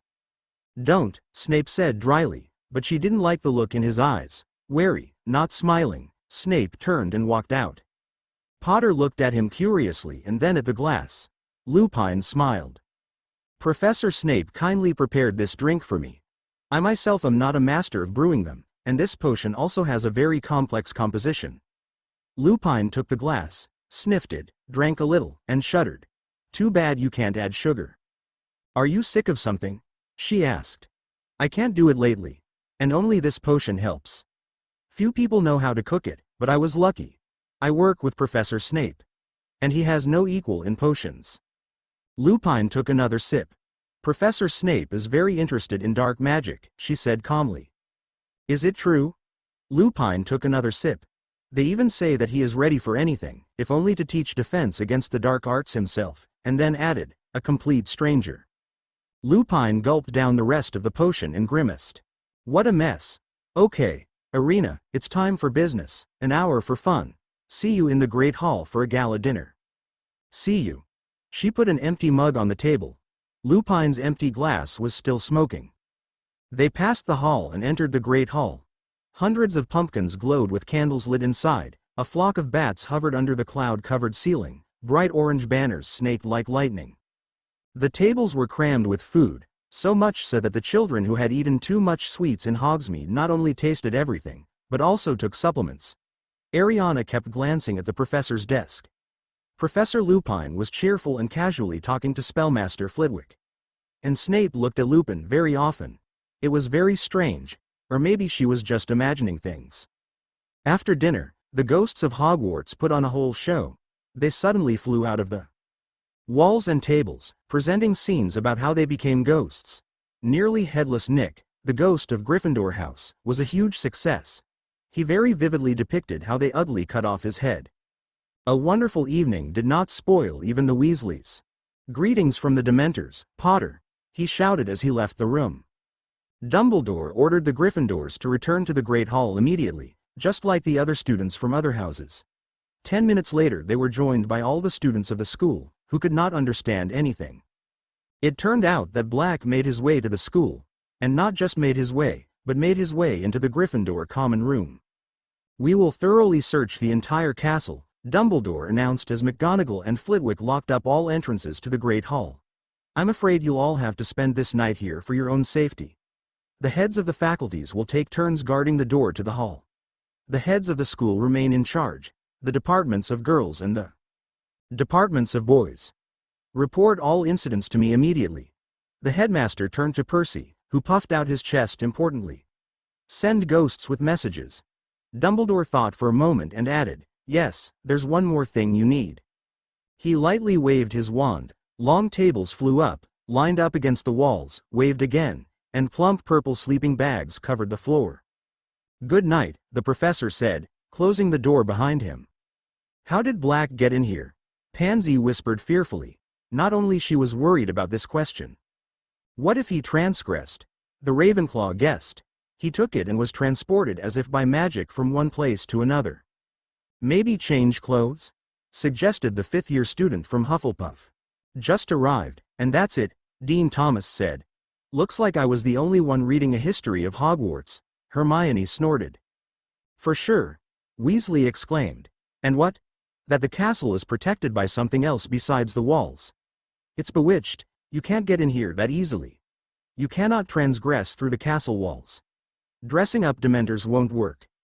Dementors guard all entrances and exits, they would notice him, and Filch knows all the secret passages, they must have been boarded up long ago. Turn off the light. Percy announced, everyone get into the bags and don't talk. For several days, only Sirius Black was talked about.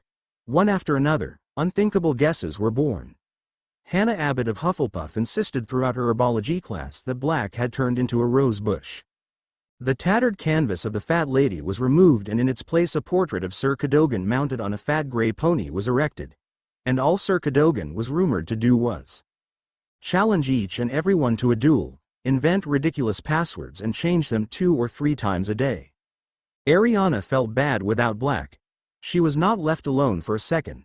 Teachers, under various pretexts, escorted from class to class. Flint followed her on her heels, just like a proud watchdog. To top it off, Professor Snape called her into her office. I must tell you, Potter. There is no point in hiding it from you any longer. The thing is, Sirius Black is. I know, said Ariana indifferently. I overheard Mr. Weasley talking to Mrs. Weasley about this. Mr. Weasley works for the Ministry of Magic. You're the most arrogant person I've ever seen, Miss Potter. You're just like your father. Ariana rolled her eyes. Today was the Slytherin vs Gryffindor Quidditch match. How long has the game been going on? The broom is getting harder and harder to hold straight. The sky is darkening quickly, as if the night had decided to come early. She swung her broom, looking for the snitch as she dodged the bludger. It rumbled again, flashing forked lightning.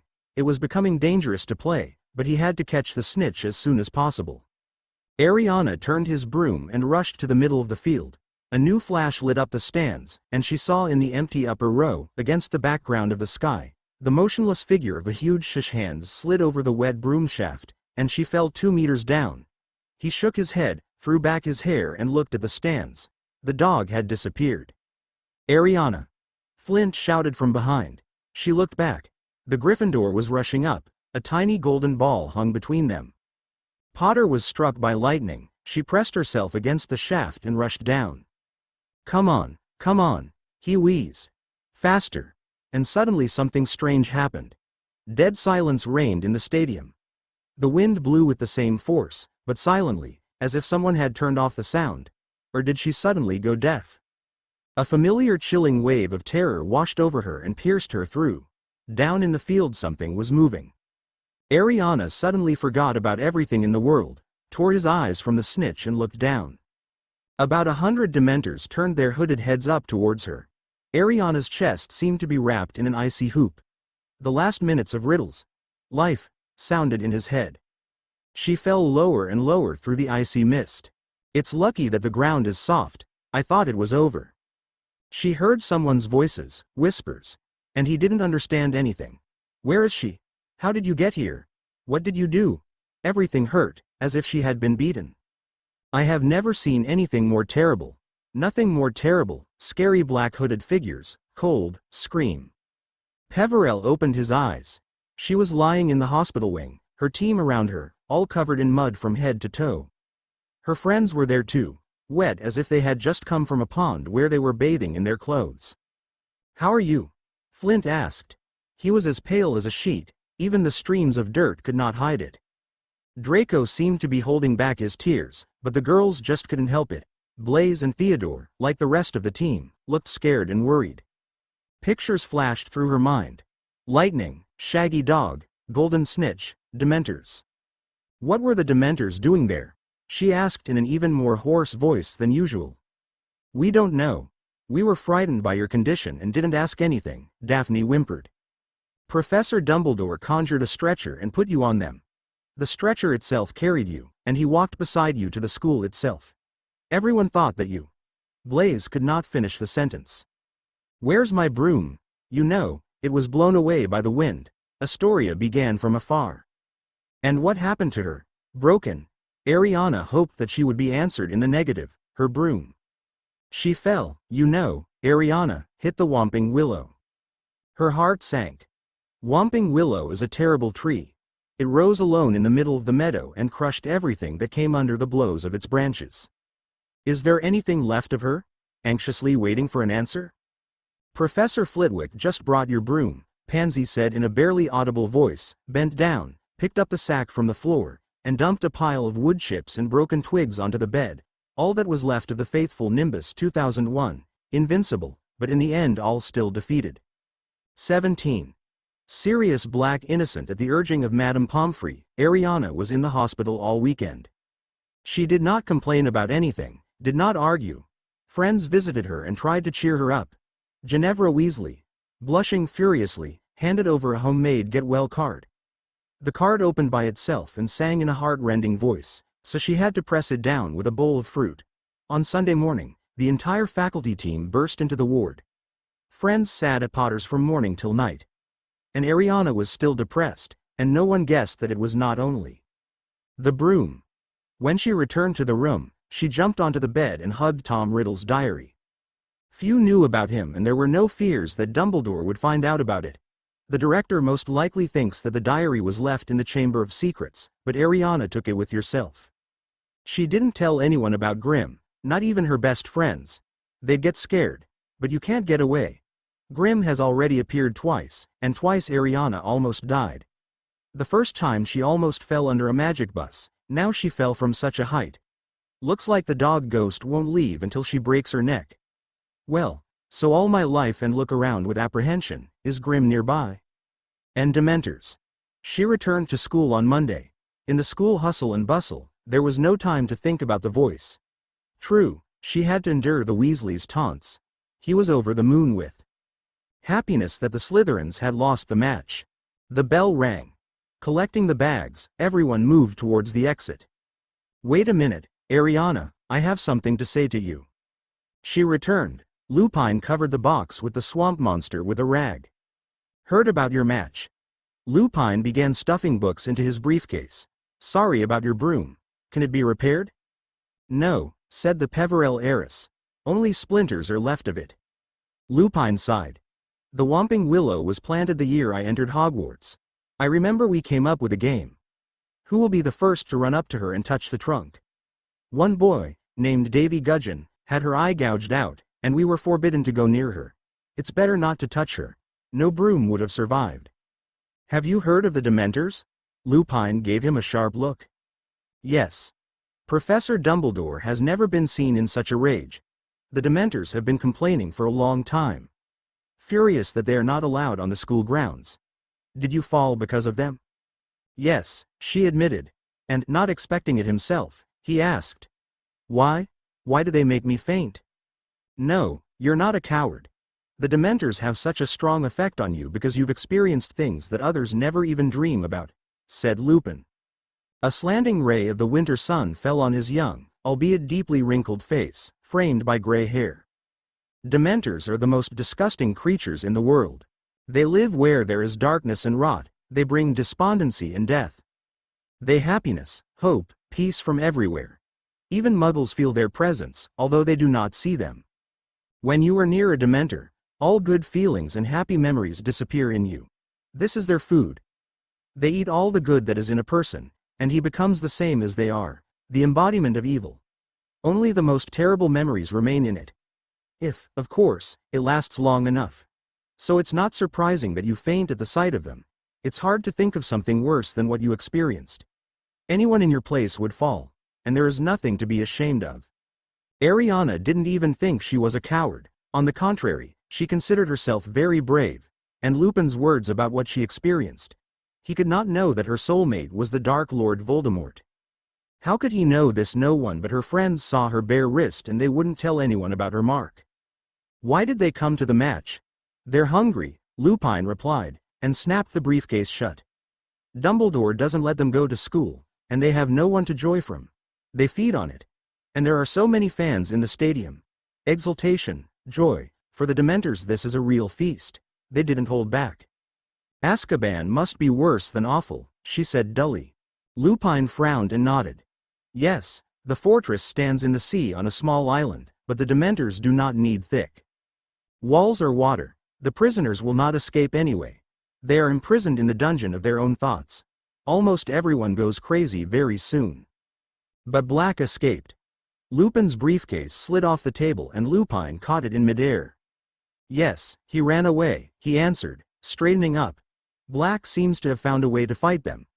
I wouldn't believe it for anything, the Dementor's magical abilities out of a wizard if he remains in there. You drove the Dementor away, Peverell suddenly remembered. There are special tricks, and besides, there was only one Dementor on the train.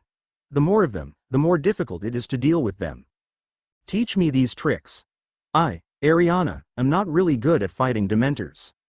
Maybe he's in league with Dumbledore, and Dumbledore thinks her ability to fight Dementors is bad. What is the probability that they will not come to the match again?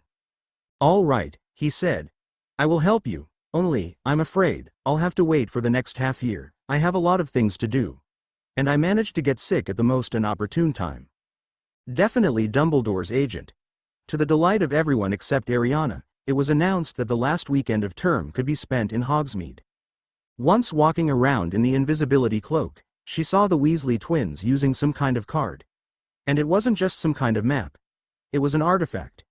It was understandable why when she walked past them in the invisibility cloak, they looked so dumbfounded. But Filch confiscated this artifact and locked it in his office. Without realizing it, Ariana broke the lock and stole the card at night in the invisibility cloak. Accidentally making her way to Hogsmeade, she saw her Draco with his servants and Astoria. Ugh, Draco grimaced, what a mess. Ariana won't like them for sure. Both color and taste are more for ghouls than for people. Maybe we should take this. Crabbe shoved a jar of cockroaches under Draco's nose. What more? Astoria was outraged. Why'd I need crab cockroaches? Crabbe nearly dropped the can. Ariana, Draco flinched in surprise. What are you doing here? How are you here? Wow. Crabbe opened his mouth in surprise. Have you learned to transgress? Goyle asked. I already know how to transgress, but in this case. You stole the map from Filch? Malfoy asked surprised. The map interested me.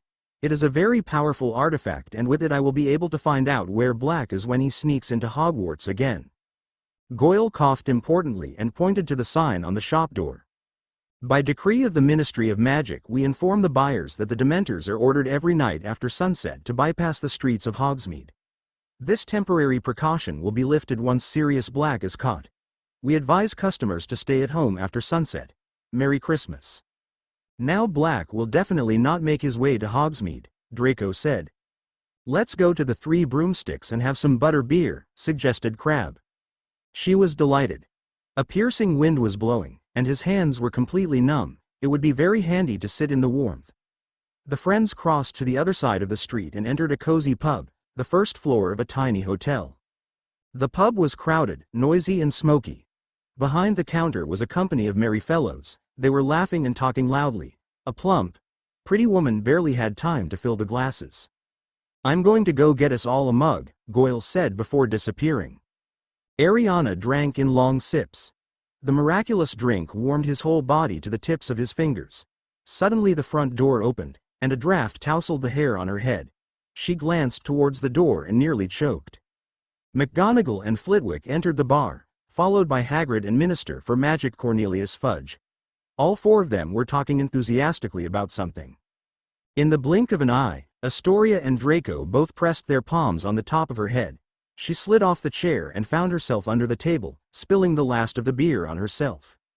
Clutching a mug in his hands, Peverell saw the legs of the company that entered.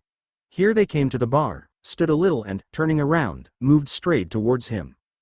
Draco whispered over his head. Mobiliarbus. The Christmas tree took off from the floor and, swaying smoothly, flew away. With a thud, she landed near their table and blocked it with fluffy branches. Through her lower paws, Potter saw the 8 pairs of legs of 4 chairs move up to the next table, and the teachers and the gamekeeper and Fudge sat down on the chairs, some grunting some sighing. High-heeled turquoise patent leather shoes immediately approached them. A small mug of mineral, a female voice asked. "That's for me," said Professor McGonagall. "Hot grog." "Thank you, Rosmerta," said Hagrid in a bass voice. "Soda with cherry syrup and an umbrella." Professor Flitwick smacked his lips and held out his hand for the glass. "So, you, Mr. Minister, currant rum." "Thanks, Rosmerta. Glad to see you. Will you sit with us?" "Thank you, Mr. Minister, with pleasure." Shiny heels are gone and back again. How did she forget that the teachers also have a day off today? They still, what good, here until dark will sit up. But she still had to go back to the Sweet Kingdom. Otherwise she would not get into school. It seemed like Draco and Astoria were thinking the same thing. "What wind brought you here, Mr. Minister?" asked Madame Rosmerta. She saw how the lower part of the well-fed torso moved.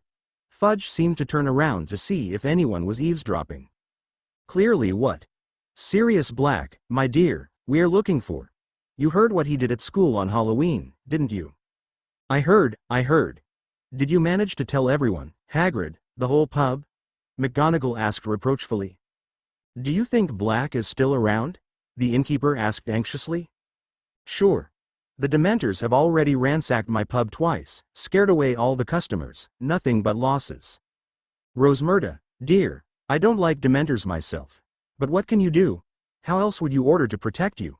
Since your hotel is right here, it means that the Dementors will come to you more than once. I just met with them, they're furious. Dumbledore won't let them into the school. And he does the right thing." McGonagall stood up for the headmaster. "How would we teach in the presence of such monsters?" That's right, little Flitwick, who did not reach the floor with his feet, supported his colleague in a thin voice. "What can you do?" Fudge said softly. "They protect you from the villain. Black can do anything." "Somehow I can't believe that Sirius Black could have gone over to the side of the Dark Lord. It doesn't look like him," Madame Rosmerta said thoughtfully. "I remember him as a student at Hogwarts. If someone told me then that he would become a black magician, I would have thought that this person drank too much mead." "You don't even know half of everything, Rosmerta," the minister replied sullenly. "People don't know the worst of his deeds." "What could be worse than killing innocent people?" the hostess was surprised. "Something can. I doubt. You, Rosmerta, say you remember him as a student," said Professor McGonagall. "Do you remember who his best friend was?"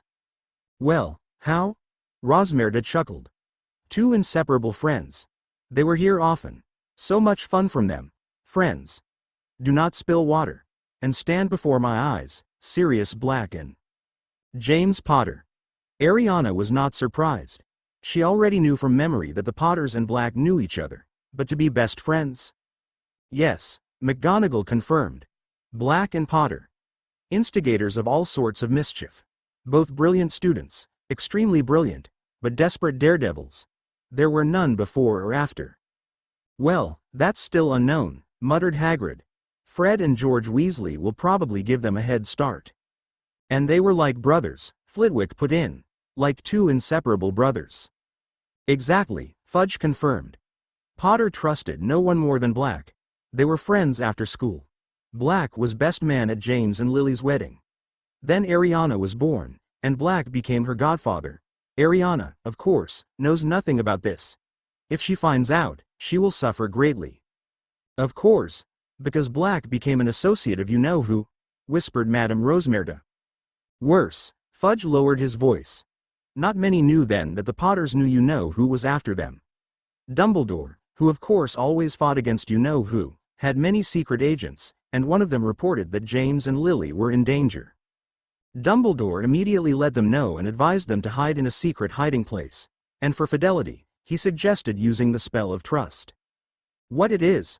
Madame Rosmerta listened with bated breath. "Black betrayed them?" breathed Madame Rosmerta. "Yes.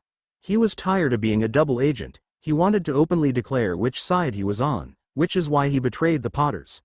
And then he who must not be named killed James and Lily. Wanted to kill baby Ariana, too, but he lost his magic power. His power was gone and he fled. Black was left with nothing.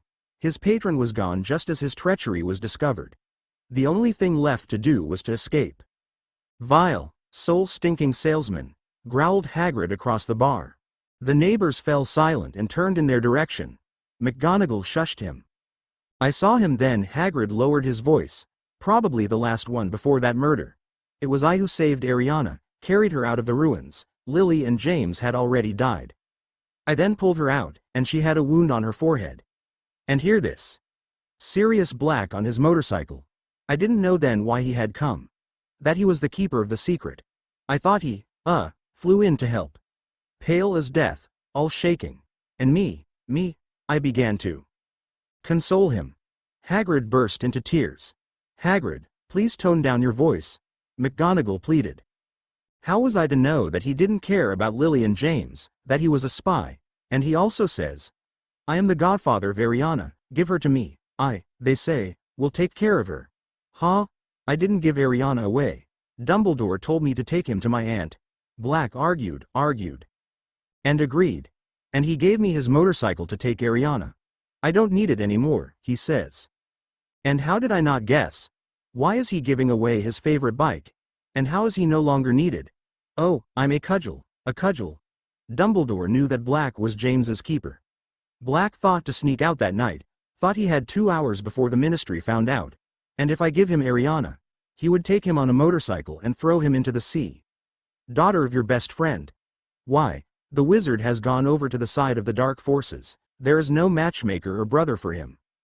Hagrid fell silent, and no one dared to speak for a long time. But he didn't get far, Madame Rosmerta said with satisfaction. The Ministry of Magic grabbed him the other day. Alas! Fudge sighed. We didn't find it, unfortunately. It was found by Potter's friend Peter Pettigrew. He almost lost his mind with grief. He knew that Black was the keeper of the secrets of the Potters, and he himself began to look for Black. Pettigrew. Isn't that the fat guy who used to follow Potter and Black around at Hogwarts? Madame Rosmerta recalled. He's the best, said Professor McGonagall. He doted on Black and Potter. He was, of course, no match for them, not those abilities, and I was too strict with him. How sorry I am now, McGonagall sobbed. It will, Minerva. Fudge patted her on the shoulder. Pettigrew died a hero. Eyewitnesses, muggles. We later erased their memory, assured that Pettigrew reproached Black with tears. How could you, Sirius? Lily and James are our friends. He reached for his wand, but Black, of course, beat him to it.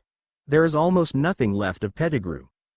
Professor McGonagall blew her nose and said in a thin voice. Stupid boy. Duels never worked out for him. Why only he himself, after all, there is a ministry. Oh, I wish I could get to Black before Pettigrew, roared Hagrid. I wouldn't mess with him, I'd cut him to pieces with my bare hands. No, Hagrid, you couldn't handle him. Fudge shook his head. Only the Muggle police could have caught him. I was then the deputy head of the Department of Emergency Situations and was one of the first to arrive on the scene. I will never forget what I saw there. In the middle of the street, a deep crater, mangled corpses everywhere, Muggles screaming, and Black standing and laughing over what was left of Pettigrew. A pile of bloody clothes and some fragments. Fudge was silent. All 5 took out handkerchiefs. Here, Rosmerta, what Black has done, the minister continued dully. Black was picked up by a patrol of the magic police, and Pettigrew was posthumously awarded the Order of Merlin First Class. Poor consolation for his poor mother. And Black was taken to Azkaban. Madame Rosmerta sighed. Is it true that he has lost his mind? I don't think so, replied the minister, drawing out his words. I can say one thing. The defeat of the owner temporarily clouded his mind. Killing Pettigrew and all those muggles, cruel, senseless, was the act of a desperate, cornered man. But recently I was in Azkaban and talked to him. All the prisoners there are obviously insane, sitting in the dark, muttering something, and Black. He looks and talks like a normal person. Even goosebumps. He looks like a man who is tired of everything. Saw a newspaper with me, asked if I had read it and if I could give it to him, said that he missed crossword puzzles. Dementors are on duty at the door around the clock, and at least he doesn't care. What do you think, Mr. Minister? Why did he escape from prison? Asked Madame Rosmerta. Does he want to give you know who his powers back and join him? I think that's his, end goal, Fudge said evasively. but we hope to catch Black sooner. You know who is alone now, but give him a devoted and capable servant. It's scary to think what will happen." There was silence at the next table. Potter heard someone place their glass on the table. "We've got to go to the castle, Cornelius," said Professor McGonagall. "You don't want to be late for dinner with the principal." The chairs were pushed back, the hem of the robes were pulled back, Madame Rosemarda's glittering heels returned behind the bar. They could hear the front door open, a whirlwind of snow burst into the bar, and the whole company went out. "What does it mean? Sirius Black couldn't hurt you. In the magical world, a godfather can't hurt a godson," Astoria said in an icy tone. She was beginning to guess. "Which means?" Malfoy was not allowed to finish. Ariana spoke for him. "Sirius Black is innocent." 18. Draco Malfoy Chapter Summary. Draco Malfoy wanted to befriend the British heroine Areana Euphemia Potter from an early age. Areana Euphemia Potter is the national heroine of Great Britain.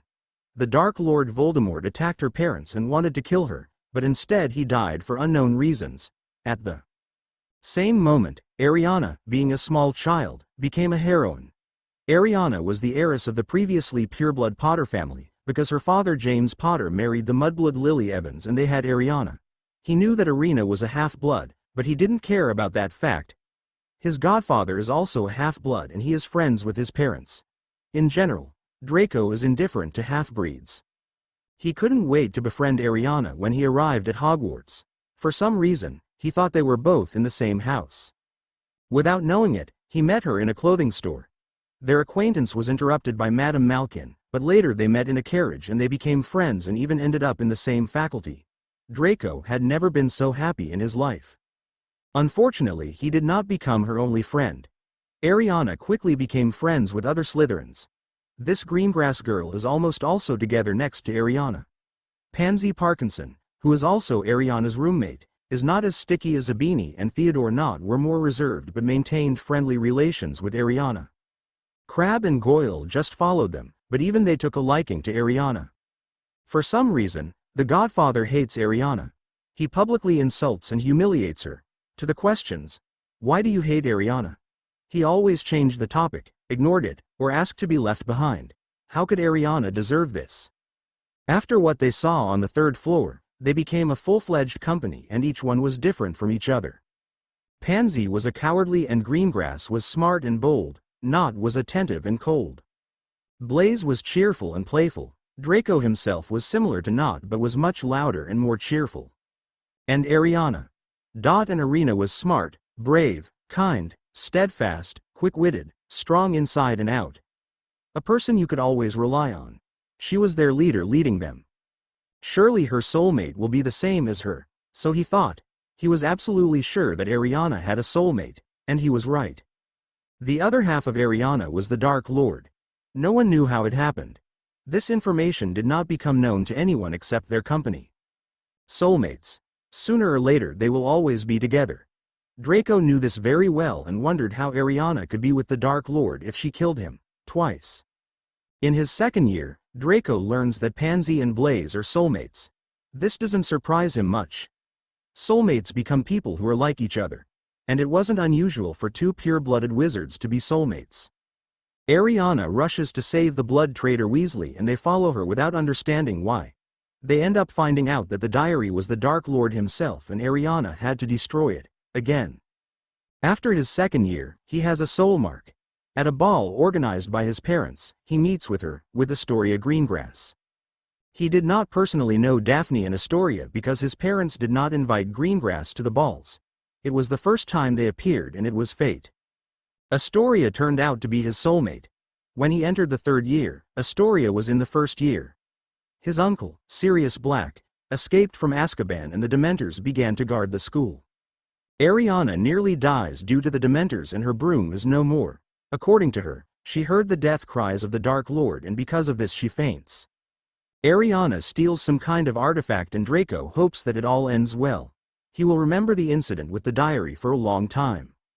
Since Ariana cannot go to Hogsmeade, they promise to give her sweets. He, Astoria, Crabbe, Goyle and Daphne go to the Sweet Kingdom to buy Ariana sweets. Could help them somehow. Draco doesn't blame them. Crabbe offered to buy Ariana cockroaches, for which Astoria is indignant. Draco is also not happy, and when he was about to say something, a familiar voice is heard. Why do I need Crabbe cockroaches? It was Ariana. She made her way here with the help of a suspicious map and the cloak of invisibility. They accidentally eavesdrop on the conversation and it turns out that his uncle Sirius Black is Ariana's godfather. 19.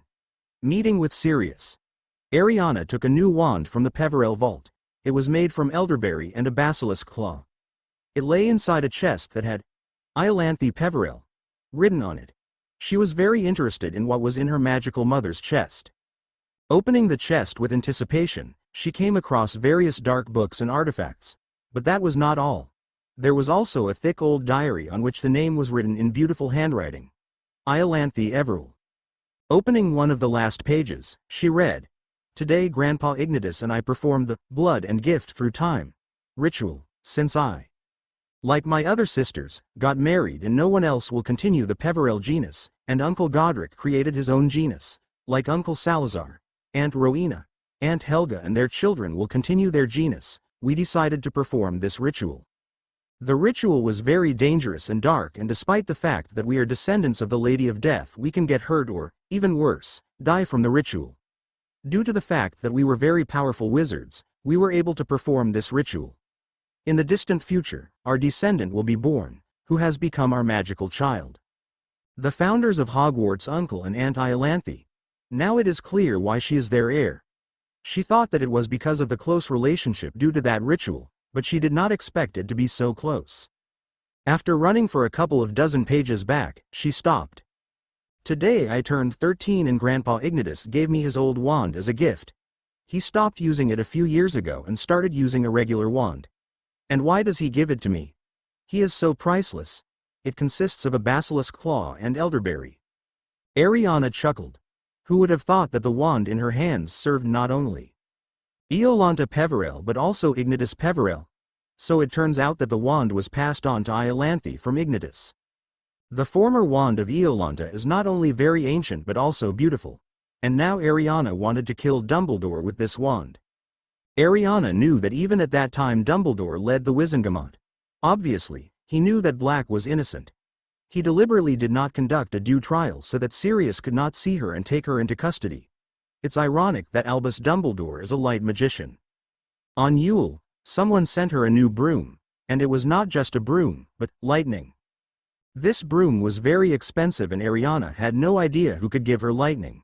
She does not have such a good relationship with Lucius and Narcissa to give her such an expensive broom. Having checked it for all sorts of spells of coercion, subordination of will and the like, she realized that the broom is absolutely safe. On Thursday at 8 o'clock sharp, Ariana went to the study of the history of magic. It was dark and empty, and she took out her wand and lit the lamps. 5 minutes later Professor Lupin entered the office and placed a large box on Professor Binz's desk. What is this? Another boggart, Remus explained as he removed his robes. I combed the castle for 2 days. And I was lucky. I found this one in Mr. Filch's closet. Replace us with a Dementor. Sees you and immediately turns into a monster, so we can practice on it. And between classes, the boggart will live in my office. I have one closet there that will please him, will not complain. Fine. So, Professor Lupin drew his wand, gesturing for her to do the same. The spell I am going to teach you is the highest grade magic that is not taught in school. It's called the Patronus spell. And how does it work? If done right, the spell will summon a Patronus. Lupin explained. Patronus is something like a patron, it will be your shield against the Dementor. In general, an anti-Dementor. A Patronus is a kind of positive force, the embodiment of everything that Dementors devour. Hope, happiness, the will to survive. But unlike a human, a Patronus does not know what despair is, and therefore a Dementor is in no position to harm him, Professor Lupin continued. However, I must warn you that the spell may be too difficult for you. It is beyond the power of even experienced wizards. What does a Patronus look like? Every wizard gets their own Patronus, Lupin replied. What do you call him? We need to focus on a single, happiest memory and say the magic words, the professor explained. Ariana, immersed in himself, began to search for a happy memory in his memory. In general, There are few pleasant memories in her life. The Dark Lord who tried to kill her in the form of the second half of which she destroyed several times. The family who hate her because she is a serpent, the Dursleys. What can be happy in her life? Dumbledore's message that she is a sorceress. Yes, she said. Now the words. Lupin cleared his throat. Expecto Patronum. Failed. Expecto Patronum. Did you focus well on the happy memory? Lupin asked. Yes. Ariana returned her thoughts to Dumbledore's message as quickly as possible. She usually got her spells right the first time. Expecto Patronum. Suddenly, something like a jet of silver gas erupted from the magic wand. Happened. Very good. Lupin smiled. Well, are you ready to try the spell on the Dementor? Yes. Peverell replied, clutching his wand in his hand. She stepped into the middle of the office and tried to concentrate. Lupin grabbed the lid of the box and pulled it up with a jerk. A Dementor slowly rose from the crate, its hooded face turned toward her, its gleaming, scaly hand clutching tightly at its robes. The lights flickered on and off. The Dementor, breathing hoarsely, slowly swam towards him. And a wave of icy cold swept over Potter. Expecto Patronum. Expecto Patronum. Expecto. But both the office and the Dementor were already fading into the familiar thick white fog.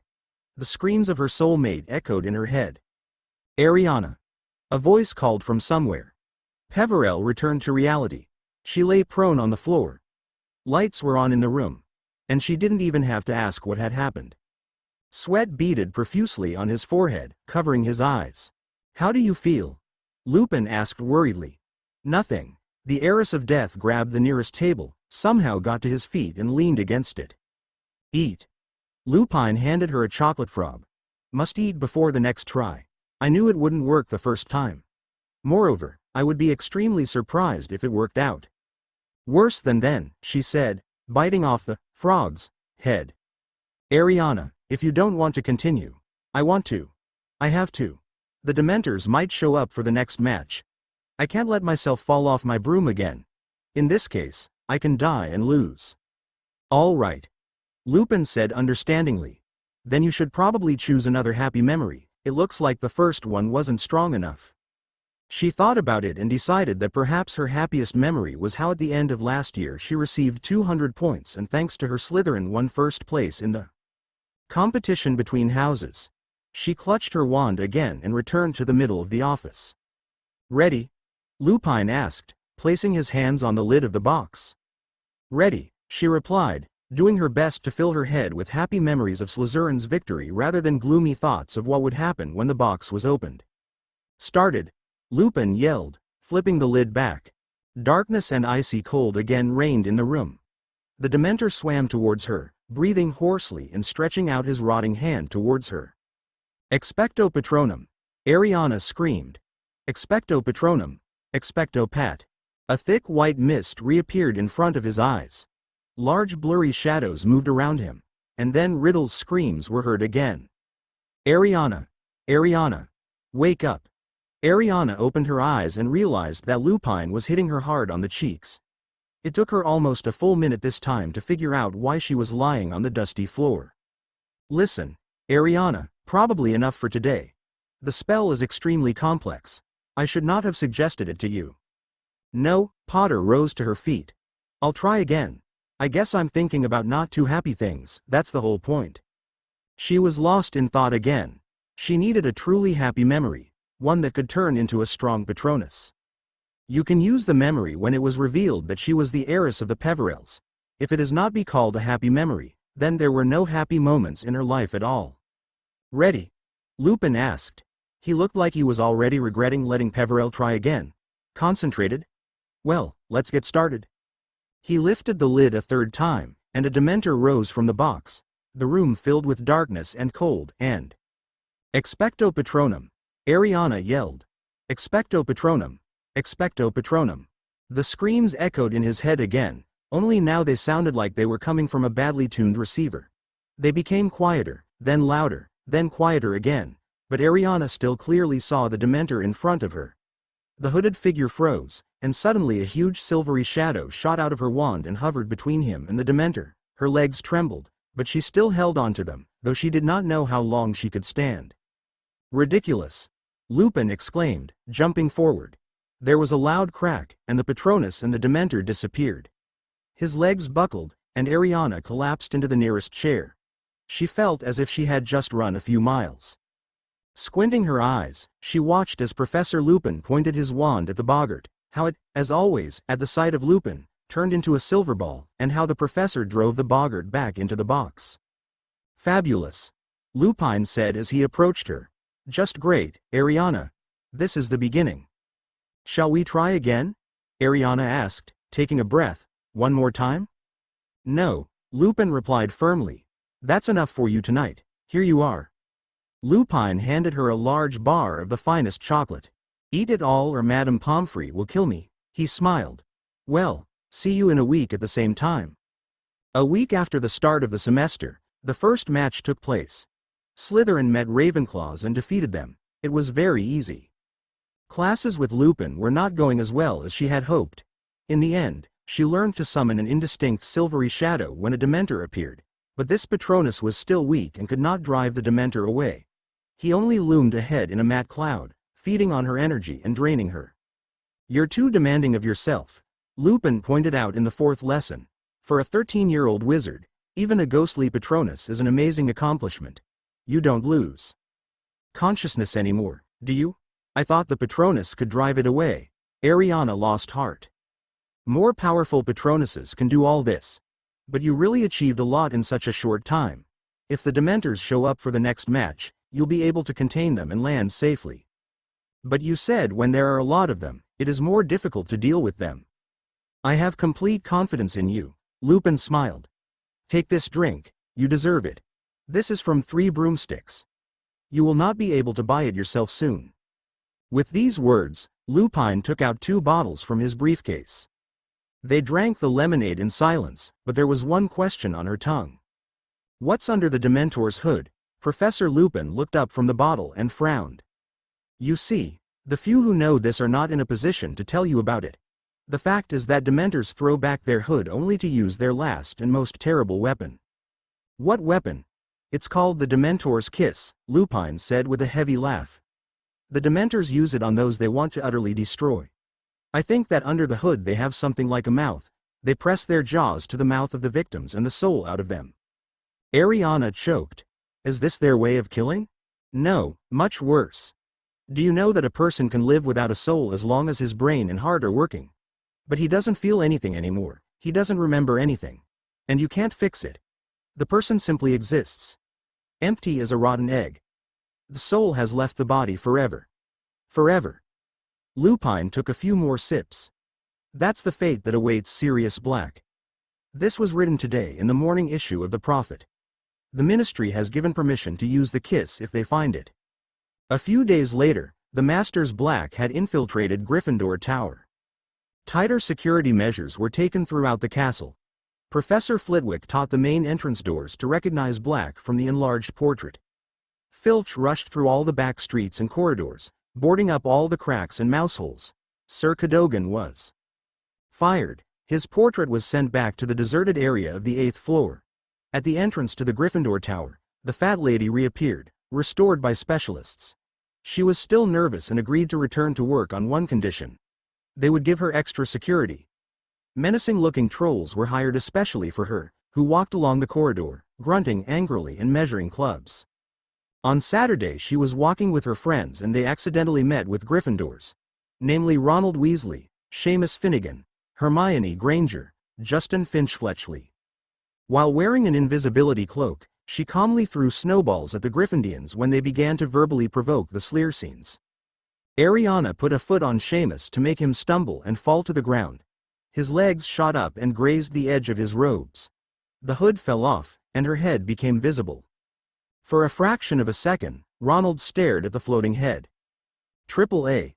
he yelled, pointing his finger at her. He turned and took to his heels, his friends not far behind.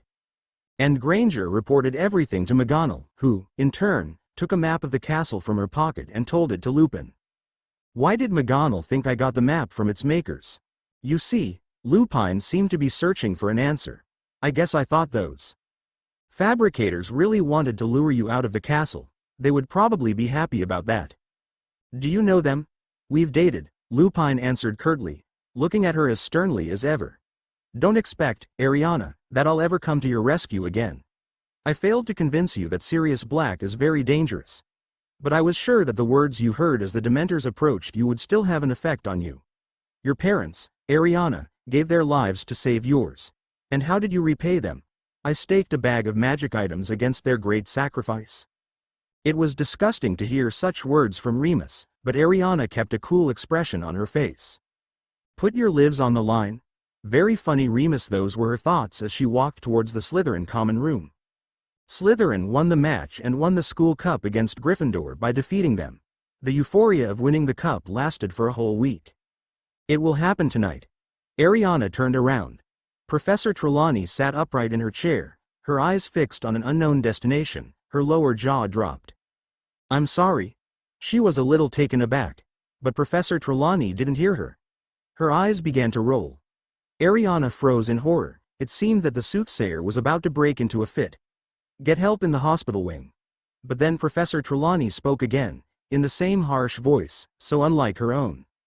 The Dark Lord is alone and abandoned by his friends, abandoned by his followers. His servant spent 12 years in prison.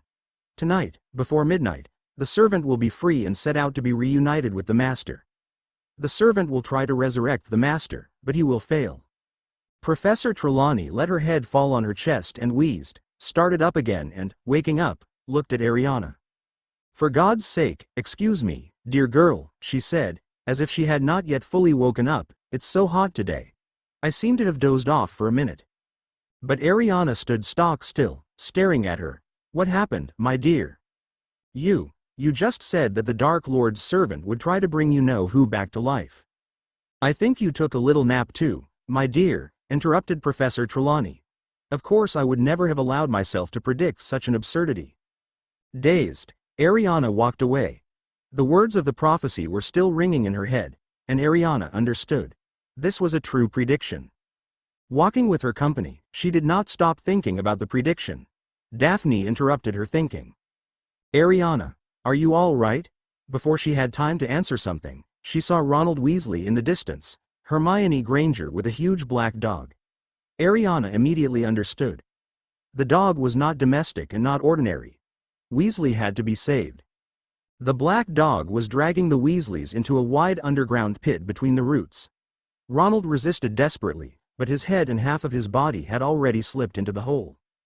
Weasley! Shouted Ariana, rushing to help, but a hefty branch mercilessly whistled through the air, and it was thrown back. Now only Ronald's foot remained on the surface, with which he caught on the root, resisting the dog dragging him into the dungeon. Like a shot, a terrible crack sounded. The leg broke and at the same moment disappeared from sight. It was useless to run for help. The creature would devour the Weasleys faster than they could run to the adults. Let's run for help, screamed Daphne. This creature will devour him faster than we can save him with the help of teachers.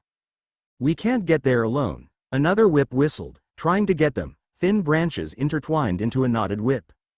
If the dog can do it, so can we, Ariana painted, running from one side to the other, looking for a way between the vicious, air-slashing branches, but he could not approach the roots even a step. Hermione Granger mumbled something under her breath, but the Slytherins ignored her. Help, help, Hermione whispered desperately, shifting from foot to foot. Anybody? Oddly enough, the cat responded. He slithered like a snake between the fierce branches and rested his front paws on some kind of growth on the trunk of the willow. And the tree, as if petrified, froze, not a single leaf moved. Glitch! Granger exclaimed in shock, squeezing Peverell's hand until it hurt. How could he know? The cat was the first to dive inside, waving its fluffy fox-like tail invitingly. She hurried after him, climbed into the hole head first and slid down the earthen slope to the floor of a low tunnel. Potter was waiting nearby, his eyes gleaming in the light of her wand. Another moment and Hermione landed beside him. Where is Weasley? She whispered fearfully. Forward, called Peverell, and, crouching, rushed after the cat. The tunnel went up, then turned, and the cat disappeared somewhere. To the side, the heiress of death saw a faint light coming from some hole. Hermione froze for a moment, taking a breath, and they approached her, raised their wands and peered inside. On the other side was a room, dusty and ruined. The wallpaper hung in tatters from the walls, the floor was covered with dirt, the furniture was broken as if someone had smashed it, the windows were boarded up. Astoria glanced at Hermione, looking rather frightened, but she nodded in agreement. Ariana squeezed through the opening and looked around. The room was empty, but to the right was an open door leading into a dim corridor. Hermione squeezed her hand, her wide eyes scanning the boarded windows. "I think we're in the Shrieking Shack," Blaise remarked. Peverell also looked around. Next to him stood a broken wooden chair with 3 legs and broken armrests. "Something is happening on the second floor." Daphne looked up at the ceiling. Granger gripped her arm with such force that her fingers went numb. "Get ready to attack," Ariana said, raising her wand. The Slytherins and Gryffindor did the same. Quietly they went out into the hallway and began to climb the rickety stairs. Everything around was covered with a thick layer of dust, but a wide, clean strip was visible on the floor. It was clear that something was and quite recently. "Knox," they said together as quietly as possible, and the lights on the ends of the sticks went out. Before them was a single slightly ajar door. Creeping up, they heard some movement inside, someone's muffled groan and a short bass purr. They exchanged glances and nods for the last time. Holding his wand out in front of him with a steady hand, Potter kicked the door wide open. On a magnificent bed with a dusty canopy on 4 pillars lay the cat who had helped them. Seeing the newcomers, she again purred loudly, and next to the bed on the floor, clasping his leg, twisted at an unnatural angle, sat Ronald. Granger rushed over to him. "How are you?" Ariana asked.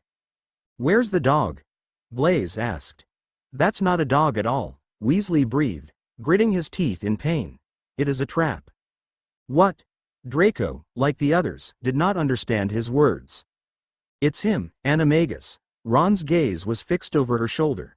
Ariana turned sharply. Some man, hidden by a shadow, loudly slammed the door to the room. A mane of tangled, dirty hair hung below her shoulders. Were it not for the eyes that burned in deep sockets, he could have been mistaken for a dead man. Wax-colored skin so tightly fitted the bones of his face that it looked like a skull, yellow teeth bared in a grin. It was Sirius Black. "Expelliarmus," he croaked, pointing what might have been Ronald Weasley's wand at them. Their wands ripped from their hands and flew into the air to reach Black. Without taking his eyes off her, he stepped closer. "I didn't expect you to come here." Black's voice sounded uneven, cracked, as if he had forgotten how to speak long ago. "It looks like Black has gone mad. There are no other options. It's not even surprising. He spent 12 years in Azkaban. If you want to kill Ariana, you'll have to kill us along with her," Draco shouted furiously. He also realized that Sirius was not so normal. Something flashed in Black's dark eyes. "You heard?" Not asked in a firm voice. "You'll have to kill 7. Black's grin widened. "Only one will die tonight." "Why so?" Ariana prepared to fight without her wand. Throwing nonverbal Expelliarmus at Black, she took away his wand. "What, Ariana, are you going to kill me?" he croaked. "I know a lot more than you think," Peverell answered. "You couldn't hurt me because I'm your goddaughter." At that very moment, red lightning darted past Ariana. The cat jumped on Black and sprawled on his chest, shielding him. Black blinked, squinting at him. "Go away," he muttered, trying to unhook the cat. But the cat firmly clung to Black's robes with its claws. Turning his strange, snub-nosed snout towards her, he fixed her with yellow eyes. Looking at the cat, Hermione sighed convulsively. Ariana's fingers tightened on the wand. Well, now she will have to kill the cat? He is clearly in cahoots with Black. Ariana did not know what to do with the cat and the crazy godfather. What should be done in such a situation? Suddenly, footsteps were heard below. There was clearly someone walking there. "We are here," Hermione suddenly yelled. "Here, upstairs. Sirius Black is with us, quicker." She completely forgot about the existence of Granger. And Ariana did not know how she felt in relation to Gryffindor.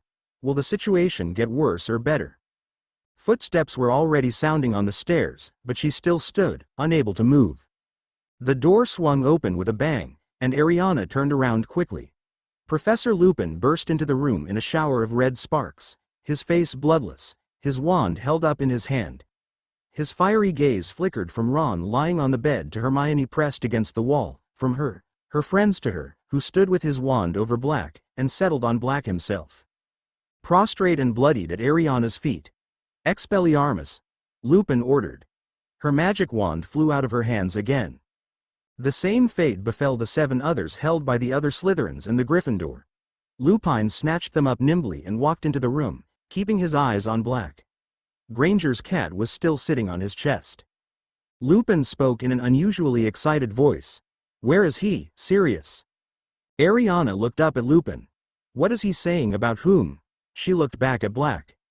The face of the former prisoner of Azkaban was decidedly expressionless. He lay motionless for a minute, then very slowly raised his hand and pointed at Ronald.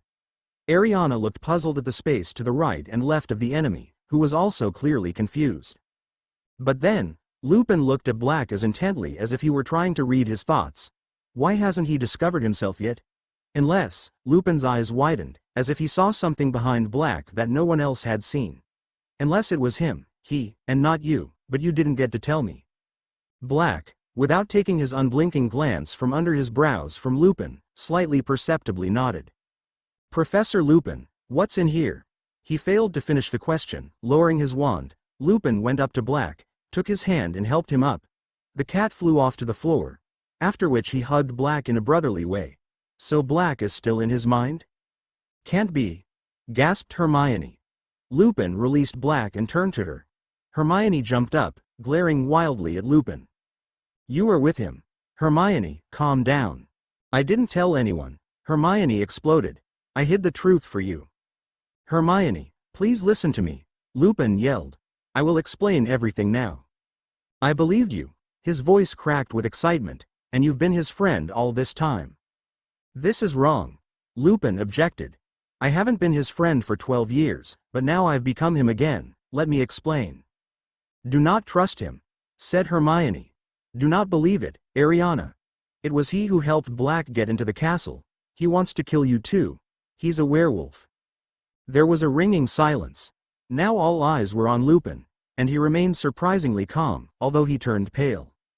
Ariana had known for a long time that this was true. Lupin was always sick on a full moon.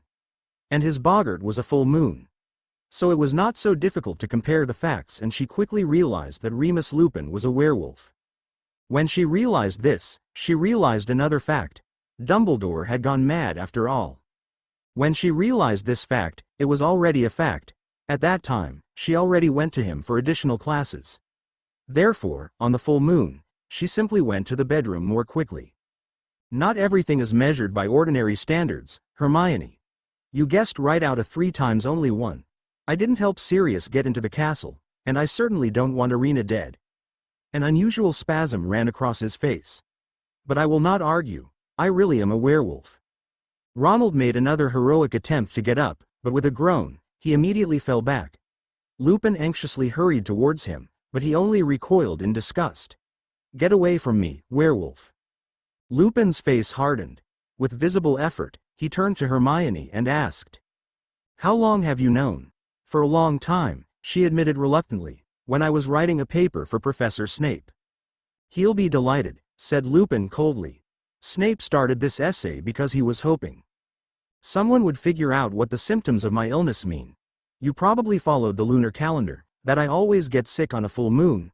Or noticed that when he saw me, the boggart turned into the moon." "Both," said Hermione. Lupin laughed mirthlessly. "For your age, you are an exceptionally intelligent witch." "I'm not smart at all," she said angrily. "If I were smarter, I would have told everyone who you are." "Yes, everyone knows that. At least the teachers." "Dumbledore invited you to teach knowing you?" Astley gasped in surprise. "Is he out of his mind?" "Many people think so," Lupin nodded. "As soon as he convinced the teachers that I was not dangerous." This time he was wrong. Weasley shouted. "You helped him all the time," he pointed to Black. He walked over to the bed and sat up, covering his face with trembling hands. Crookshanks jumped onto the bed next to him and, purring, sat down on the fugitive's lap. Weasley pulled back, holding his leg. "I didn't help Sirius," Lupin repeated, "and if you finally give me the opportunity, I will explain everything to you." Having determined which wand belonged to whom, He threw them one by one to their owners. She confusedly caught hers. So, Sirius is out of his mind? You know he's innocent? Lupin looked at her in amazement. Hermione and the Weasleys looked at her in shock. Sirius Orion Black is my magical godfather. He couldn't harm me, and if you don't help him, how did you know he was here? The map helped, said Lupin. Marauder's map. I followed it in my office. Do you know how it works? She doubted. Of course I know. Lupin waved his hand impatiently. I was involved in its creation. Lunatic as me. That's what my friends used to call me at school. So you are the creator. Activating the map, I saw on the map Ron and Hermione leaving Hagrid's hut and heading back to the castle. But now there was someone else with them. Who? She asked warily. I couldn't believe my eyes. Lupin continued. I figured there must have been some kind of glitch in the map. How could he be with you? No one was with us, and then I noticed another point. It was rapidly approaching you and was marked with Sirius Black's name. I saw you collide, watched him pull the two under the Whomping Willow. One of us, Weasley corrected him grimly. No, Ron. Two. Lupin suddenly stopped, his eyes fixed on Ron. Do you mind if I take a look at your rat? He asked in a flat voice. What? For a second, Ron even forgot about his bad leg. What's the matter with Carosta? Very much so, Lupin assured him. Please give it to me. After hesitating, Ron put his hand under his robes, and his rat came into the light. It thrashed wildly, and the boy had to grab it tightly by its long bald tail. Crookshanks in Black's lap jumped up and meowed. Lupin approached Ron. He even seemed to hold his breath, he was so attentively examining the rat. Well? Ron asked again. He had difficulty holding her, and he was clearly uncomfortable. What about my rat? It's not a rat, Sirius Black said through gritted teeth. What are you talking about? Of course, a rat. No, not a rat, Lupin confirmed softly. You are holding the wizard's tail. By the name of Peter Pettigrew, Black added. He's an animagus. You're both just crazy. Nonsense, Hermione said in a low voice. He seems to be no longer among the living, said Ariana. Sirius supposedly killed him 12 years ago. The former prisoner's face twisted into a grimace. I really wanted to kill, he growled, baring his yellow teeth. Yes, little Peter turned out to be more cunning than me. But this time he will not succeed. And Black rushed at the rat. The cat was on the floor, and Ronald yelled in a voice that was not his own. The fugitive crushed his broken leg. Sirius, watch out! Lupin darted forward and pulled Black away from Ron. Wait, so you can't just end it. We need to explain to them, let them know. We'll explain later. Black wheezed, pushing Lupin away. Gnarled fingers clawed at the air, trying to reach the rat, which writhed and squealed like a pig, scratching the Weasley's face and neck. They have a right to know the truth. Lupin was already out of breath, hanging on to Black. Ron considers him a pet. There are so many things in this story that even I don't understand. And Ariana. You have to tell Ariana what really happened, Sirius. Black calmed down, but his sunken eyes relentlessly followed the rat, which huddled under the protection of Ron's bitten, scratched and bloody hands. I want to immediately finish off the killer, for whom I spent so many years in Azkaban. You're just psychos, both of you. Weasley shook his head madly and looked around for support to Hermione. I've had enough, I'm not playing your game. He tried to get up on his good leg, but Lupin took out his wand again and pointed it at Scabbers. You will have to listen to me to the end, Ronald, and while you're listening, hold Peter tight. So that's why he doesn't hate you so much, Peverell said. He probably thinks you were involved in this joke, too. Quite right. A cold, mocking voice. It was Severus Snape. His wand pointed directly at Lupin. 20. Traitor Peter Pettigrew. Perhaps you were wondering how I knew you were here. The professor's eyes sparkled. I was just on my way to your office, Lupin. You forgot to take your potion in the evening. I brought you medicine and then, to my great happiness, fortunately for me, of course, I saw a certain map on your table. I looked at her and immediately understood everything. You ran through the tunnel known to me and then disappeared. Severus. Lupin called out, but Snape was unstoppable. How many times have I told Dumbledore that you're the one helping old friend Black get into the castle? And here it is, the proof. But I couldn't imagine even in a dream that you would have the courage to use this wreck as a refuge again. Severus, you're wrong, Lupin insisted. After all, you haven't heard everything. I'll explain now. Sirius is not here at all to kill Ariana. There will be 2 more prisoners in Azkaban tonight. Snape's eyes blazed with fanatical fire. I wonder how Dumbledore will like it. He was so sure of your perfect harmlessness. Lupin, you are our home werewolf. But that's stupid. Lupin remarked softly. Is an old-school grudge worth sending an innocent man to Azkaban? For some reason, it seems to her that this is not a childish offense at all. Thin, serpentine cords flew out of Snape's wand and looped around Lupin's mouth, wrists and ankles.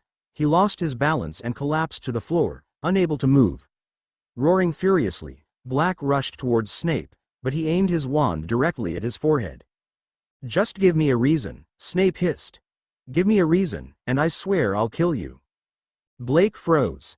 It was hard to tell whose face was more distorted by hatred. You're the victim of a joke again, Severus. Black croaked. As long as this boy is in the castle with his rat, he nodded towards the Weasleys. To the castle? Snape asked softly. Why so far away? Here we get out from under the willow, and I will immediately call the Dementors. They will be glad to see you, Black. They will be very glad. They will even give you a kiss. Black's face turned deathly pale. I will make you listen anyway, he said hoarsely. That rat. Look at it well. But Snape's eyes danced with a mad gleam like she'd never seen in his eyes before. It was clear that no arguments would get through to him. All over me, Snape commanded.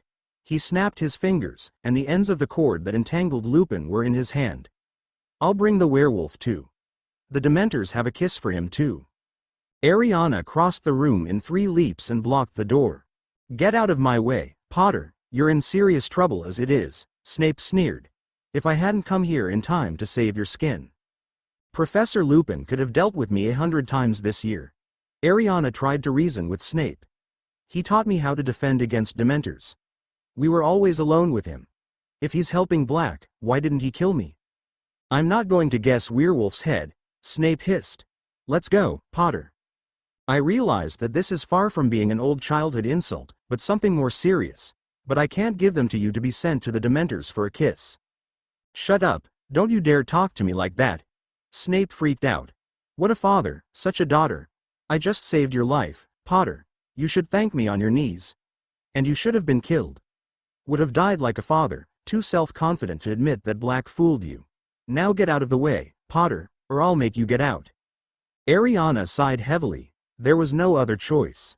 Expelliarmus, she shouted, and, it should be noted, she was not alone. Ronald and Granger, with amazing unanimity, made the same decision. 3 spells struck at once, a deafening explosion was heard, the door cracked, barely holding on to ancient hinges. Snape was knocked off his feet and hit the wall, slumping to the floor, unconscious, a trickle of blood running from under his hair down his face. You attacked the professor, Daphne, Godfather, Draco. We're all going to be in big trouble, Pansy. We're in big trouble right now, Blaise told her. Peverell looked around. Snape's wand flew up to the ceiling and landed on the bed next to the cat. You should not have done it. Black raised his eyebrows and looked at her. You should have given it to me. We attacked the teacher. We attacked the teacher. Hermione whispered in horror, staring at Snape's lifeless figure as though spellbound. Oh, what trouble awaits us? So we already know it, Blaise again. Ariana kind of agreed with her. It was serious and could get her expelled for it, but she doubted she would be expelled. Would the bastard Dumbledore expel her, the heroine, the main pawn in his game? Lupin tried to free himself from his bonds. Black hurriedly bent down, untied him, and he got up, rubbing his wrists. Thanks, Ariana. He thanked me. Boy, give me Peter. Black turned to the Weasleys. Ronald pulled Scabbers closer to his chest. Don't come. His voice was weak, but determined. Did you escape Azkaban just to wring her neck? Weasley turned to Hermione for support. Okay, let's say Pettigrew could turn into a rat. But there are millions of rats. How did he manage to find out exactly what Peter is in prison? That's a legitimate question, Sirius, Lupin remarked, frowning slightly. Really, how did you know where Peter was? Black slipped his hooked fingers under his robes and took out a crumpled piece of newspaper, smoothed it out and showed it to everyone. It was a photograph of the Weasley family that had been printed in the Daily Prophet the previous summer. Ronald Weasley had a scab on his shoulder. "How did you get it?" Draco was startled. "Fudge gave," Black replied. "Last year he came to inspect Azkaban and left me a newspaper. And there on the front page on the shoulder of this boy I saw Peter. I immediately recognized him, because I had seen his transformations so many times." The article said that the boy was studying at Hogwarts, the same place where Ariana was. "My God," whispered Lupin, looking from the living Scabbard to the picture and back again. "Front paw." "What about the front paw?" Theodore asked. "One finger is missing," Black explained. "That's it." Lupin breathed. "It's simple, like everything ingenious. Did he chop it off himself?" "Before the last transformation," Black nodded. "I cornered him, and he yelled all over the street that I had betrayed Lily and James, and right there, before I could open my mouth, I made an explosion, and he held his wand behind his back. 20 feet around everything was in pieces, everyone was dead, and he himself, along with other rats, darted into the sewers." "Don't you know, Ronald?" Lupin said. "They found only a finger from Pettigrew. But Scabbard might have fought another rat or something. She has lived in our family from time immemorial. Actually, 12 years. Lupin added. "Have you ever been surprised by such longevity?" "Well, we took care of her, though the rat doesn't look too good right now, does it?" Lupin continued. "I think she started to lose weight after learning that Sirius broke free. That crazy cat scared her." Weasley nodded his head towards the cat, which was lying on the bed, continuing to purr. "The cat isn't crazy at all." Black stretched out his bony hand and stroked Crookshank's red, fluffy head. "Look for such smart cats." He instantly sensed what kind of rat it was. And immediately figured out that I was not a real dog. It took me a while to get used to me. In the end I explained to him who I was looking for, and he became my assistant. "How did he help?" Blaze asked curiously. "Tried to catch Peter and bring it to me, but he didn't succeed. Then he stole the Gryffindor Tower passwords for me. I understood. He took them from the bedside table of some boy.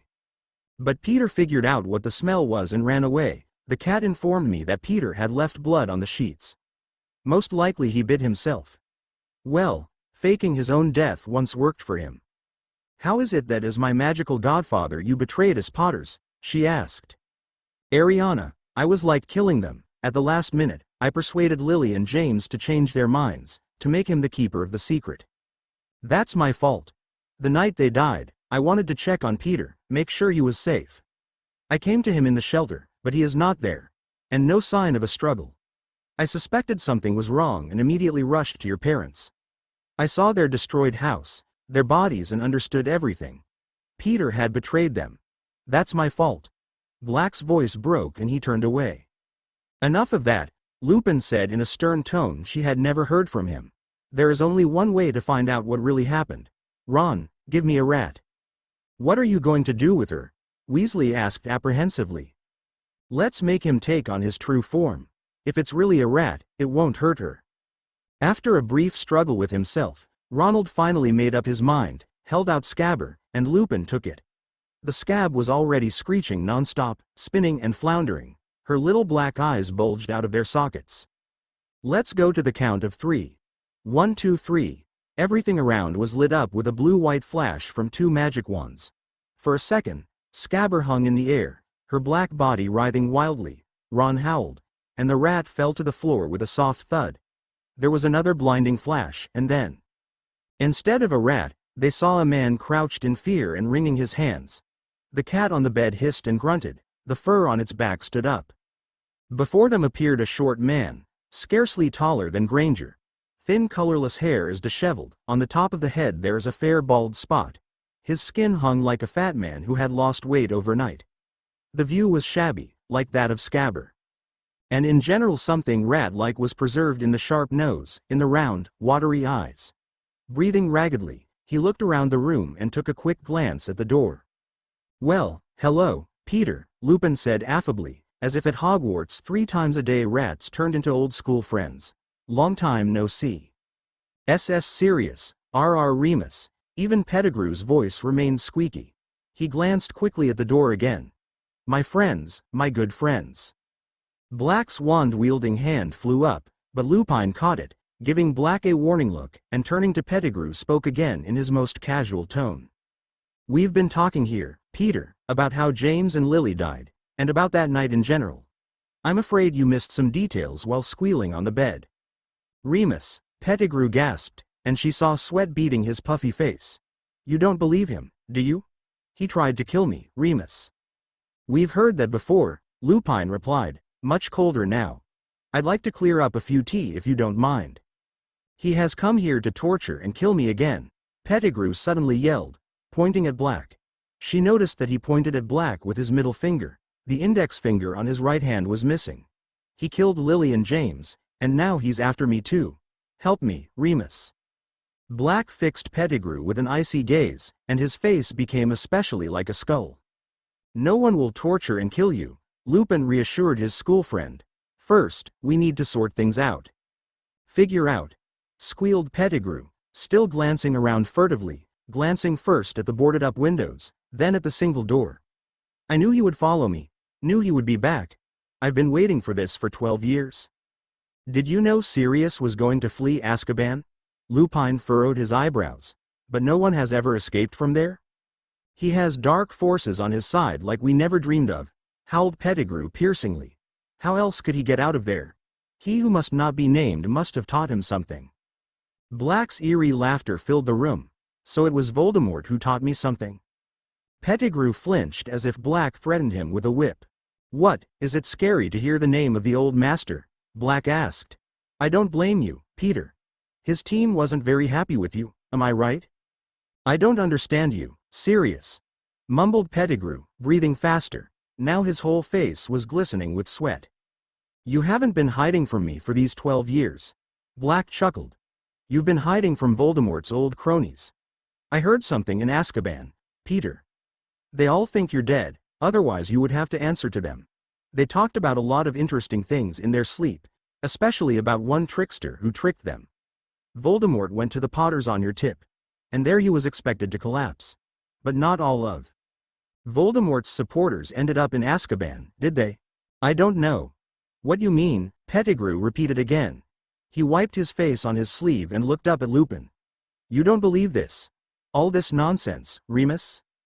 Yes, we already understand that you are a traitor, Draco shouted, who was already tired of this whole situation. I must confess, Peter, I find it hard to understand why an innocent person should live 12 years in the form of a rat, Lupin replied calmly. Innocent, but mortally frightened, Pettigrew screeched again. If Voldemort's supporters are against me, it's only because I sent one of their leaders to Azkaban, that spy Sirius. Black's face contorted. How dare you? His voice sounded like the growl of the giant wolfhound he had recently been. Was I spying for Voldemort? I have never kowtowed before those who are more powerful than me. It's you, Peter, the spy. I'll never understand how I didn't realize it back then. You always liked big and strong friends who would patronize you. That was us. Me and Remus, and James. Pettigrew wiped his face again, almost choking. Am I a spy? You're out of your mind. But how did your tongue turn such? Lily and James appointed you as secret keeper at my insistence. Black continued with such venom that Pettigrew backed away. I thought this bluff would work. Voldemort will be after me. It would never occur to him that they would take such a nonentity as you as guardians. But you betrayed the Potters. Probably, the conversation with Voldemort was the high point of your life. Pettigrew mumbled something in confusion. Ariana caught the words, strangeness, madness, but what caught his attention was the deathly pallor of Pettigrew's face and the way he kept darting around the windows and doors. Pettigrew opened and closed his mouth several times, seemingly speechless. Mr. Black, Astoria Greengrass said timidly. Hearing these words, Black shuddered and looked attentively at the girl. Obviously, he had long lost the habit of such politeness. May I ask you how? How did you manage to get out of Azkaban without the help of dark magic? Thank you. Pettigrew breathed frantically, nodding frantically at her. To the very point. This is exactly what I wanted. But Lupin silenced him with a look. Black frowned a little at Hermione, but not because he was angry. He seemed to be considering his answer. I don't know how, he said slowly. I think the only one. The reason I didn't lose my mind was the thought that I was innocent. It's not a happy thought, the Dementors couldn't it out, but it kept my mind in self-awareness. And when it was really cool, I turned in my cell. Became a dog.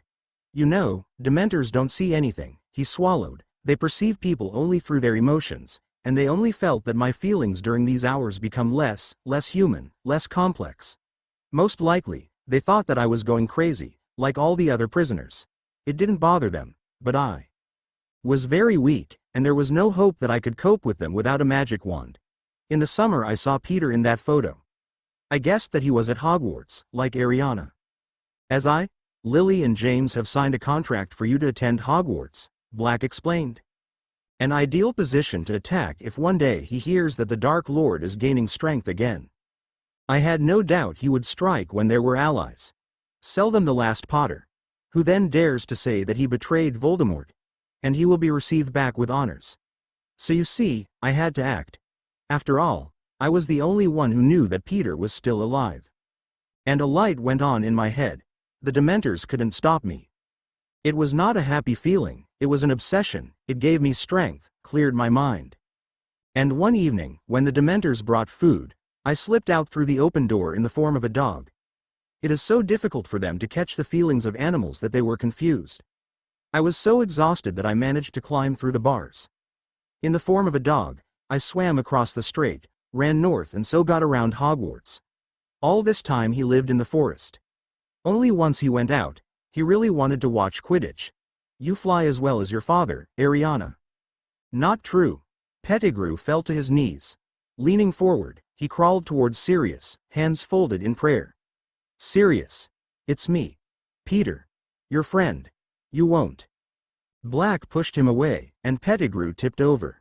I have enough dirt on my robe without you, Remus, said Pettigrew, now turning to Lupin and wriggling pleadingly before him. You don't believe him. Wouldn't Sirius have told you that they changed the plan? No, I wouldn't if I thought I was a spy. Lupin replied. Maybe that's what you thought, and that's why you didn't tell me, Sirius? He remarked casually over Pettigrew's head. Forgive me, Remus. Black sighed. What are you talking about, tramp? Said Lupin, rolling up his sleeves. Forgive me, too, for having considered you a traitor for so many years. What the heck? The shadow of a smile flickered across Black's haggard face, and he, too, began to roll up his sleeves. Shall we kill him together? Yes, together, Lupin said sternly. Don't, please, you can't, Pettigrew squealed and crawled over to the Weasleys. Ron, wasn't I a good friend to you? Your pet? You won't let them kill me, right? You're on my side. But Weasley looked at him with disgust. And I let you sleep in my bed.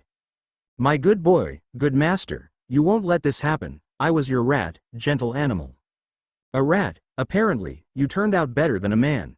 And there's nothing to brag about, Black cut him off harshly. Ronald turned pale with pain and moved his broken leg so that Pettigrew could not reach it. He turned on his knees, crawled over to Granger and grabbed her by the edge of her robes. Sweet girl, smart girl, you won't let them. Save me. Granger pulled these and stepped back against the wall in shock. Pettigrew was trembling uncontrollably as he turned slowly to Ariana. Ariana, you look so much like your parents. Lies. Ariana knows that this is a lie. She is nothing like these people. How dare you address Arena? Blake's eyes flashed with fury. How dare you look her in the eyes? Talk about her parents. Ariana, whispered Pettigrew, crawling over to him and holding out his arms. Ariana, James wouldn't kill me, he would understand. Ariana, he would spare me. Black and Lupin grabbed Pettigrew by the shoulders and pulled him away. He flopped to the floor, looking up at them and shaking in horror. You sold Lily and James to Voldemort. Black was also shaking. Will you still deny it? Pettigrew sobbed. It was an unpleasant and even slightly creepy sight for her. He looked like an overgrown bald baby cowering on the floor. Pettigrew began to make excuses, sobbing even harder, but Black and Remus were ruthless and raised their wands. You should have understood, Lupin said softly. If Voldemort doesn't kill you, then we will. Farewell, Peter. Granger closed her eyes and turned away so as not to see it. No, she suddenly said. You can't kill him yet. She walked over to them and stood between them. Both Black and Lupin were shocked. Because of that bastard, you lost your parents, Ariana. Black croaked. That creepy piece of shit would have killed you in cold blood. And he didn't even raise an eyebrow. You heard it now. His own stinking skin means more to him than your entire family. I know that very well. It will come in handy to prove your innocence. Black and Lupin looked at each other and lowered their wands at the same time. It's up to you to decide, said Black. No wonder his goddaughter was sent to Slytherin. Lupin bound Peter with ordinary ropes while Severus was bound with magic ropes. Never before had she taken part in such a strange procession. Your parents have appointed me as your guardian, Black continued with some awkwardness. My good name has been restored, maybe if you wanted, another house. Do you want me to live with you? Finally, she has a chance to leave the Dursleys forever. I knew that you would be against it. Black was completely embarrassed. I just thought. What? Yes. I want to get away from the Dursleys. When can I go there? Sirius stopped and looked at her. Snape's head hit the ceiling again, but Black didn't even notice. So you agree? Yes. Certainly. One wrong move, Peter, Lupin warned menacingly. His wand invariably pointed at Pettigrew's side. They walked in silence, the lights of the castle slowly approaching. Snape hovered in front of Black, his chin hitting his chest every now and then, and here. The clouds parted, and vague shadows fell on the earth. The whole company seemed to plunge into the moonlight. Lupin, Pettigrew, and the Weasleys stopped so suddenly that Snape bumped into them. Sirius froze, waving at them to stop moving. Ariana saw the silhouette of Lupin. The professor seemed to stiffen, and then his arms and legs began to tremble. God! Daphne gasped. He didn't take the potion today. He's dangerous. Run! Black yelled softly. Run now. Sirius turned into a wolf and began to fight with Lupin turned into a werewolf. Lupin fled into the forbidden forest and Pettigrew turned into a rat. They were alone and suddenly she heard the squeal of a hurt dog. Sirius. Ariana started to run. The Slytherins followed her. The sounds came from the direction of the lake. The howl suddenly ended. Having reached the shore, they saw a truly terrible picture. Dementors, at least 100, were slithering towards Sirius from all directions along the shore of the lake. Expecto Patronum! Expecto Patronum! Black's body convulsed, and he lay as pale as a dead man. Everything will be fine. I will go with him, we will live together. Expecto Patronum! Repeat, but there was no point in them. The ring closed, the Dementors were already 3 meters away. Expecto Patronum! Ariana yelled, trying to drown out the growing scream in her ears. Expecto Patronum! A silver trickle flowed from the magic wand and hung in the air. Out of the corner of her eye, she saw that everyone else had fallen. She was left alone. Completely alone. Expecto Patronum! Her legs buckled, her knees touched the cold grass. Fog swirled before her eyes. With a terrible effort of will, he forced himself to remember. Black is innocent. Innocent. Everything will be fine. We will live together. Expecto Patronum! It was getting hard to breathe. Stop, stop, she gasped. He is innocent, Expecto Patronum. They followed him, their wheezing breaths like vicious whirlwinds. The nearest Dementor seemed to be contemplating what to do with her. Then he lifted his half-rotted hands and threw back his hood. There were no eyes, there were no eye sockets. Instead they were thin, gray, scabbed skin. But there was a mouth, a gaping funnel that eddied in air with a sound reminiscent of a death rattle.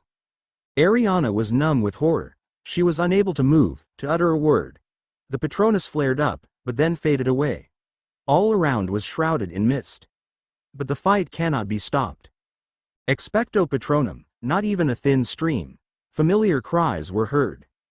Expecto Patronum! The fog thickened. Ariana began to feel. For Sirius found his hand. They will not take him. Suddenly wet, cold fingers wrapped around her neck. She smelled the fetid breath of the Dementor very close. So they decided to get rid of her first. Expecto Patronum! She shouted desperately. She remembered how she received her soulmate's mark. A Dementor escaped from the wand. It was strange. The Patronus dispersed the Dementors and they left. 21. End of 3rd year. Amazing, Simply unbelievable. It's a miracle that no one died. Never heard of anything like this. What a blessing that you were there, Mr. Snape. Thank you, Minister. Order of Merlin, 2nd class. I promise you that. 1st degree, if I can get through. Thank you very much, Minister. I see you've got a deep cut.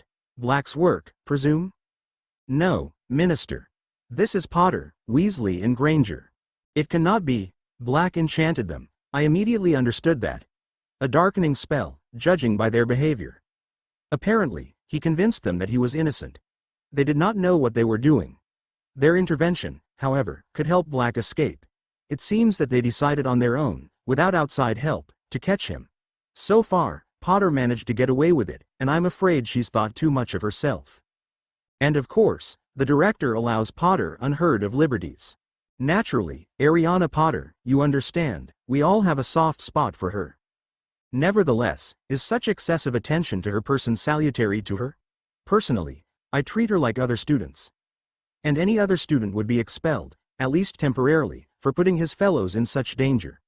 Judge for yourself, Minister. In violation of all school rules, after all the precautions taken for her safety, at night, in the company of a werewolf and a murderer. Besides, there is reason to believe that she illegally visited Hogsmeade. Well, Mr. Snape, we'll figure it out.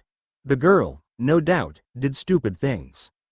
Ariana listened to all this, lying with his eyes tightly closed. She felt incredibly weak. She was annoyed by their conversation and the way they talk about her. In the future, when she becomes one of the most powerful magicians of this age, they will no longer dare to say such things. Of this, she is completely sure. But what struck me the most was the behavior of the Dementors. Do you have any idea what made them leave, Mr. Snape? I have no idea, Minister. When I approached, they were at their posts at the exits from the territory. Incredible. Meanwhile, Black, Ariana and her friends. Almost everyone was unconscious when I found them. Black has disappeared. Disappeared? Why didn't he try to kill the children then? I have no idea about the Minister.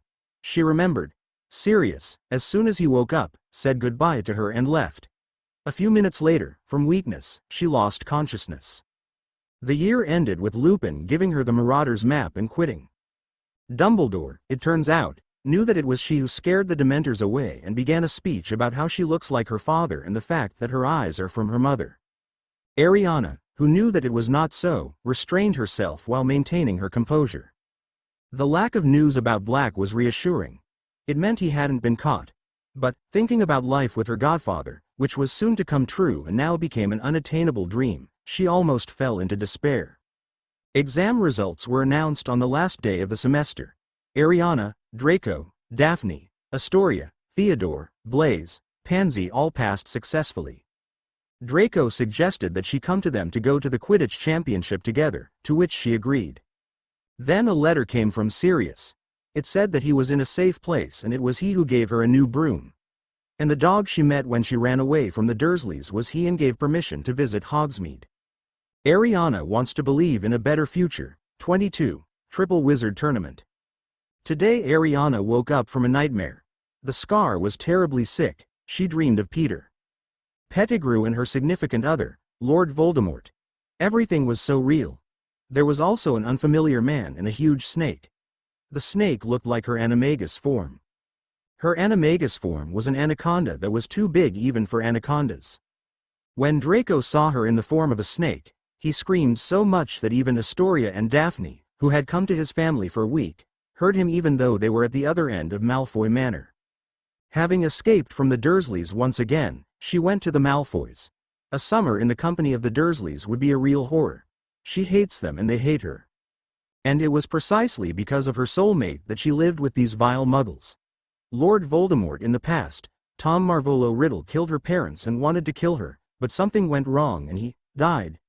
A bastard named Albus Dumbledore left her in the house of her mother's relatives, and left her godfather to rot in Azkaban, and she doesn't know where her godfather is now. During her time at Malfoy Manor, she was able to free Dobby's house elf and became his new hostess. At the moment she is with Malfoy and went to the Quidditch championship. Ah, fudge, said Lucius Malfoy, walking up to the minister and holding out his hand. How are you? I think you still don't know my wife Narcissa. And our son Draco? Areana Potter is also with us. Good evening, good evening. Fudge smiled and bowed to Lady Malfoy. Miss Potter, it's good to see you again. Lord Malfoy, let me introduce you to Mr. Oblonsk. Obolonsk. Mr. In short, he is the Bulgarian Minister of Magic and doesn't understand a word of what I say, so don't worry. And let's see who else we have here. You know Arthur Weasley, I presume? Lucius' cold gray eyes flickered over Arthur Weasley and then ran across the entire row. Good God, Arthur. He said softly. What did you have to sell to get seats in the upper box? I'm sure you wouldn't get that much for your whole house. Fudge, who did not hear these words, said, Lucius made a very generous donation the other day to St. Mungo's Hospital for Magical Injuries and Illnesses, Arthur, so he's here as my guest. How cute, said Arthur Weasley with a forced smile. Lucius lingered on Granger, who blushed a little but looked back determinedly. She knew what made Malfoy's lips twitch. The Malfoys boasted of their pureblood. In other words, any person of Muggle origin was considered second class. Malfoy nodded derisively to Mr. Weasley and continued on his way to his seats. Draco gave Ronald and Granger a scornful look and sat down between Lucius and Narcissa. Ariana sat next to them. At some point, Ariana dozed off, and Narcissa and Draco woke her up. An attack by the former Death Eaters on the Muggles takes place, which ends with one of the criminals creating a black mark of Voldemort's sign in the sky. Of course, they wrote about this in the Annual Prophet. Sitting next to Draco in the carriage, she listened to his stories. Father was actually thinking of sending me to Durmstrang rather than Hogwarts, you understand. He knows the director, of course. Well, you know his opinion of Dumbledore being a mudblood lover, and Durmstrang doesn't let that bastard get a cannon shot. But my mother did not approve of the idea of sending me to school so far away. Father says that in Durmstrang the approach to the dark arts is much more reasonable than at Hogwarts. Students really study them there, and do not do all this nonsense on protection, like us. But my mother did not want me to be so far away and my father had to send me to Hogwarts. According to Draco, who learned it from his father and he from the minister, this year there will be a triple wizard tournament, an old competition of young magicians, in which one representative from 3 of the most famous magical schools participate. Hogwarts, Durmstrang and Beauxbatons. Representatives of schools, called champions of the school, choose the Goblet of Fire, which then will compete in 3 rounds. When everyone had eaten, Dumbledore began to speak again. So, now that we have all eaten and drunk, I must once again ask for your attention to make a few announcements. Mr. Filch, our housekeeper, asked me to let you know that the list of items prohibited inside the castle walls has been expanded this year to include squealing yo-yos, fanged frisbees, and non-stop bashing boomerangs. The full list consists of 437 items, and it can be consulted in Mr. Filch's office, if, of course, someone wishes. With a barely perceptible chuckle through his mustache, Dumbledore continued. As always, I would like to remind you that the Forbidden Forest is forbidden territory for students, as well as the village of Hogsmeade. It is not allowed to visit those who are under the 3rd year. It is also an embarrassing duty for me to inform you that there will be no inter-house Quidditch championship this year. This is due to events that should begin in October and continue throughout the school year. They will require all their time and energy from the teachers, but I am sure that you will bring true pleasure. It is with great pleasure that I announce that this year at Hogwarts. But just at that moment, a deafening peal of thunder struck and the doors of the great hall burst open with a roar. On the threshold stood a man leaning on a long staff and wrapped in a black traveling cloak. All the heads in the hall turned to the stranger. Suddenly illuminated by a flash of lightning, he threw back his hood, shook out a mane of dark gray hair and went to the teacher's table. A dull clatter echoed throughout the hall with every step he took. The stranger approached the professorial podium and limped over to Dumbledore. Another lightning lit up the ceiling. The flash sharply highlighted the features of the alien's face. She had never seen such faces before. It seemed to have been carved from wind-worn wood by a sculptor who had a rather vague idea of how a human face should look, and, in addition, had a poor use of a chisel. Every inch of skin was scarred, the mouth looked like just a slash, and a fair amount of the nose was missing. But the worst was in the eyes. One was small, dark and shiny. The other is large, round like a coin, and bright blue. The stranger walked up to Dumbledore and held out his hand, as well as his scarred face. The director shook it, say-a voice. It seemed that he asked something from the newcomer. He shook his head unsmilingly and also answered something in an undertone. Dumbledore nodded and motioned him to an empty seat to his right. Allow me to introduce our new defense against the dark arts teacher, Dumbledore announced cheerfully into the silence that followed, Professor Moody. As usual, new teachers were greeted with applause, but this time no professors or students applauded except for Dumbledore himself and Rubeus Hagrid. Their palm-to-palm strikes sounded dejectedly in the general silence and soon subsided. Everyone else was apparently so struck by Moody's extraordinary appearance that they could only look at him. Dumbledore cleared his throat again. Like I said, he smiled at the many student faces, all of whose eyes were on Mad-Eye Moody. In the coming months, we will have the honor of hosting an extremely exciting event like no other in this century. It is with great pleasure that I inform you that the Triwizard Tournament will be held at Hogwarts this year. Are you joking? Said Fred, Weasley, dumbfounded at the top of his voice, suddenly diffusing the tension that had gripped the hall since the appearance of Mad-Eye. Everyone laughed, and even Dumbledore chuckled knowingly. I'm not joking at all, Mr. Weasley, he said. Although, if you already started talking about this topic, I heard a joke this summer. In a word, a troll, a witch and a leprechaun once entered a bar. Professor McGonagall coughed meaningfully. But perhaps now is not the time. Why yes. Dumbledore scratched a bushy brow. So what am I talking about? Ah yes, the Triwizard Tournament. Me too, I think some of you have no idea what the tournament is, and those who do, I hope you will forgive me for the clarification, and for now they can take their attention to something else. So, the Triwizard Tournament was founded about 700 years ago as a friendly competition between the three largest European schools of magic, Hogwarts, Beauxbatons and Durmstrang. Each school was represented by a chosen champion, and the three champions competed in 3 magical tasks. The schools decided to hold the tournament every 5 years, and it was generally agreed that this was the best way to establish friendly relations between the switching youth of different nationalities, and so it went until the number of victims at these competitions increased so much that the tournament had to be abandoned. Over the past centuries, several attempts have been made to revive the tournament. Dumbledore continued, but none of them can be called successful. However, our departments of magical cooperation and magical games and sports have come to the conclusion that it is time to try again. We've been working hard all summer to ensure that this time around, we'll ensure that none of the champions is in mortal danger. The heads of Beauxbatons and Durmstrang will arrive with the final lists of contenders in October, and the election of champions will take place on All Saints' Day. An impartial judge will decide which student is most worthy to compete for the Triwizard Cup, the honor of their school and a personal prize of 1,000 galleons. I know that each of you is eager to win the Triwizard Cup for Hogwarts, but the heads of the participating schools, in conjunction with the Ministry of Magic, have agreed on an age limit for this year's applicants.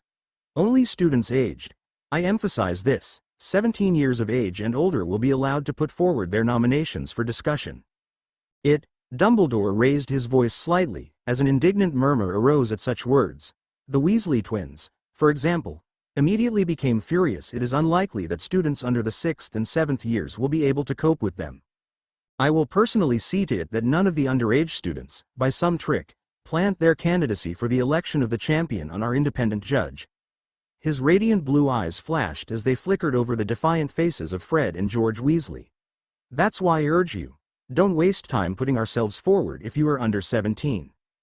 Beauxbatons and Durmstrang will be here in October and will be with us for most of this year. I have no doubt that you will be extremely kind to our foreign guests during the time they spend with us and that you will wholeheartedly support the Hogwarts champion when he or she is chosen. And now it's late, and I understand how important it is for all of you to come to tomorrow's lessons cheerful and rested. It's time to sleep. Don't waste time. 23. Imperio. They were discussing whether Blaise should quit divination and enroll in ancient runes instead when the Weasleys and his company noticed them and started acting provocatively as always. Draco and the Weasleys exchanged a few taunts, but Ronald went overboard. It seems that your mother, as if she just sniffed a bunch of shit under her nose. Tell me, does she always look like that, or is it because you were around? Malfoy's face contorted in anger. Don't you dare insult my mother, Weasley. Look at your mother first, snapped Zabini. I totally agree with you, Blaze. Theodore said even more coldly than usual. How dare you say that? Daphne did not pay any attention to Astoria, who began to sneak closer to the Weasleys with a wand in her hands. Shut your mouth, Ronald Weasley, Ariana said firmly and coldly. Otherwise, you'll regret it. Weasley sent some sort of curse at her, but she dodged it. She took her wand, but before she could send the curse at the Weasleys a second time was heard and a roar went through the lobby. Well, no, boy. Ariana turned around. Professor Moody limped down the marble stairs. He held a wand in his hand, pointing at a red rat that was trembling on the flagstone floor exactly where the Weasleys had just stood. It took a couple of seconds for her to realize that that rat was a Weasley. It took all her willpower to keep from laughing out loud. There was deathly silence in the hall. No one except Moody even dared to move, and he turned to her. His normal eye was looking at her, and the other one was staring somewhere inward. Did he hit you? Moody growled. His voice was low and hoarse. Missed. Leave him alone, Moody snapped. Whom? Not you. Moody jerked his thumb over his shoulder, pointing at Seamus Finnegan, who tried to lift the red ferret off the floor, but froze in fear. It looks like Moody's rotating eye was indeed magical and could see through the back of his head. Moody limped towards Finnegan, Finch Fletchley and the rat, who squeaked in fear. I don't think. Moody rumbled, pointing his wand at the rat again. It flew about 10 feet into the air, then slammed into the floor with a resounding thump and bounced up again. I don't like people who attack the enemy from the back, Moody growled, and the rat, whining in pain, was thrown higher and higher. Vile, cowardly, vile. The rat was tossed about in the air, its paws and tail dangling helplessly. Feeling as if her ribs were about to break, but Ariana held herself back. It was still wrong to laugh in such a situation. Don't ever do that again, Moody said, uttering each word as soon as the rat hit the floor and soared up again. Professor Moody, an indignant voice sounded. Professor McGonagall came down the marble stairs with a huge pile of books in her hands. Good afternoon, Professor McGonagall, Moody said calmly, making the rat jump higher and higher. What are you doing? McGonagall asked, following the rat flying higher and higher. I'm learning, Moody replied. Teach, Moody, is that a student? Cried the head of Gryffindor, and the books fell from her hands. Well, yes, answered Moody. It cannot be, McGonagall gasped, rushing down the stairs and pulling out her wand. A second later, Ronald Weasley appeared with a bang in place of the ferret, lying in a hestagard to his feet. Moody, we never use transfiguration as a punishment, Professor McGonagall said in a slightly hushed voice. Professor Dumbledore must have told you that. Yeah, I think he mentioned it. Moody nodded, scratching his chin placidly, but I thought it was a good shake. We leave after school, or we inform the dean of the faculty where the violator is studying. I guess I'll do it, Moody agreed, glancing at the Weasleys with sharp dislike. Then Professor Moody talked to McGonagall. You can put them away, Moody growled hoarsely in the first period, hobbled over to his desk and sat down. These books. You won't need them. Moody pulled out a class magazine, shook out his long piebald mane, brushing the hair out of his crumpled and scarred face, and began to call out names, his normal eye fixed on the list, while his magical eye spun around, darting at the student as he or she responded. Good, he said as the latter announced his presence. Professor Lupine wrote to me about your class. It seems that you have mastered the counteraction to the dark creatures quite thoroughly. You have passed boggarts, redcaps, swamps, lanterns, grindylows, creeping mermen and werewolves. Did I understand correctly? But you are behind, and very behind, in terms of spells. So I'm here to pull you up on the realm of what wizards themselves can do to each other. I have a year to teach you how to deal with the dark arts. Curses. They come in different strengths and shapes. According to the recommendations of the Ministry of Magic, I should teach you some anti-spells and leave it at that. I'm not supposed to show you what the forbidden dark spells are like until you're in your 6th year. You're not considered old enough to deal with such things until then. But Professor Dumbledore has a higher opinion of your endurance. He thinks you can do it, and I will say this, the sooner you know the enemy, the better. How can you protect yourself from something you have never seen in your life? A wizard who is about to cast a forbidden spell on you will not share his plans. He will not act openly, in front of your eyes, politely and tactfully. You must be prepared in advance. You must be vigilant and observant. Draco and several other students raised their hands. Imperio. It is one of the 3 unforgivable curses. Its application to a person is punishable by imprisonment in Azkaban.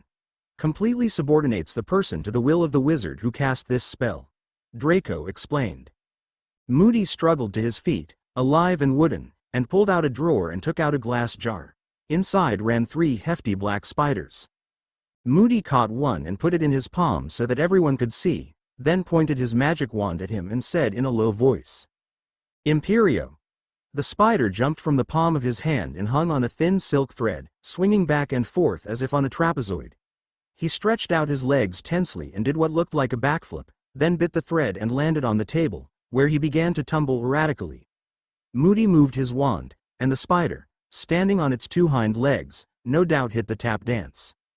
Everyone laughed, everyone except Moody and her. You think it's funny, don't you? He growled. Would you like it if I did the same with you? The laughter stopped instantly. Full controllability, Moody remarked quietly as the spider curled up into a ball and rolled across the table.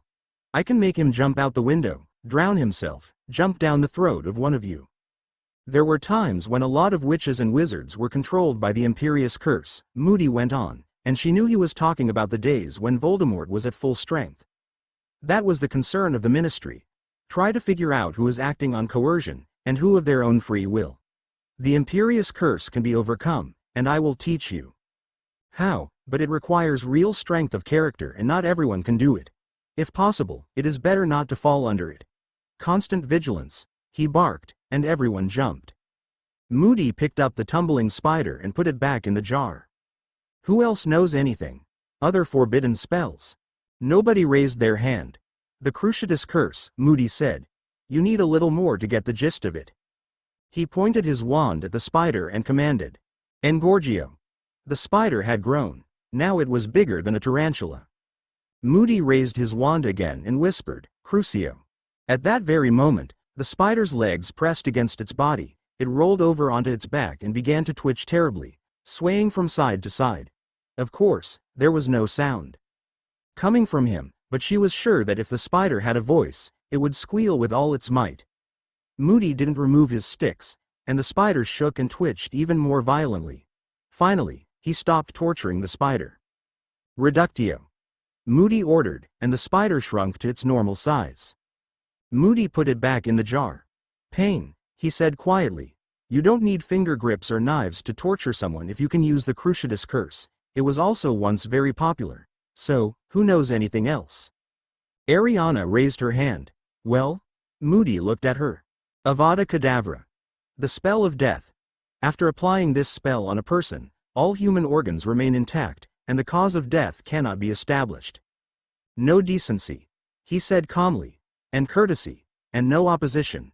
Impossible to reflect. There is only one person in history who has survived this, and that person is talking to me right now. So these 3 spells Avada Kedavra, Imperious, and Cruciatus are known as the crime curses. Using any of them on a human being is enough to earn a life sentence in Azkaban.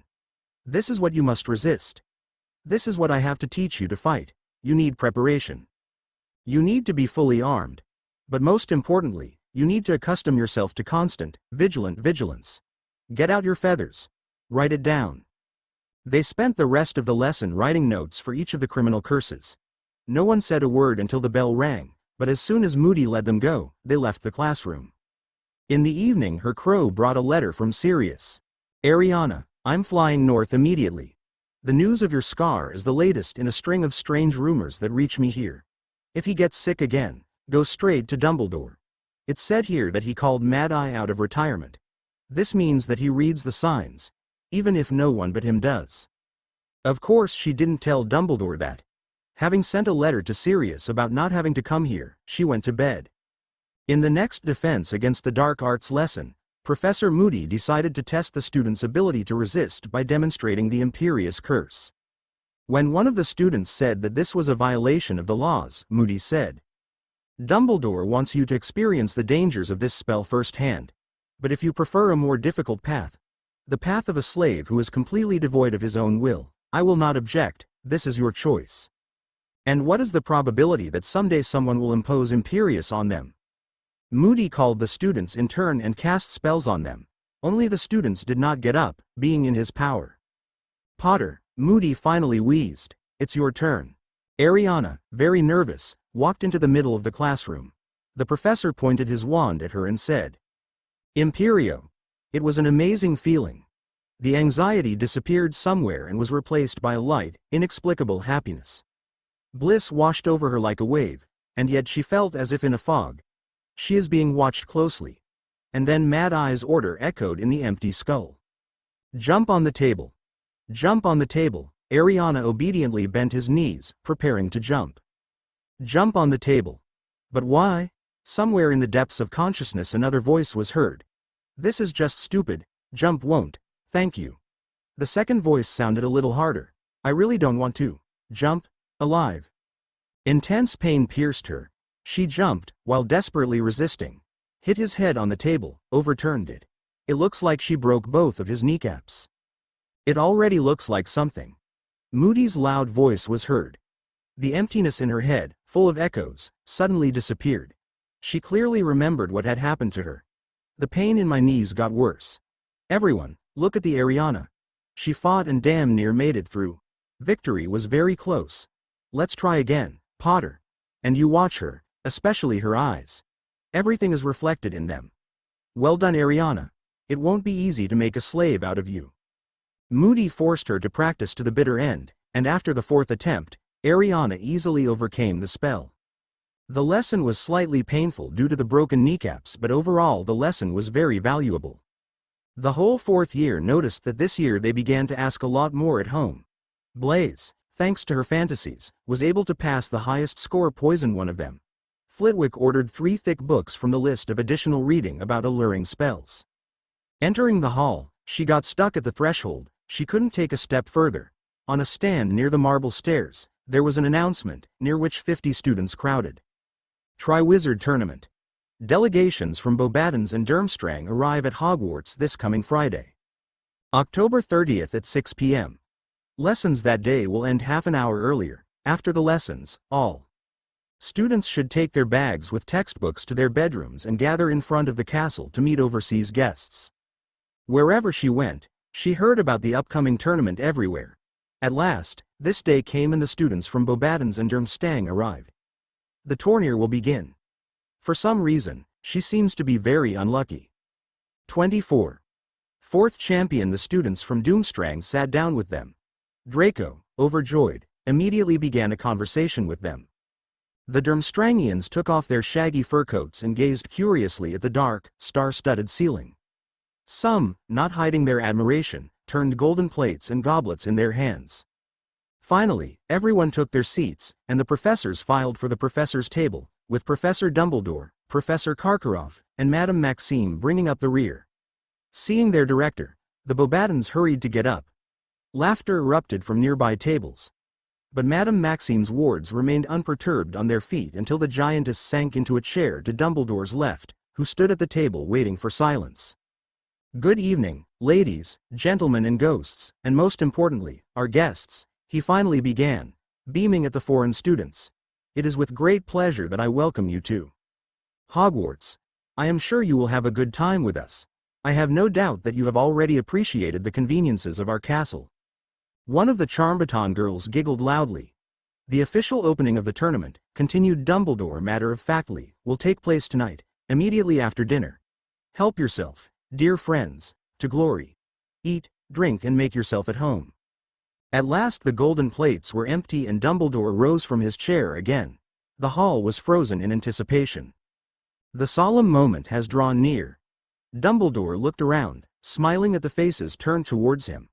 The Triwizard Tournament is about to be opened, before the casket is brought in. Will they bring what? Ariana did not understand. I would like to briefly explain the rules of this tournament. But first let me introduce, for those who don't know, Mr. Bartemius Crouch, head of the Department of International Magical Cooperation. The audience applauded politely. And also Ludo Bagman, head of the Department of Magical Games and Sports. Mr. Bagman and Mr. Crouch, the organizers of the tournament, have been working tirelessly for months, Dumbledore continued. And they will be included in the judging panel, which will judge the competition. Filch. He smiled, the casket here, please. Filch, who until that moment had been hiding somewhere in the far corner of the hall, immediately appeared at the professor's table, carrying in his hands an old wooden chest inlaid with pearls. The hall shook with noise. Filch placed the box carefully in front of Dumbledore, who continued his explanation. The instructions for the contest have already been checked by Mr. Crouch and Mr. Bagman. Everything is ready for every tour. Rounds 3. Competitions are based solely on the school curriculum.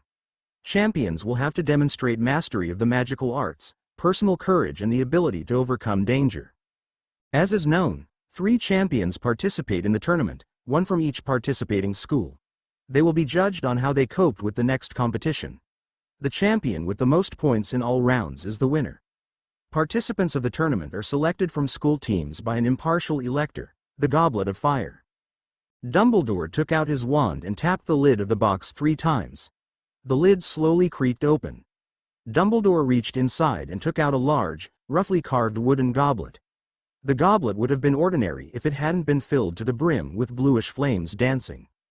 Those who want to compete for the title of champion should legibly write their name and the name of the school on a piece of parchment and put it in the cup, he said. They have 24 hours to think. The cup will be displayed in the lobby, and will throw out with flames tomorrow night the names of the champions who will take part in the Triwizard tournament. Of course, the most worthy of the most worthy will be chosen. The cup will remain in the lobby all night and will be available to everyone who wants to participate in the tournament. Only those who have reached the age of 17 will be allowed to participate in the tournament. And so that those who are under 17 do not succumb to temptation, I will draw a forbidden line around it. Anyone under the specified age is not allowed to cross this line. And the last thing. Those wishing to participate in the competition, please note that there is no turning back for those elected to the champions. The champion will be required to complete the tournament to the end. By throwing your name into the goblet, you enter into a magical contract with it that cannot be broken. Therefore, think carefully about whether you really want to participate in the tournament. Well, it looks like it's time to go to bed. All good night. The Weasley twins tried to trick the cup with an aging potion, but it didn't work, and so did the others. She did not expect that so many people would want to give their lives for thousands of galleons. The life of a person is certainly higher than some thousands of galleons. It seemed that dinner would never end. Finally, the golden plates shone with pristine purity. The hall was noisy, hummed, and suddenly fell silent. Dumbledore rose from his seat. Sitting on either side of him, Professor Karkaroff and Madame Maxime froze in tense expectation. Ludo Bagman, as always, beamed, winking first at one and then the other in the hall. Crouch, on the other hand, looked blank, almost bored. Goblet of Fire is about to make a decision. Dumbledore began. I think he needs another minute. When the names of the champions are known, I will ask them to come to the table and proceed to the room adjoining the hall. He pointed to the door behind the professor's desk. There they will receive instructions for the first round of the competition.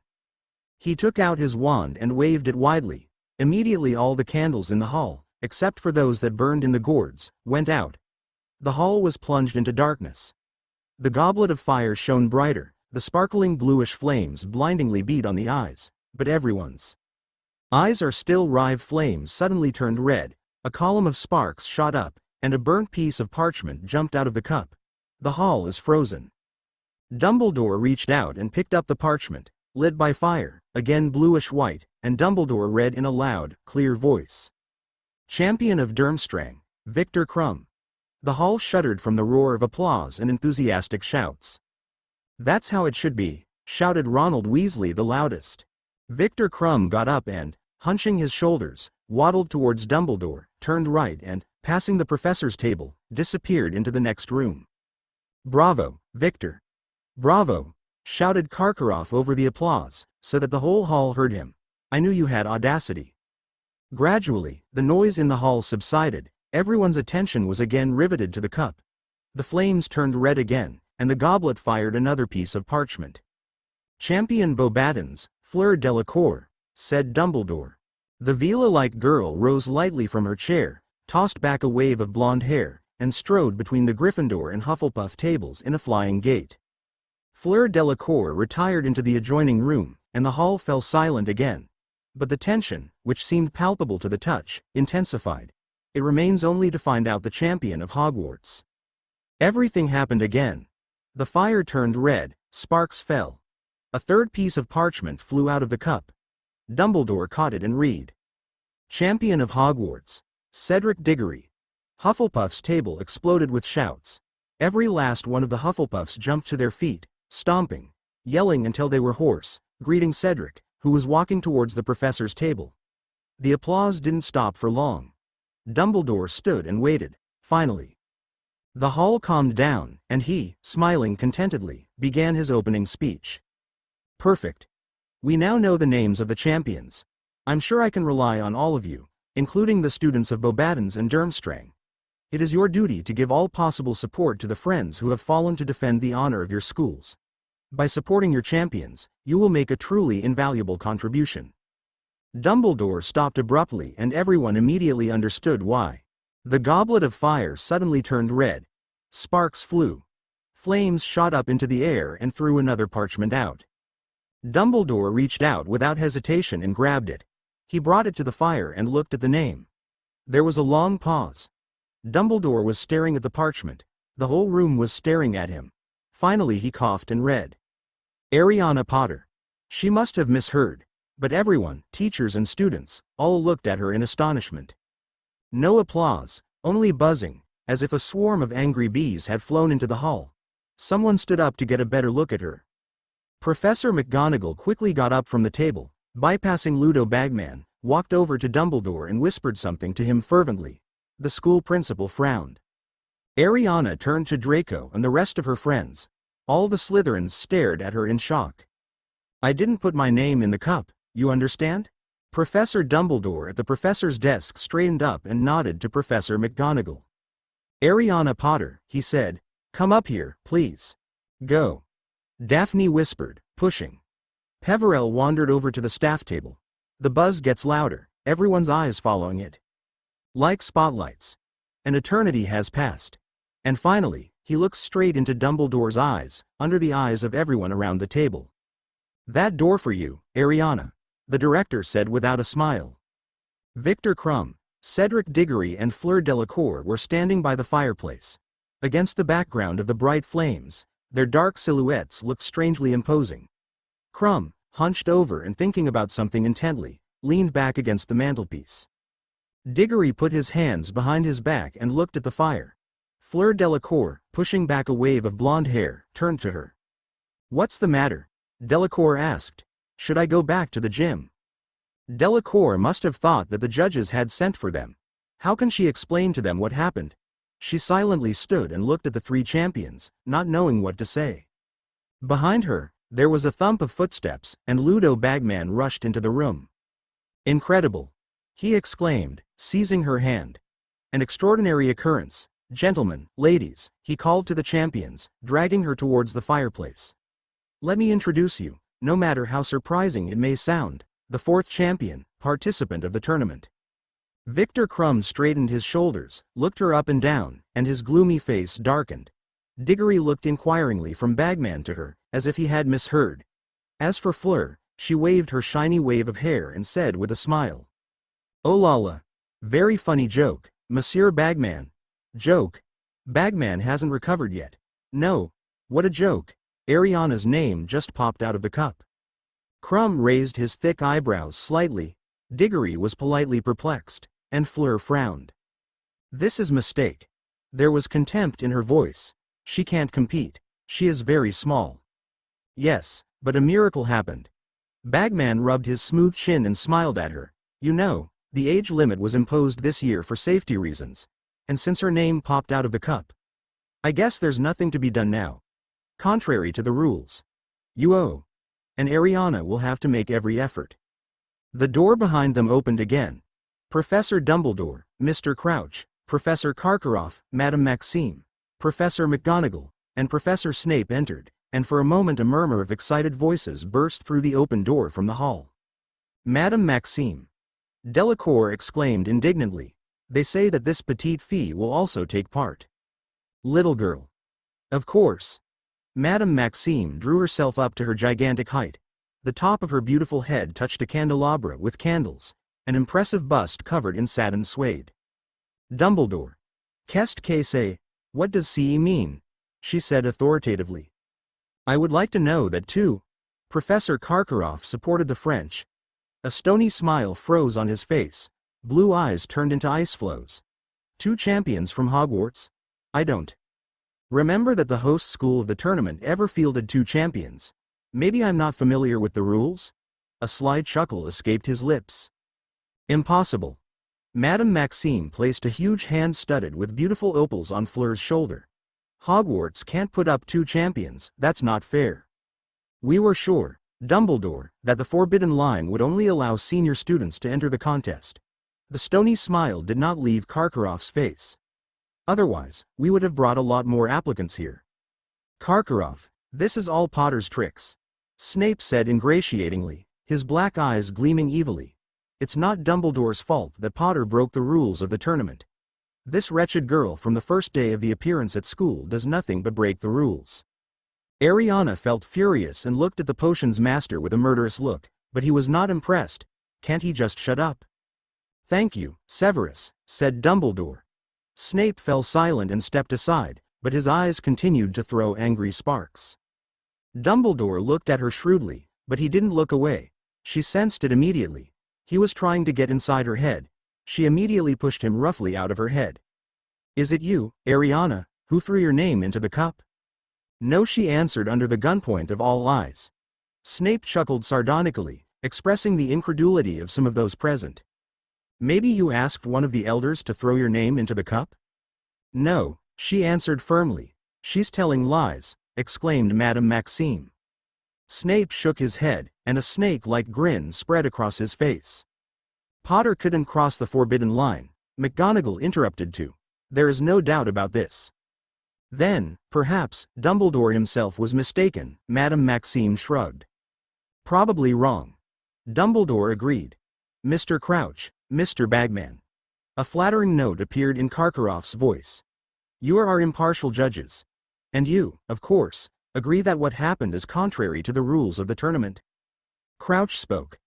We must strictly follow the rules. And in them it is written in black and white. The one whose name fell out of the cup is obliged to unconditionally participate in the tournament. Well, of course. Barty knows the rules like the back of his hand. Bagman beamed and looked at the protesting guests, as if to say, the argument is over. I insist on increasing the number of my charges who have access to the Goblet of Fire. Karkaroff dropped his obsequious tone, his smile slipped, his face twisted angrily. Light it up again. All schools must have an equal number of champions. That, Dumbledore, will be fair. Understand, Karkaroff, this is impossible, Bagman objected. The Goblet of Fire has gone out, and it will not be rekindled until the next tournament. Whom we will boycott? Karkaroff exploded. After all the meetings, negotiations, compromises, I did not expect anything like this, and I'm ready to drop everything and leave right now. An empty threat, Karkaroff, croaked a voice at the door. You can't recall your champion. As Dumbledore said, the champions are bound by a magical contract. Whether they like it or not, they will have to participate in the tournament. What do you disagree? Moody entered the room and limped over to the fire. Every step he took was accompanied by a thud from his right foot. Agree? Asked Karkaroff. I'm afraid I don't quite understand you, Moody. Karkaroff acted arrogantly, showing everyone that the words of the former Auror were not worthy of his attention, but the professors gave out their hands, convulsively clenched into fists. Really? Moody continued calmly. Then listen. Everything is very simple. Someone dropped Potter's name into the cup, knowing for sure that if her name fell out, she would have to participate in the tournament, even if the sky collapsed. So Monsieur has successfully helped Hogwarts bite the same apple twice, summed up Madame Maxime. Totally agree with you. Karkaroff nodded. And I intend to file a protest with the Ministry of Magic and the International Confederation of Sorcerers. Who should file a protest? So it's Areana Potter. Moody croaked. But it's funny to say, I haven't heard a word from her yet. She what to do? Fleur Delacour stamped her foot. The finger did not hit the finger, and the champion. We worked hard for a month, dreamed of becoming a champion. Such an honor for the entire school. For 1,000 galleons, many are ready to give their lives. Why even give up your life for 1,000 galleons? Maybe someone wants Potter to give his life. Moody was clearly trying to soften his voice. After these words, an oppressive tension reigned in the room. Seriously alarmed, Ludo Bagman, nervously shifting from foot to foot, broke the silence. Moody, old man, what are you talking about? As we all know, Moody thinks the morning is wasted if he doesn't solve half a dozen conspiracies by dinner time. Karkaroff switched to direct insults. He sees danger everywhere. I suppose the students inspire the same. To put it mildly, a strange property for a teacher who teaches how to defend against the dark arts. But you, Dumbledore, of course. No better. Am I dreaming? Moody groaned again. Fantasy played out? Yes, understand, putting the name of Potter into the cup has tremendous magical power. And the evidence, monsieur? Madame Maxime threw up her hands. The magician managed to deceive an object that has exceptional magical properties. Only the most powerful Confundus spell could make the cup forget that 3 schools should participate in the tournament. After all, in order for the cup to have no one to choose from, it is necessary to have only one applicant at the school. And most likely, Potter's name was planted from some 4th school. It seems to me that you thought about it a lot, Karkaroff remarked coldly. An interesting hypothesis. And I recently heard this story. You got it into your head. Ha ha. That one of the presents you received on your birthday was a cleverly disguised basilisk egg. You took it and broke it, and it turned out to be a watch for a car. That's why we don't take you seriously. Yes, there are people who know how to inflate an elephant out of a fly. Moody's voice was threatening. My job is this. To unravel the plans of the dark forces, Karkaroff. You should remember this. Alistair. Dumbledore warned Moody. She knew instantly that Alistair was Moody's real name. Moody bit his tongue, but looked with pleasure at the blushing Karkaroff. We don't know how this could have happened. Dumbledore turned to those present, but there is no other way. The cup chose 2. Cedric and Ariana, and they have nothing left. But Dumbledore. Dear Madame Maxime, do you know of another way out? I will be glad to listen. But Madame Maxime didn't utter another word, she just seethed with anger. And not only she. Snape was ready to burst with rage. Karkaroff was no less angry. Only Bagman was seized with joyful sports excitement. Well then, he rubbed his hands and smiled. It's time to give the champions proper instructions. This honor, Barty, is yours. You don't mind? Yes, yes, instructions. Crouch woke up from his thoughts. First tour. The first round will test your ingenuity. Crouch began to explain. We do not let you know what test you will face. It is extremely important for a wizard to act boldly and resourcefully in unexpected circumstances. The first round will take place on the 24th of November in the presence of spectators and the refereeing team. Participants of the tournament are forbidden to accept any help from teachers. The champion's only weapon is a magic wand. At the end of the first round, you will receive instructions for the second. Taking into account the effort and time spent to prepare for the tournament, champions are exempted from annual exams. I think that's it, Albus. Crouch turned to Dumbledore. Yes, all. The headmaster of Hogwarts looked at Crouch with slight concern. Perhaps, Barty, you will spend the night in the castle? I have business at the ministry. We are having difficult times right now. In my place is young Weatherby. A great enthusiast. In fact, even too big. At least have a drink for the road, Dumbledore suggested. Stay, Barty. I'm staying, Bagman announced happily. Hogwarts is much more interesting now than your office.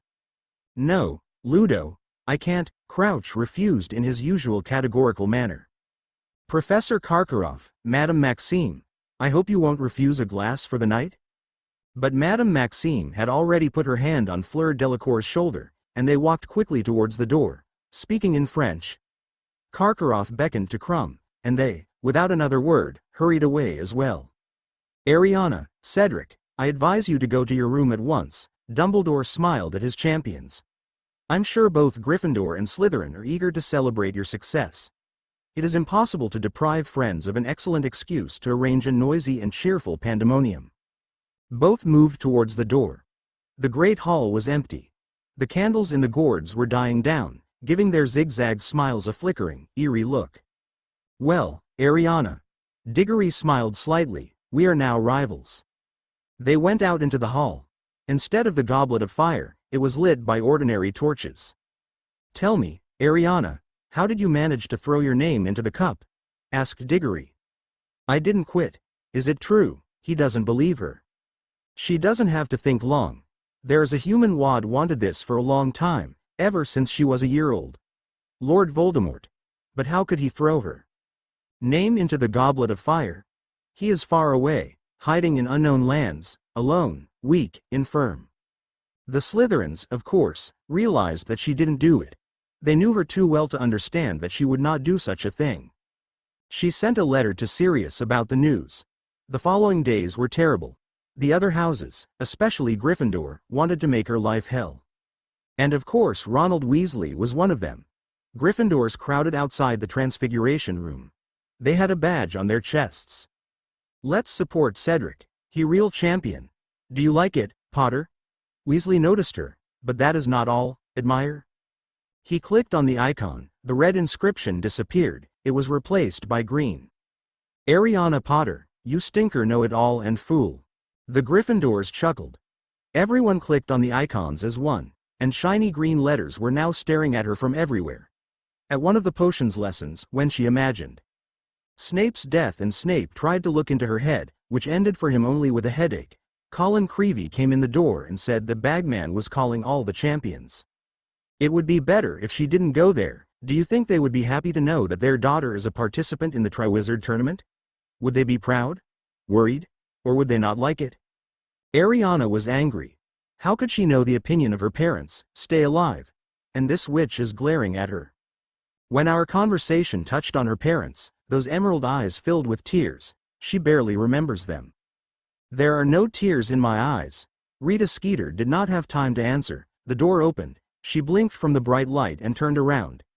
Albus Dumbledore was standing in the doorway and looking at the reporter of the Prophet and his victim, barely fitting in a cramped closet. Dumbledore chatted with Rita Skeeter for a bit and took her to the wand check ceremony. Ollivander, who was checking their wands, was surprised to see her wand. When she explained that it was a wand from the Potter family's vault, Ollivander was interested. "Basilisk fang and elderberry. 13 inches. Very interesting, Miss Potter." The other champions looked no less surprised, and Dumbledore frowned. He clearly remembered that this wand was not in the Potter vaults. Got a response from Sirius. 25. Yule Ball. The Prophet wrote about the upcoming Triwizard tournament. Not much has been written about the champions of Doomstrang and Bobaddons, and Diggory's name has not been mentioned at all. But about her. Almost half of the first page was occupied by her photo.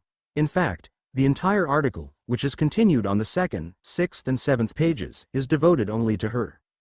The article had appeared 10 days ago, but as soon as she remembered it, she wanted to sink into the ground.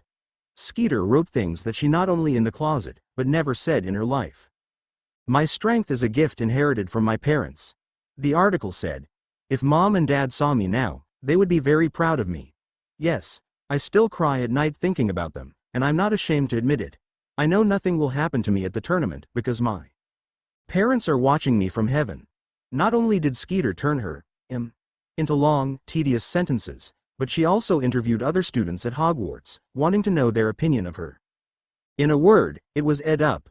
One night while walking through the Forbidden Forest in the Cloak of Invisibility, she heard the voice of Rubeus Hagrid and Madame Maxime. Following them was the right decision. Now she knew what the first task would be. Thanks to this, she knew what the first task would be. She talked to Sirius. The Godfather told her that Director Doomstrang Karkaroff is a former Death Eater. And most likely he threw her name into the Goblet of Fire. It is clear how. Lucius Malfoy met Karkaroff.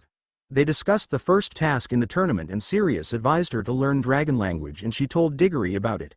All her free time she studied the dragon language. Friends understood her and therefore did not invite her to go for a walk and tried to cheer her up as much as possible. Finally, the first round began. She got the Hungarian horntail. Negotiating with the dragon was not a big problem, she took first place. After that, students from other faculties began to up to her, as if she would be seduced. When she opened the egg that would help her in the second round, she heard an eerie, piercing howl. The Yule Ball was approaching. The ball would begin at 8 o'clock in the evening on the first day of Christmas in the Great Hall. The end of the ball will be at midnight. At the Yule Ball, they come with their hair down. It still wouldn't change anything, because she always goes with her hair down. And since she is one of the champions, she will have to find a dance partner because the champions open the ball. Rita Skeeter asked Hagrid about her. Skeeter, expecting to hear something nasty about her from Hagrid, grimaced when Rubeus replied that she was a polite student. Some teachers, among them little Flitwick, waved their hands at the seniors, who were crazy about the upcoming ball. He allowed anyone to play anything at his lesson on Wednesday. But he himself did nothing. Other teachers did not show such understanding. Nothing could distract Professor Binns from the history of magic, not even his own death, especially such a trifle as the Yule Ball. And how did he manage to turn a bloody, violent goblin uprising into a boring story? McGonagall and Moody made the students work in class until the last minute.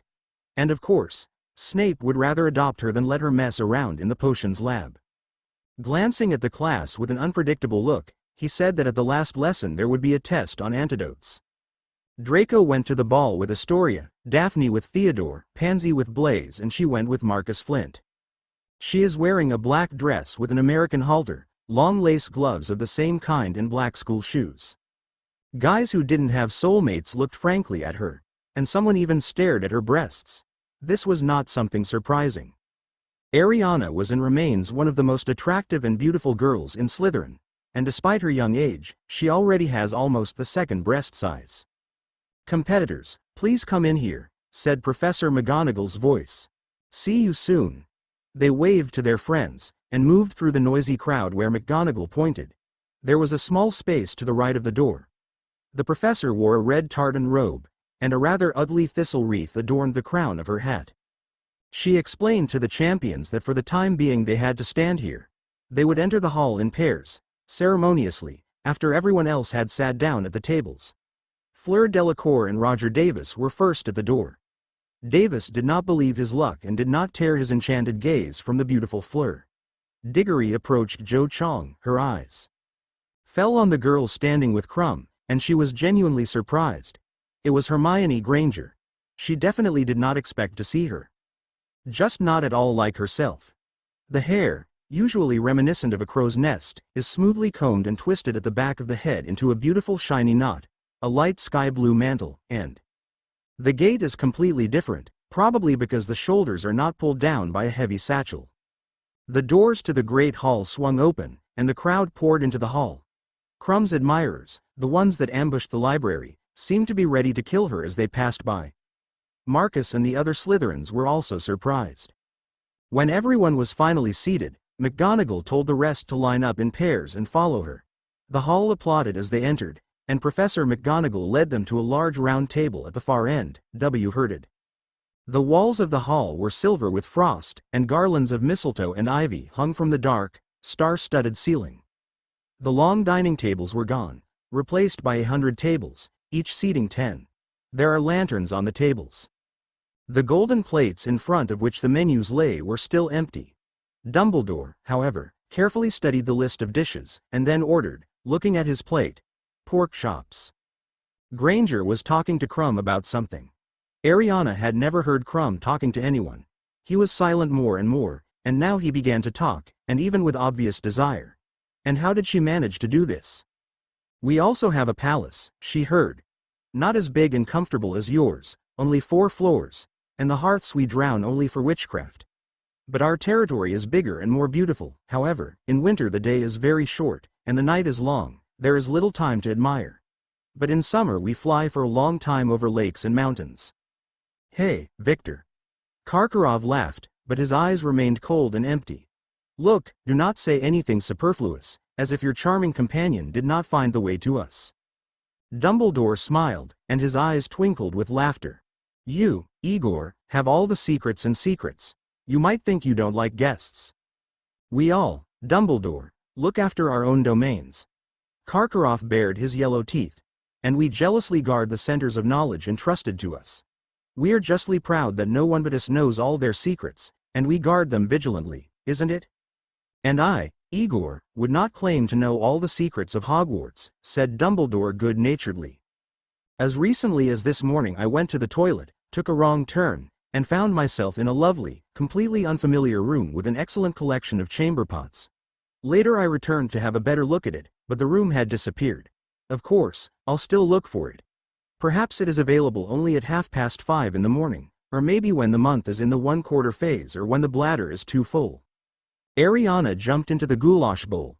Percy Weasley replacing Crouch frowned, and Dumbledore gave her a tiny wink.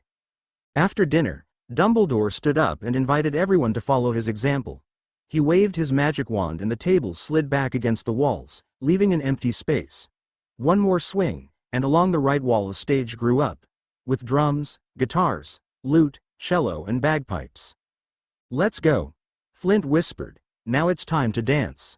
After another chair, to her chagrin, Percy Weasley sat next to her in an empty chair. The judge's table is empty. Dumbledore danced with the professor of herbology, Mrs. Sprout, Ludo Bagman with McGonagall. Madame Maxime and Hagrid waltzed wildly around the room, threatening to knock down the couples dancing dangerously close to them. Karkaroff alone did not dance, he generally disappeared somewhere.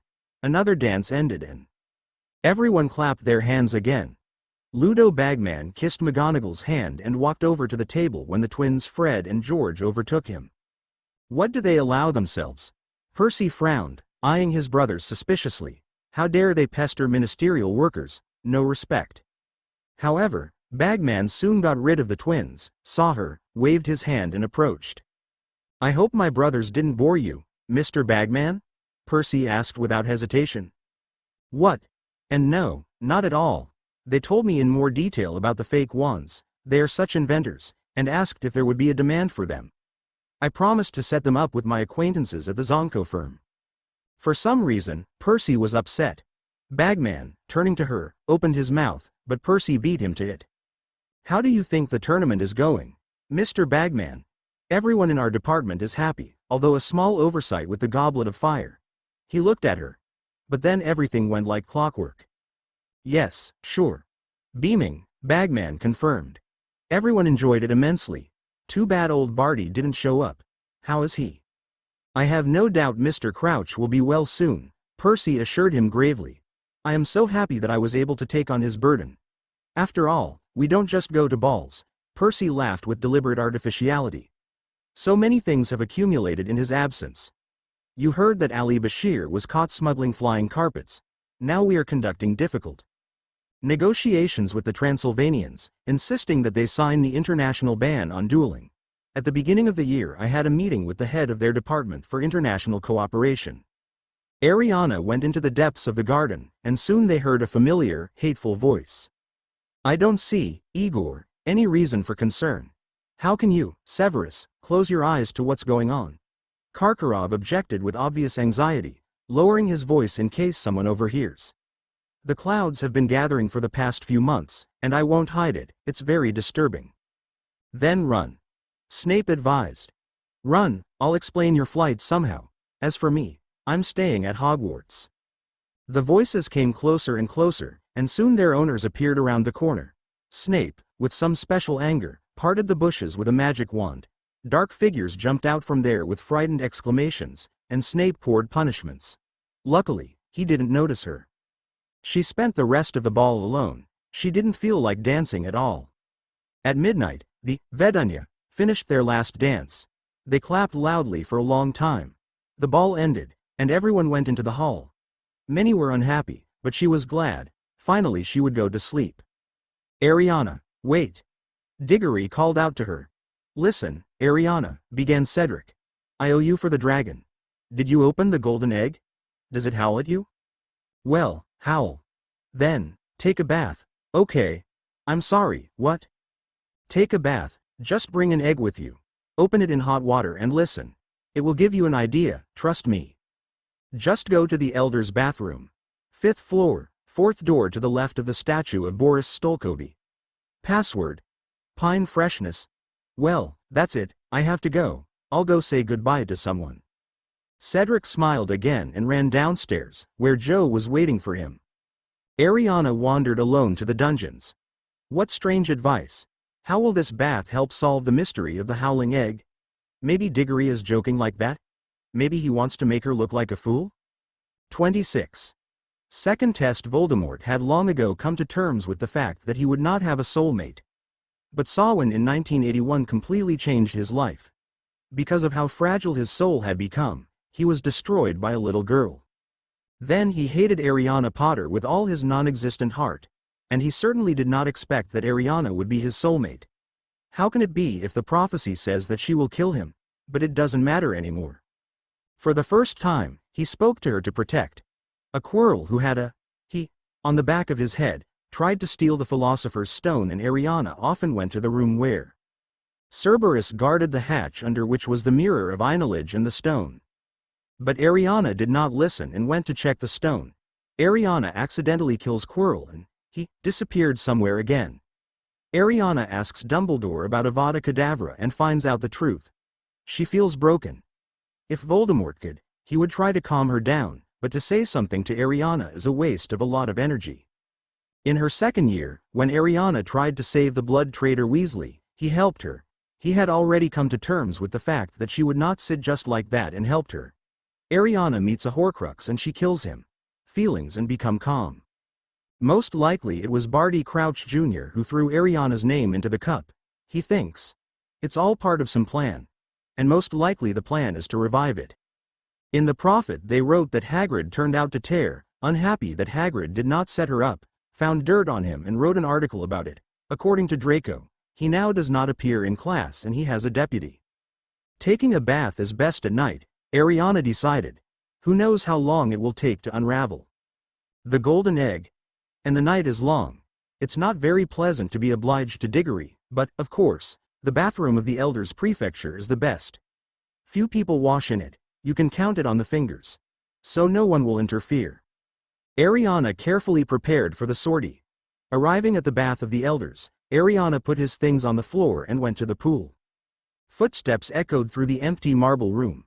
No matter how luxurious the bathroom was, no matter how much she wanted to open at least a few taps, she could not help thinking that Diggory was just trying to play a trick on her. How is it possible, while swimming in the pool, to unravel the mystery of the golden egg? Well, she is not angry with him anyway.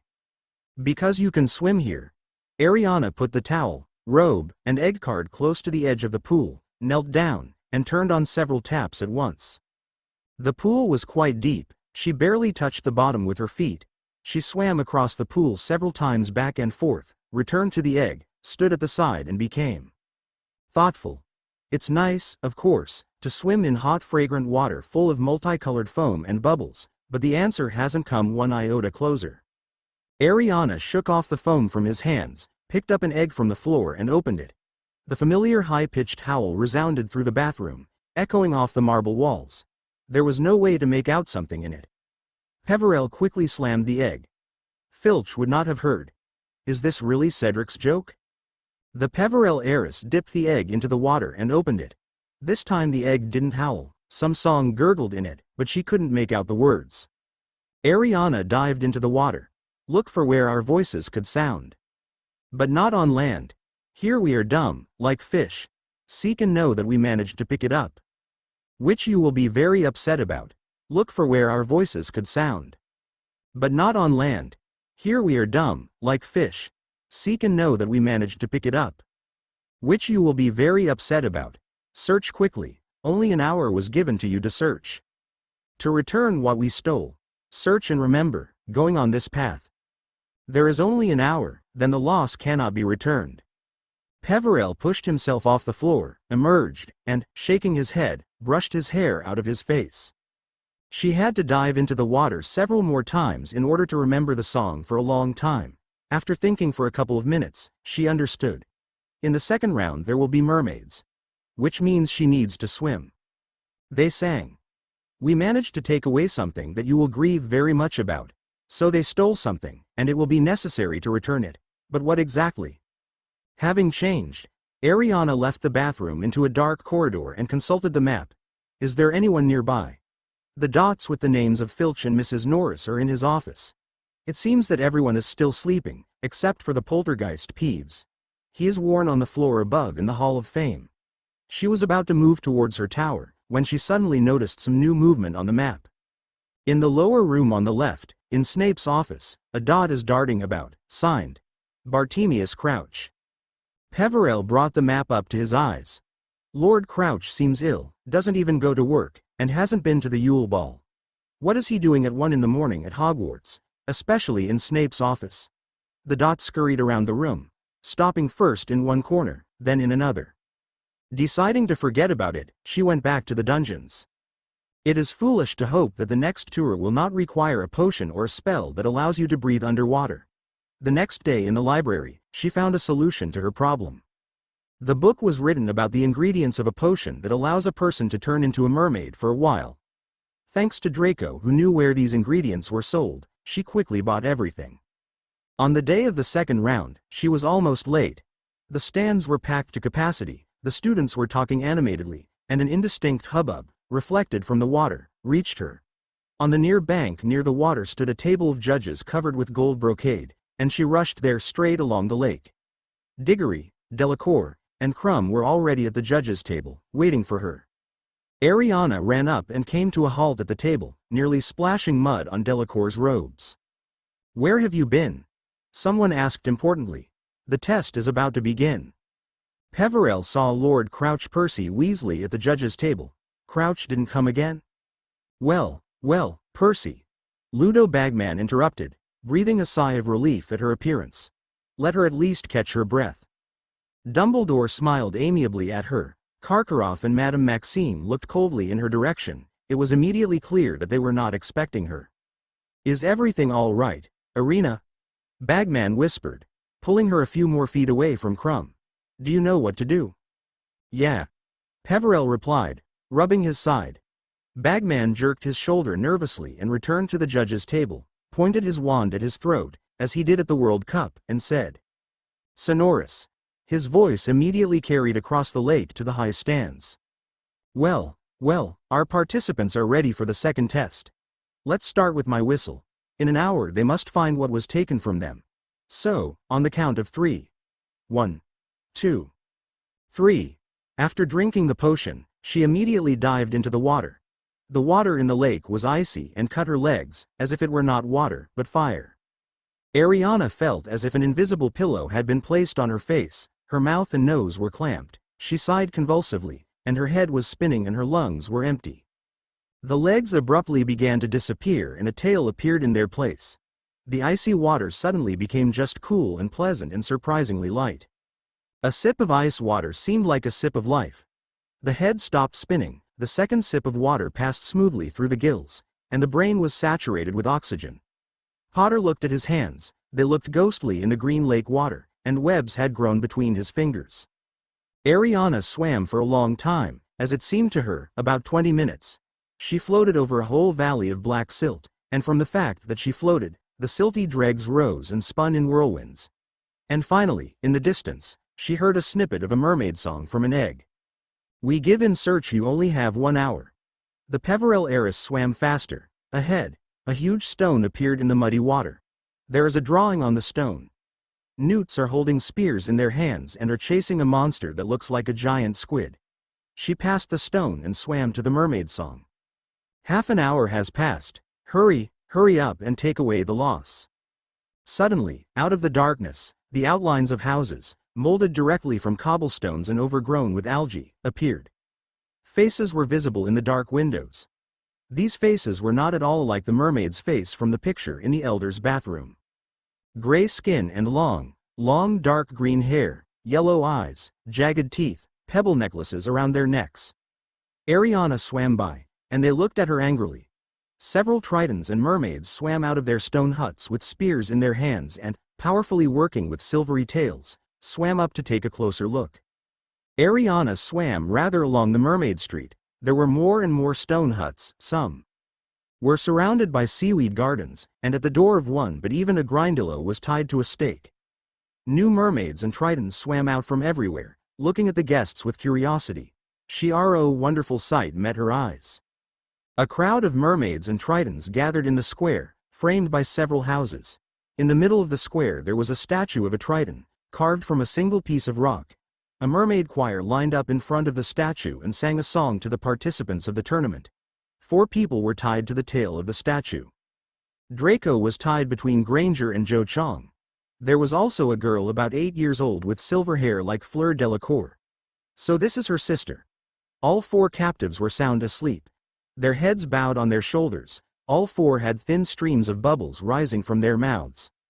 Ariana hurried to the captives, expecting that the newts would attack her with their spears, but they did not think to attack.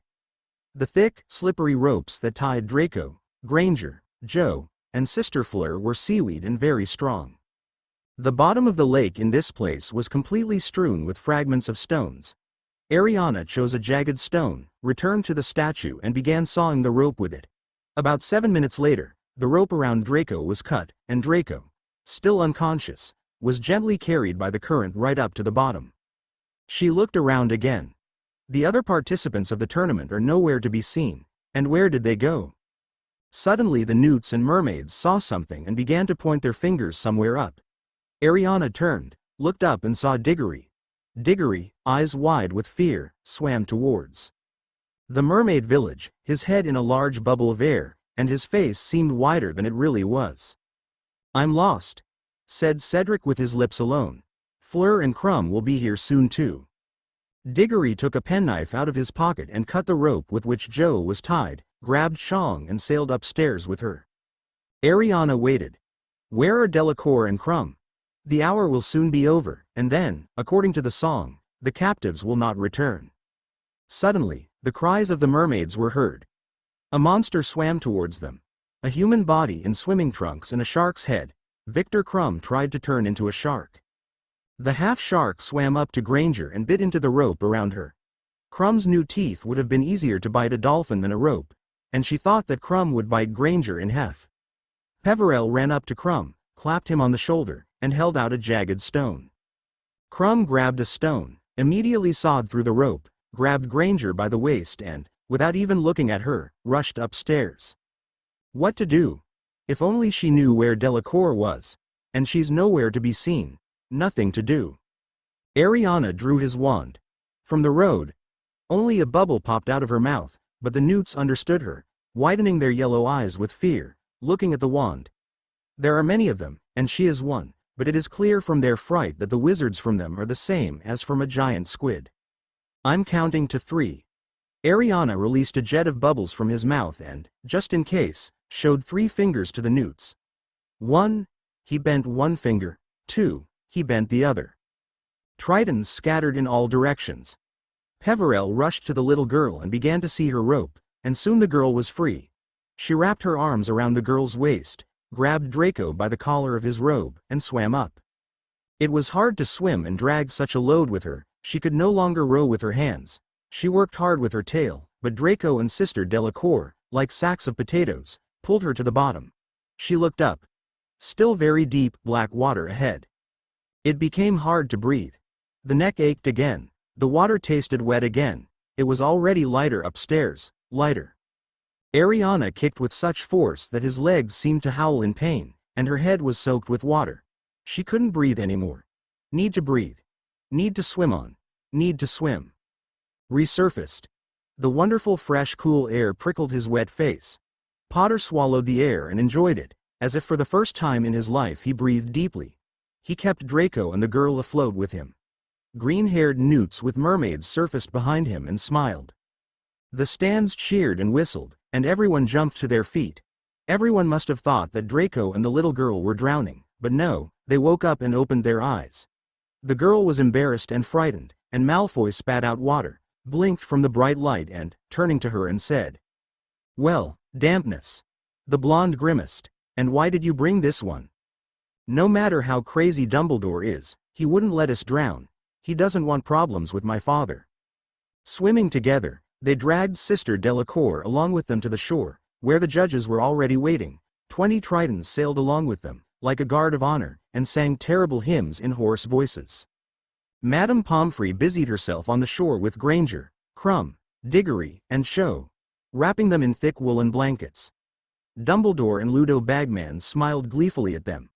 Fleur Delacour writhed in hysterics and struggled out of Madame Maxime's arms, shouting. Gabriel? Gabriel? She is alive? Tell me, alive? She is all right. Ariana tried to shout, but from fatigue he could barely speak, let alone scream. Dumbledore and Bagman supported her under the arms. Fleur finally broke free from the strong hands of her headmaster and grabbed her sister in an armful. There are Grindylows, they attacked me, oh my sister, I thought, and she burst into tears. Come on, come here.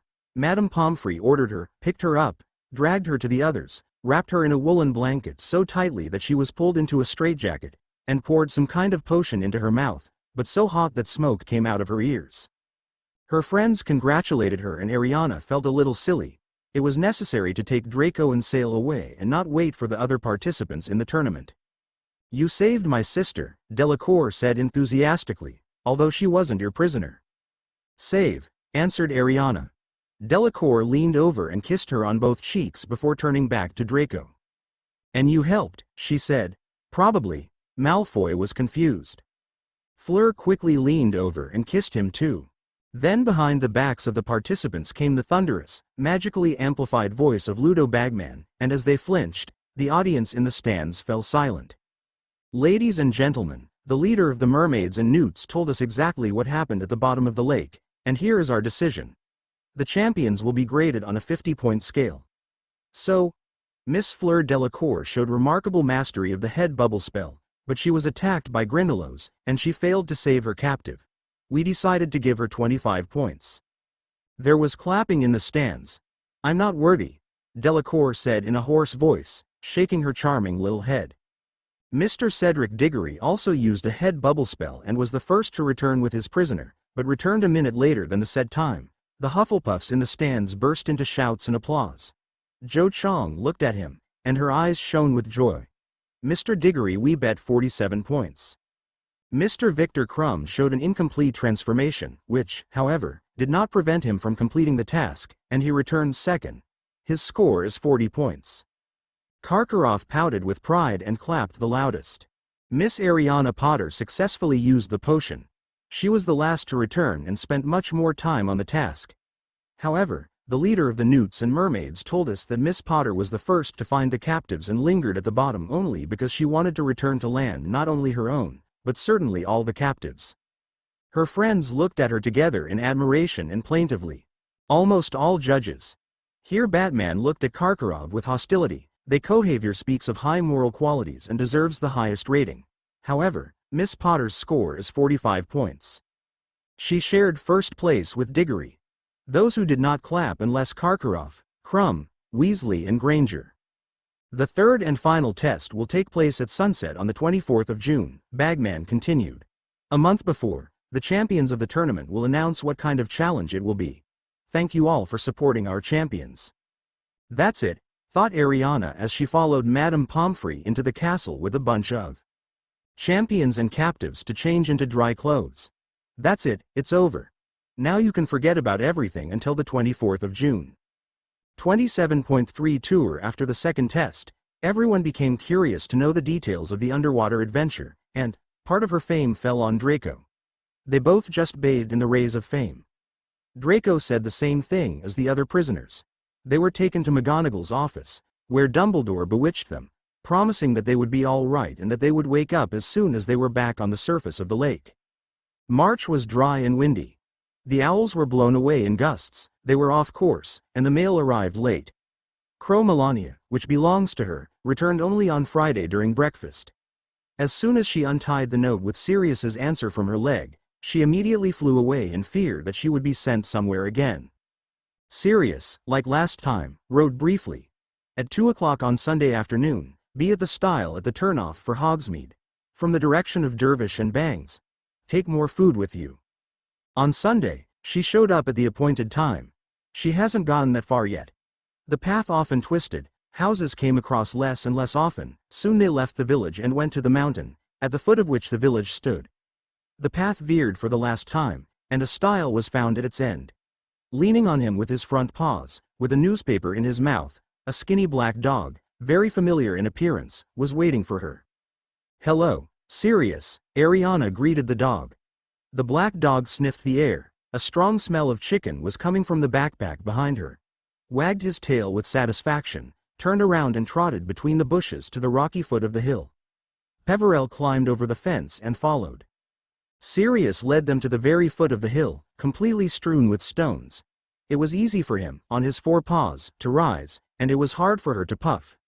Sirius rose higher and higher. For half an hour they climbed a steep rocky slope. Sirius ran ahead, the path meandered, and at the turns he wagged his tail. The sun was mercilessly hot, she was sweating, the straps of her backpack cut her shoulders. They approached and saw a narrow crevice in the rock. They squeezed inside and found themselves in a cool dark grotto. Ariana did not take his eyes off the black dog, and he had already managed to turn into his godfather. Sirius was wearing the worn gray robe he had worn ever since he escaped from Azkaban. After talking with her through the fireplace, his hair had grown even more, was unwashed and tangled. He lost a lot of weight. "Chicken," he exclaimed in a hoarse voice, taking the old numbers of the prophet out of his mouth and throwing them on the ground. Potter took off his backpack, pulled out paper-wrapped chicken legs and bread, and handed it to Black. "Well, thank you," Sirius said as he unwrapped the food, grabbed a leg, sat down straight on the floor and stuck his teeth into the chicken. "And then all the rats and rats. You can't drag much from Hogsmeade, which is good, they will suspect something was wrong." Ariana winced. "What are you doing here, Sirius?" "I am acting as a godfather," he replied, nibbling a chicken leg like a dog. "Don't worry, I'm a very friendly stray dog." He smiled again, but noticed the concern in her eyes and added seriously, "I want to be closer. You in the last letter. Well, in general, the clouds are gathering. I steal old newspapers, and judging by what they write, I'm not the only one who smells it." Black nodded at the yellowed numbers of the prophet on the floor of the grotto. "What if they catch you? Will they suddenly know? Besides you, your friends and Dumbledore, no one knows that I'm an animagus." Sirius shrugged and continued ing on the chicken bone. The brunette read the numbers of the prophet, seeing 2 articles. One was titled, "The Mysterious Illness of Bartimaya Crouch." The second was, "The Search for a Ministry Worker. The Minister of Magic is taking the investigation under his personal control." The Heiress of Death skimmed through the article on Crouch. Each phrase screamed, "No one has seen since November. The house seems to be empty. In the Hospital of Saint they refused to explain Mungo to us. The Ministry does not confirm rumors about a dangerous disease. Although Crouch did look bad the last time I saw him," she continued as she read the article. "And it was that evening when my name appeared from the cup." She told Sirius about Crouch's strangeness. During the match, he always disappears somewhere. He forced the elf to take his place on the podium, and he didn't even come to look at the match. Then he tries his best to organize the Triwizard tournament again and, in the end, stops coming to the tournament too. It doesn't look like Crouch. Buckbeak if Crouch had missed a day of work because of illness. "So you know Crouch?" she asked, Sirius grimacing, his face as terrifying as it had been the night Potter had seen him for the first time and thought he was a murderer. "I already know him," he said quietly. "It was he who ordered me to be put in Azkaban without trial or investigation." "And Dumbledore? He was the head of the Wizengamot back then, didn't he interfere with Crouch?" Black frowned. "Now when you tell me that, I find it suspicious. Dumbledore knew that you were my goddaughter according to the ritual that most purebloods use, but he did not try to help or justify me in any way. This is her chance. She will open Sirius' eyes." And Ariana told Sirius everything. From how Muggles treated her, dreams about her past, about her soulmate, adventures at Hogwarts. Sirius was dumbfounded at first and was silent, but then he began to curse the good grandfather. "Yes, damn him. I'll kill him. How could I not notice this before?" Sirius was in a state of anger and rage for a long time, and she had to calm him down. "Calm down, Sirius. When I catch Pettigrew, I will get you a fair trial and in the end, Dumbledore, along with Peter Pettigrew, will rot in Azkaban." Sirius seemed to calm down but was guilty. For several minutes they were both silent. "I didn't make the right decision. I shouldn't have chased Peter, I should have taken care of you. I made you suffer for years. I understand that I do not deserve forgiveness, but please forgive me for all this. It's not your fault, it's Dumbledore. Without him, our lives would be very different. Ariana slowly walked up to Black and hugged him. Uncertainty. The surprised hugged her back. She had a dream. Riddle and Pettigrew were in it. Riddle said he wanted to feed her to the snake. She wonders if he knows that she is his soulmate. And in the magical and muggle world, people who have a couple, not their soulmate, were condemned and not understood. This was rare and more common in the muggle world. Another reason why purebred wizards hate muggles. The closer the June 24th approached, the more Ariana became nervous, but not as much as in previous rounds. She is very well prepared. And, secondly, this is the final roll. Whether she loses or wins, the tournament will end, and all the worries will be left behind. On the morning of the tournament, Melania brought her a letter from Sirius wishing her good luck. Before she could stand up, Weasley Cater, Potter. How is your head? How are you feeling? I hope you don't bite us. The Weasleys were holding a newspaper. His friend Finnegan laughed. She walked over to their table and grabbed the Weasleys' newspaper. Peverell unfolded the newspaper and saw a photo under a huge hat. Areana Potter. Unhealthy and dangerous. The girl who crushed he who must not be named is now unwell and possibly dangerous, reports our special correspondent Rita Skeeter. Recently disturbing facts have come to light regarding Areana Potter's strange behavior. These facts raise serious concerns. Whether she will be able to continue to participate in such a difficult competition as the Triwizard Tournament, and even study at Hogwarts School in general. Exclusive information obtained by the Daily Prophet confirms that Potter constantly passes out in class and often complains of pain in the scar.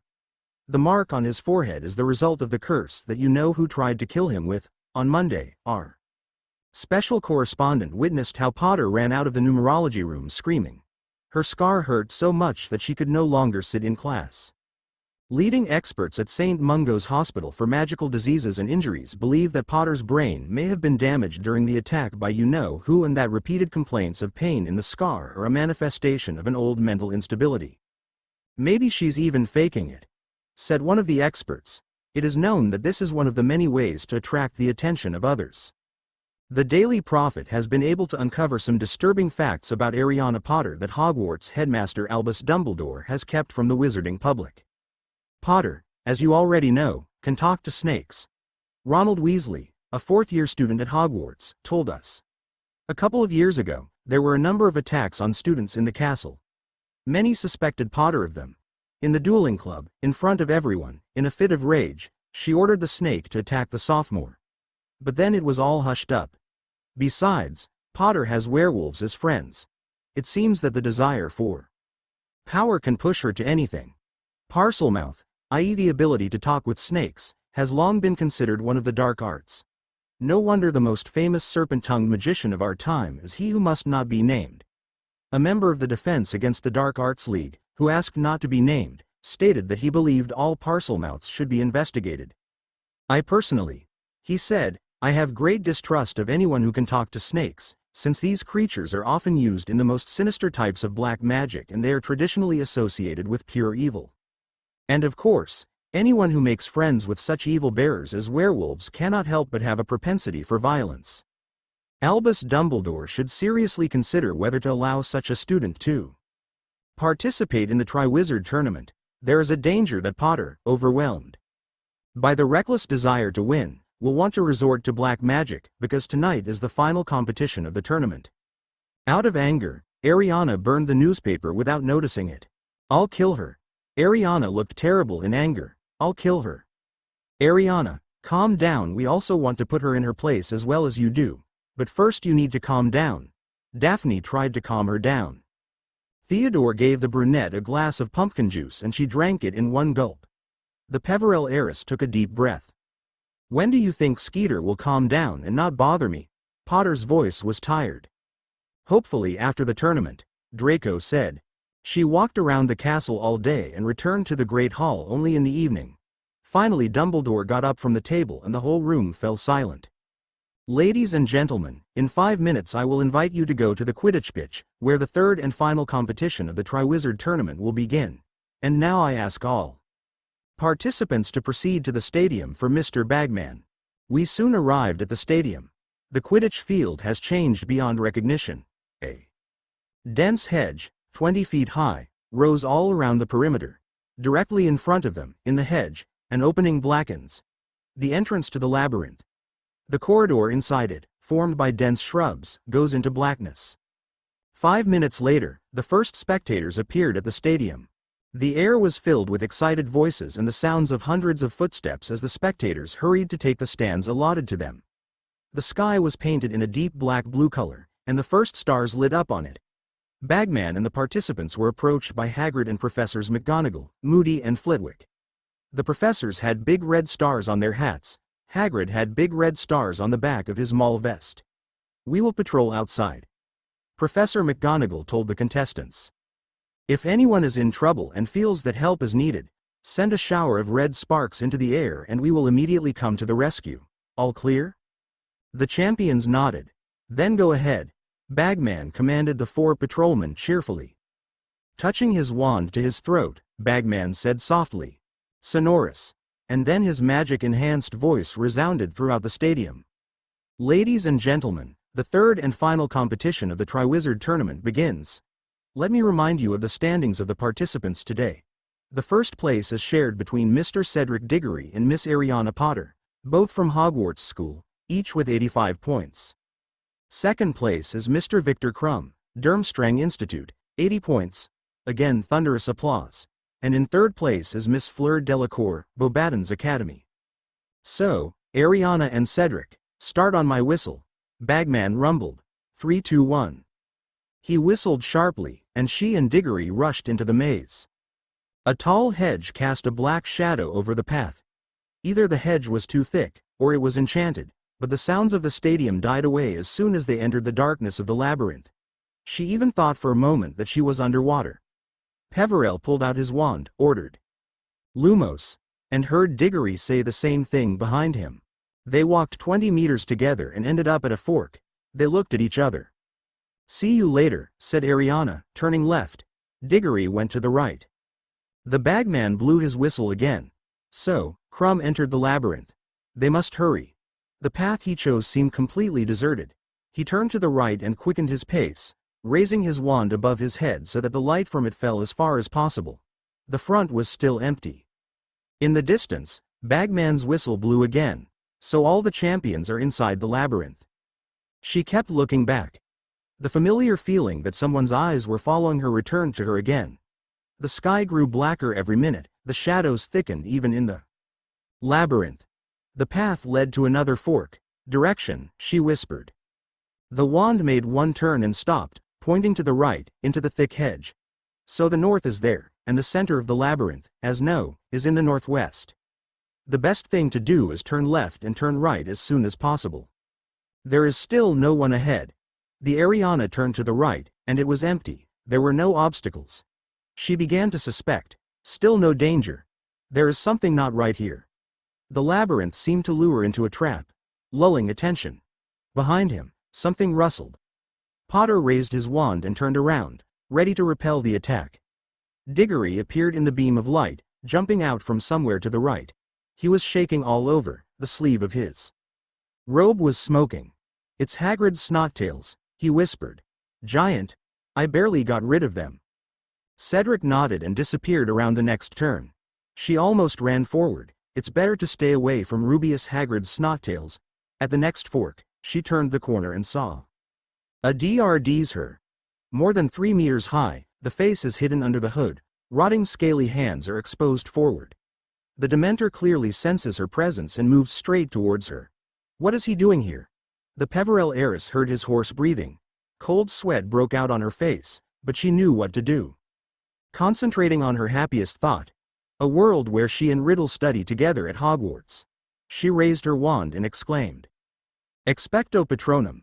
A silver Dementor shot out of the muzzle of the wand and galloped towards another Dementor, who, at the sight of the deer, took a step back and became entangled in the skirts of his cloak. Ariana had never seen a Dementor get in the way of a cloak. "Wait," she called after the Patronus. "It's a boggart. Ridiculous." The boggart exploded with a loud crack and vanished into a puff of smoke. The silver Dementor, unfortunately, also disappeared, and Ariana would definitely not refuse such a company. But there is nothing to be done, we must hurry. Ariana listened and, stepping soundlessly, moved forward, holding his wand above his head. Causing the snot-tail to petrify, she turned left and took the direction to the northwest and rushed forward. But her feet were suddenly rooted to the ground, as she heard behind the hedge. "What are you doing?" shouted Diggory. "What the hell are you doing?" And then the voice of Crucio. At the same moment Cedric's desperate cry pierced her ears. Ariana rushed forward, if only not to make a wrong turn. There were no turns ahead. There is only one thing left, the explosive spell. The spell worked, and a huge hole formed. She crawled into it, tearing his robes, looked to the right. Diggory writhed on the ground in pain. Crumb stood over him. Hearing the crack, Crumb turned his head and took off, but she managed to aim her wand. "Turn to stone," she called. The spell hit Crumb in the back. He froze for a moment and collapsed face down in the grass. Ariana approached Cedric. He had already stopped squirming and was now lying, breathing heavily and hiding his face in his hands. "Everything is fine." Potter grabbed Cedric's hand. "Yes," breathed Cedric. "I cannot believe it." He crept up from behind. I heard, turned around. And he already pointed his wand at me. He rose to his feet. He was shaking. He seemed like a normal guy to me. The heiress of death looked at the prostrate opponent. "Me too. Did you hear Delacour scream?" she asked. "Heard," Cedric replied. "Do you think Crumb could have her?" "Don't know." The brunette spoke slowly. "Well, shall we leave him here?" "No," said Potter. "It is best to send a sheaf of sparks. The cops will come and take him away. Here his snot-tail will devour him." "And rightly so," said Cedric, but nevertheless raised his wand and sent a sheaf of red sparks into the sky. Sparks scattered like a cloud and hovered over the place where Crumb lay. For a few seconds they stood in the dark, looking around. "All right," said Cedric. "Go ahead." It was a strange moment. Crumb has just rallied them. And here are the rivals again. Both silently rushed forward along the dark path. At the fork she turned left, Diggory right. Soon Diggory's footsteps died away. She walked, checking her compass from time to time. Now she competes only with Cedric, and she suddenly, more than ever, wanted to win. But one thought popped into my head. How could Crumb decide to use the unforgivable curse on a person? Moody said in class that you get sent to Azkaban for the rest of your life. It is unlikely that Crumb wanted to win the cup at such a price. Imperious. But who could impose it on Crumb? She added steps. Imp. Now deadlocks come across more and more often. It became dark in the labyrinth, even if you gouged out eye, which means that soon the center, the end of the competition. On the long, straight stretch of path, there was another movement, and the light of the wand illuminated the creature. It was a sphinx with the body of a huge lion, the head of a woman, heavy clawed paws and a long yellow tail with a brown tassel at the end. When Ariana approached the lioness woman, she turned her mighty head towards her and stared at her with large almond-shaped eyes. Potter raised his wand. But the lioness with a woman's face did not crouch in a jump, but simply walked back and forth across the path, blocking the passage. "You're close to the target," she said in a low, husky voice. "The shortest path lies right here." "Maybe you can let me through then?" she asked, guessing what the answer would be. "No, of course not," she replied without stopping. "Guess my riddle, then I'll skip it. Quess on the first try. The path is open. Don't guess, I'll attack. You will not answer anything, you will go back, go home." "All right," he said. "I'm listening to your riddle." The lioness woman sat down in the middle of the path and spoke this verse. "My first syllable is rightfully reputed to be the most agile of all. He is very quick on hand, foot and reprisal. My second syllable is the fruit of the circle of decisions, her with the diameter of legal relations.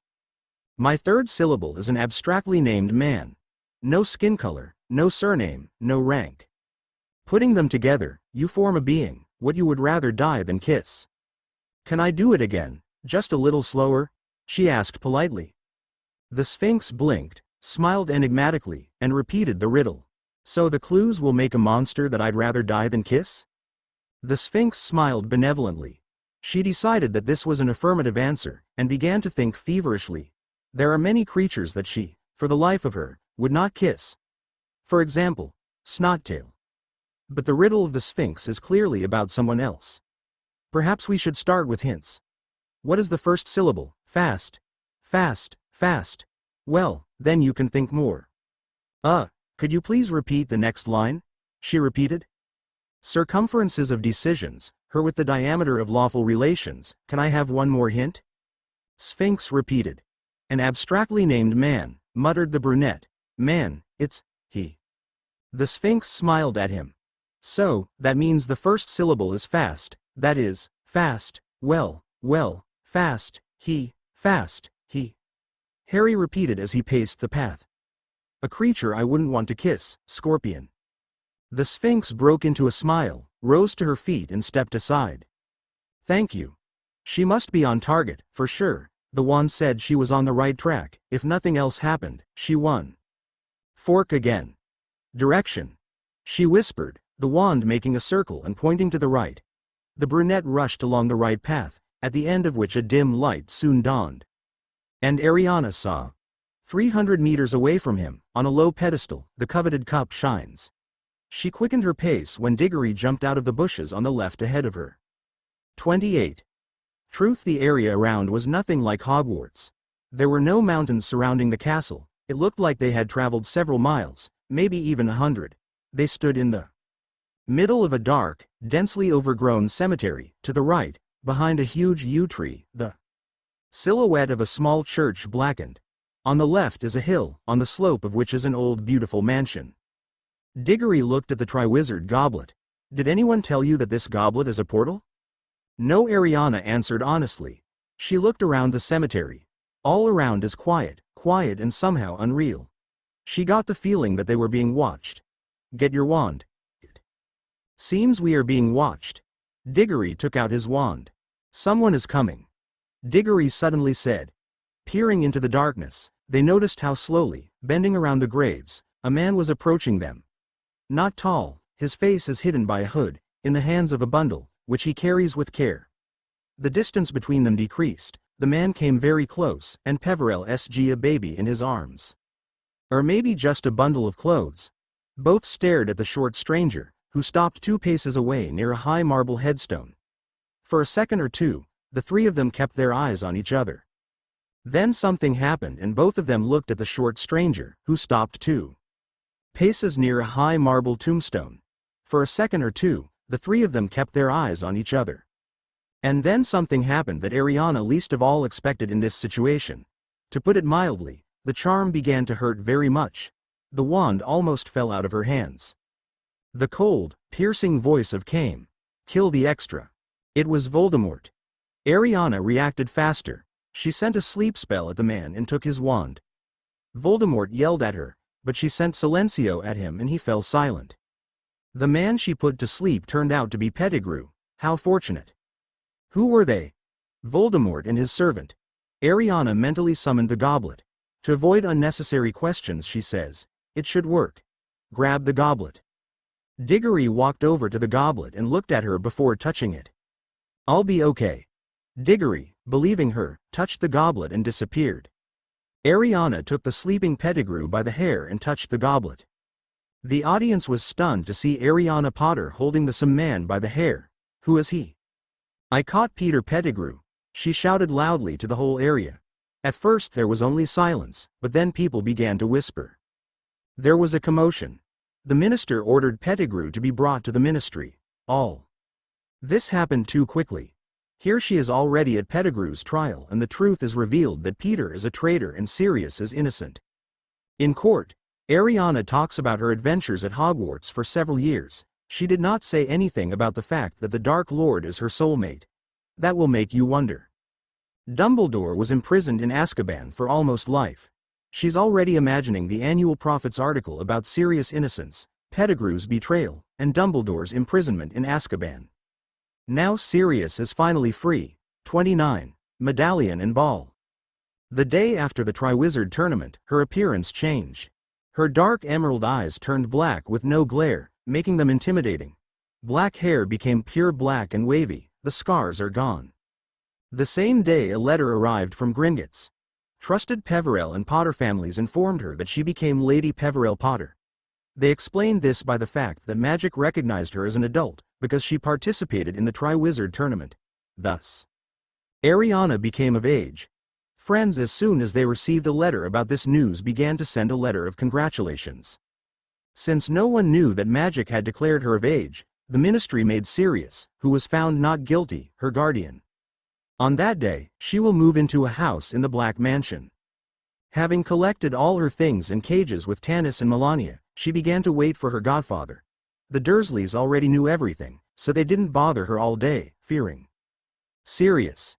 Sirius suddenly appears and throws himself into her arms. He was not surprised by the change in her appearance, as she informed him of this in a letter, but he immediately pulled away from her. "What is it?" Ariana looked at Black in surprise. "Your body. It's like ice." "Ice? I didn't feel anything like that when I touched myself." It sounded ambiguous. "That's not what I meant." Peverell corrected herself. "I think it's such an effect because I'm the heir of death." "I think you're right. By the way, how are you doing?" "Come quickly to you." Sirius transmigrated himself and took her hand, transgressing to Black Manor. Black Manor looked gloomy and very different from Malfoy Manor. While Malfoy Manor was bright and clean, Black Manor was gloomy, dusty and dirty. It is immediately clear that it has not been cleaned for a long time. "Creature," shouted Sirius, calling the house elf. Then an old house elf appears. "What does the master want from Creature?" There was real hatred in his voice. Even the Malfoy-hating Dobby didn't talk about them like that. "Go to the kitchen and prepare food for me and Ariana," Black ordered. It was clear from his tone that he did not have pleasant feelings for the elf. Creature muttered something evil and disappeared. Ariana looked questioningly at Sirius. "This is Creature. He hated me after I ran away from home, breaking my mother's heart. It looks like he loves her very much. You can't even imagine how much. He even talks to her portrait. If he's so annoying, I can invite my house elf here." "Do you have your own house elf?" Sirius was surprised. "He used to be a Malfoy house elf, but they didn't need him and they gave him to me, Dobby." A second later, Dobby appeared. "Miss Areana Potter, what can I do for you?" asked the excited elf. "Clean up the manor," Peverell ordered. Dobby immediately began to follow orders. After the supper was prepared by Creature, they went shopping. The ministry paid Sirius a very large amount of money as an apology, and if you count the amount of this money, then 5 generations can live on this money if they lead a modest lifestyle. Thus, Sirius replenished the Black family with money. However, Sirius was rich without them. She decided to change her wardrobe. Various dresses, underwear, brush holders, shoes, trousers, skirts, sweaters, hair clips, rubber bands, shirts, blouses. Everything she didn't have before. She bought it. After a couple of hours of shopping, they returned back to the manor. Sirius, tired after all this shopping, looked happy. Back at the manor, they started helping Dobby clean the house faster. Creature didn't help. Because he hated them and also because Sirius hated him. Sirius, tired after all these muggins, with a bored look, again removed the curse from his family heirloom. She noticed the locket. The medallion was not ordinary. A distinctive feature from many other medallions was that it had a snake pattern on it. In some strange way, he beckoned her to him. She took it. "Sirius, can I keep this locket with me?" She showed him the locket. Sirius was taken aback. He had never seen that locket before. Where did it even come from? "Let me check it out." He took the medallion and cast a curse-checking spell on her. The medallion was not cursed. "He's not cursed," Sirius stated. Ariana took the medallion and put it on. They continued to check the black artifacts for curses until late at night, until there was not a single cursed item left. Arriving in her new room, she fell asleep in her clothes. Peverell forgot to take off the locket. The Ariana saw nothing but darkness. She stood alone in the darkness, trying to find at least something or someone. She had hope. She saw someone's silhouette. The silhouette was approaching her faster and faster, and she stood.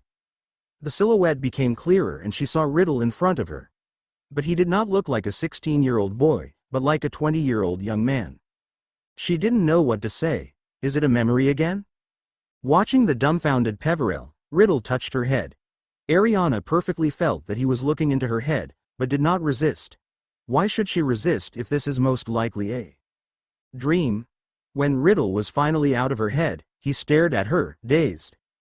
"You. Yes, I am your soulmate. Maybe you can explain to me how you ended up in the medallion? I'm a Horcrux, dear. I am enclosed in a locket, answered the man. Horcrux. An artifact containing fragments of a person's soul, preventing death. You are an exception. Ariana was stunned. He shared their soul. Is he so afraid of death? What do you mean when you say that I am an exception? When you put me on, I immediately felt a piece of my soul inside you. Riddle put his hand on her cheek, slowly stroking her cheek, making. How did I become your Horcrux? Unfortunately, I don't know. The medallion touched her lower lip with a finger. And how many like us? 7. I plan to create exactly 7 Horcruxes. Isn't it a lot? Already one Horcrux is almost impossible to destroy, and the number 7 makes it impossible to destroy all these Horcruxes. So no. It can't be perfect. If creating Horcruxes was something easy now, many wizards would be immortal. Then at what cost was Riddle able to become immortal? When she was about to ask him a question, she woke up. The morning was not as good as yesterday. First, it turned out that Riddle's Horcrux was in her locket. Secondly, she also contains a piece of Riddle's soul. Thirdly, she does not know what to do with the medallion. It's been half a summer. She went with Sirius to Potter Manor. She was curious to know what Potter Manor was like. Sirius did not refuse her, and they moved there. Potter Manor was a large, bright mansion next door to the Longbottoms. On the ancestral tapestry, of course, she was burned out. James and Lily Potter would not allow Parselmouths in the family and, as expected, burned her out of the family tapestry. Next to her name was also the name of Tom Marvolo Riddle. According to Sirius, since they are soulmates, Riddle's name automatically appears regardless of the fact that she was burned out of the ancestral tapestry. They also found the Peverell estate in Godric's Hollow. Peverell Manor was a large dark castle. Unlike the Potter tapestry, it was not scorched here. After admiring the castle from the inside, they returned to Grimmauld 12. Today she and Sirius were invited to the ball. The Malfoys invited them, which was not surprising. She and Draco are best friends and his parents are well aware of this, since she often came to them for the summer. Seeing how her eyes lit up, Sirius sighed in displeasure and took a parchment to write a letter of agreement. 2 days later in the evening they arrived at Malfoy Manor. Everywhere there were well-dressed women and men in beautiful suits. Ariana, Draco approached her, followed by his parents and Astoria. Sirius and the Malfoys nodded to each other without speaking. How's your summer going? The blonde took her hand and led her away from Sirius. Great. What about you? 2. Imagine Daphne and Theodore turned out to be kindred spirits. Draco glanced towards the cooing knot in Greengrass. How long have you known about this? I learned about it from Astoria when they first arrived here. After Daphne got the mark, it became impossible to talk to her. Displeased, Astoria crossed her breasts. Have Pansy and Blaze arrived yet? Peverell asked. No, they should come soon, answered Astoria. They really arrived soon. Lady Zabini, Lord and Lady Parkinson entered the hall first, followed by their children. Hi guys. How are you? Pansy smiled at them. Great. It turns out that Daphne and Theodore turned out to be kindred spirits. And you were silent about it? Zabini frowned. Daphne made me keep quiet about it until this ball. Astoria was still unhappy. Draco learned it today from her, and I am from him. Hey Daphne, Theodore. Parkinson went to them. Soon the doves had no time for cooking. Having apologized to Pansy more than 1,000 times, Daphne and Theodore began to chat with them. It was dance time. Draco was apparently dancing with Astoria, Daphne with Theodore, Pansy with Blaze. After dancing with another man, Ariana wiped sweat from her face. It is difficult to control her body temperature.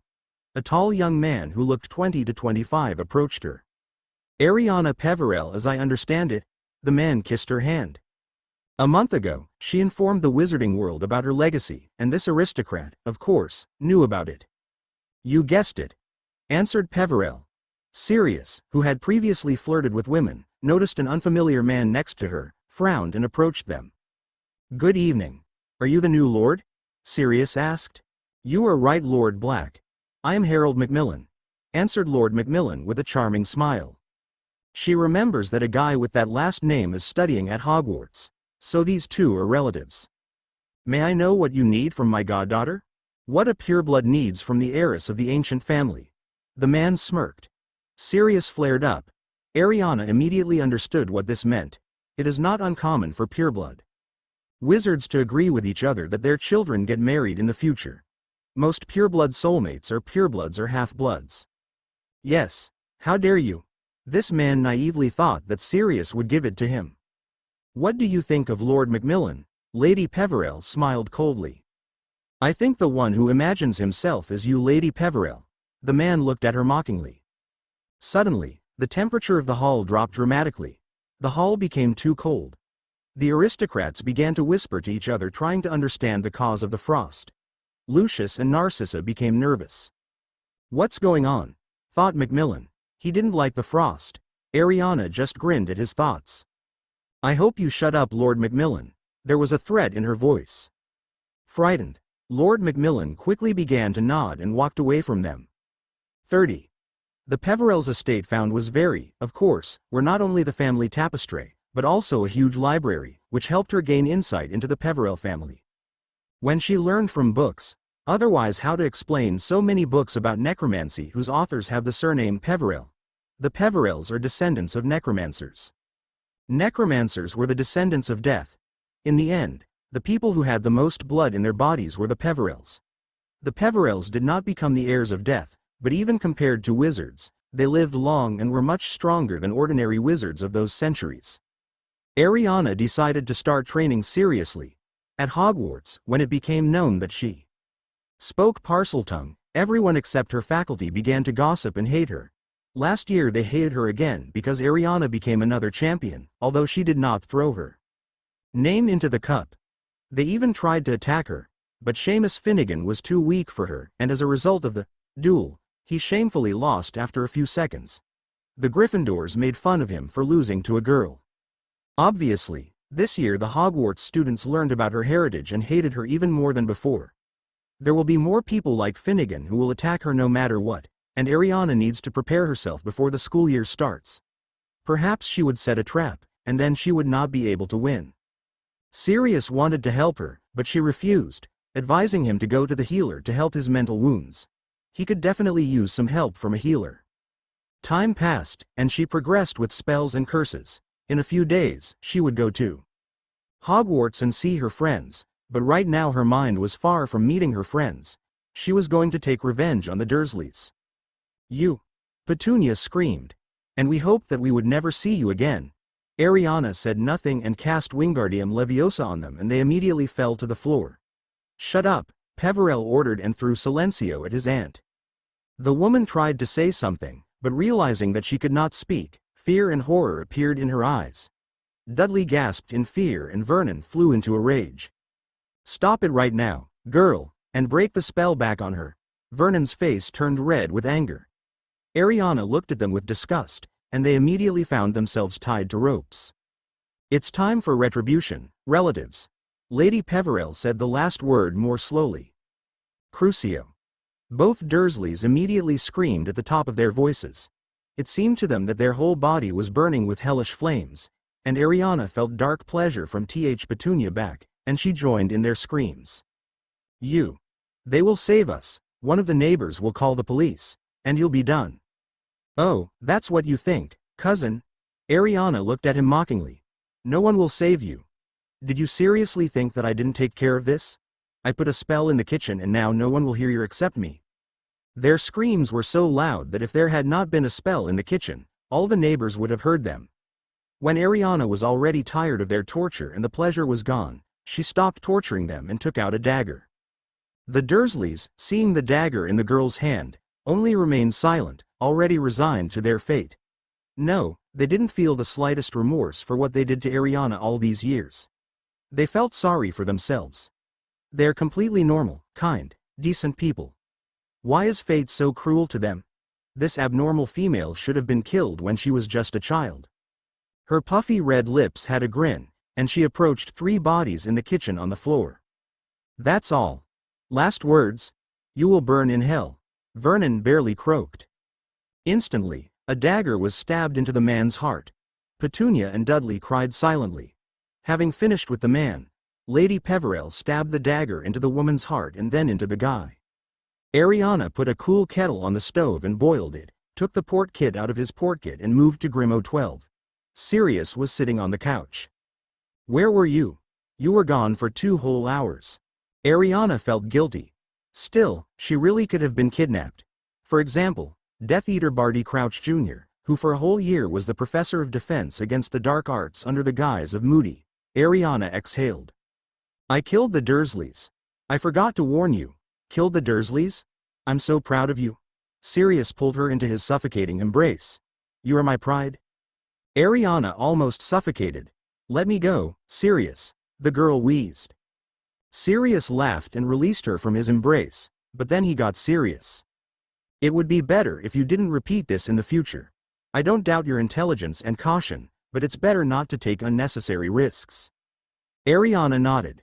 Arriving at her room, where Walburga Black, Sirius's mother, had previously lived, she collapsed on the bed. Smoke immediately began to emerge from the medallion, which slowly transformed into a young, handsome man. Did you miss me? The man grinned. Of course. How can I not miss you? The girl answered with obvious sarcasm in her voice. Riddle sat down on the bed and placed her on his hips. Ariana rolled her eyes, accustomed to the Horcrux's harassment. She couldn't remove the locket from her neck, no matter how hard she tried. Ariana regretted paying attention to the medallion. But at the same time, she was happy in Riddle's company. Ariana hated that they were soulmates. This was the main problem in her life. And a problem that cannot be solved because people who were never born with a soulmate could not help but love their soulmate. Unfortunately, Areana and Riddle are no exception. Riddle touched her cheek and began to caress her. Riddle's strange habit of caressing her cheek. Ariana was annoyed by this, but realizing that Riddle would not listen to her and would still violate her personal space, she simply remained silent, frowning at him. Why do you always frown when I show attention to you? He asked. Maybe because I might not want that attention, Peverell hissed angrily. You can't help but like my touch. We are soulmates, dear. If you stuck to me like that when I wasn't in the mood, I would still be pleased. Ariana was sniffing. This is partly true. Riddle's touch was very pleasant because of the connection of souls, and annoying because Ariana respected personal boundaries and did not like when people came too close to her. I want to unite my part of the soul with other Horcruxes, the medallion suddenly said. Unfortunately, the diary has already been destroyed, but we can find other Horcruxes. I know the location of one Horcrux, we need to find the others. Ariana almost felt sick. Several Tom Riddles. He constantly addressed her with cute nicknames, hugged her, and caressed her cheeks. Having with her say Ariana blushed at her wild fantasy.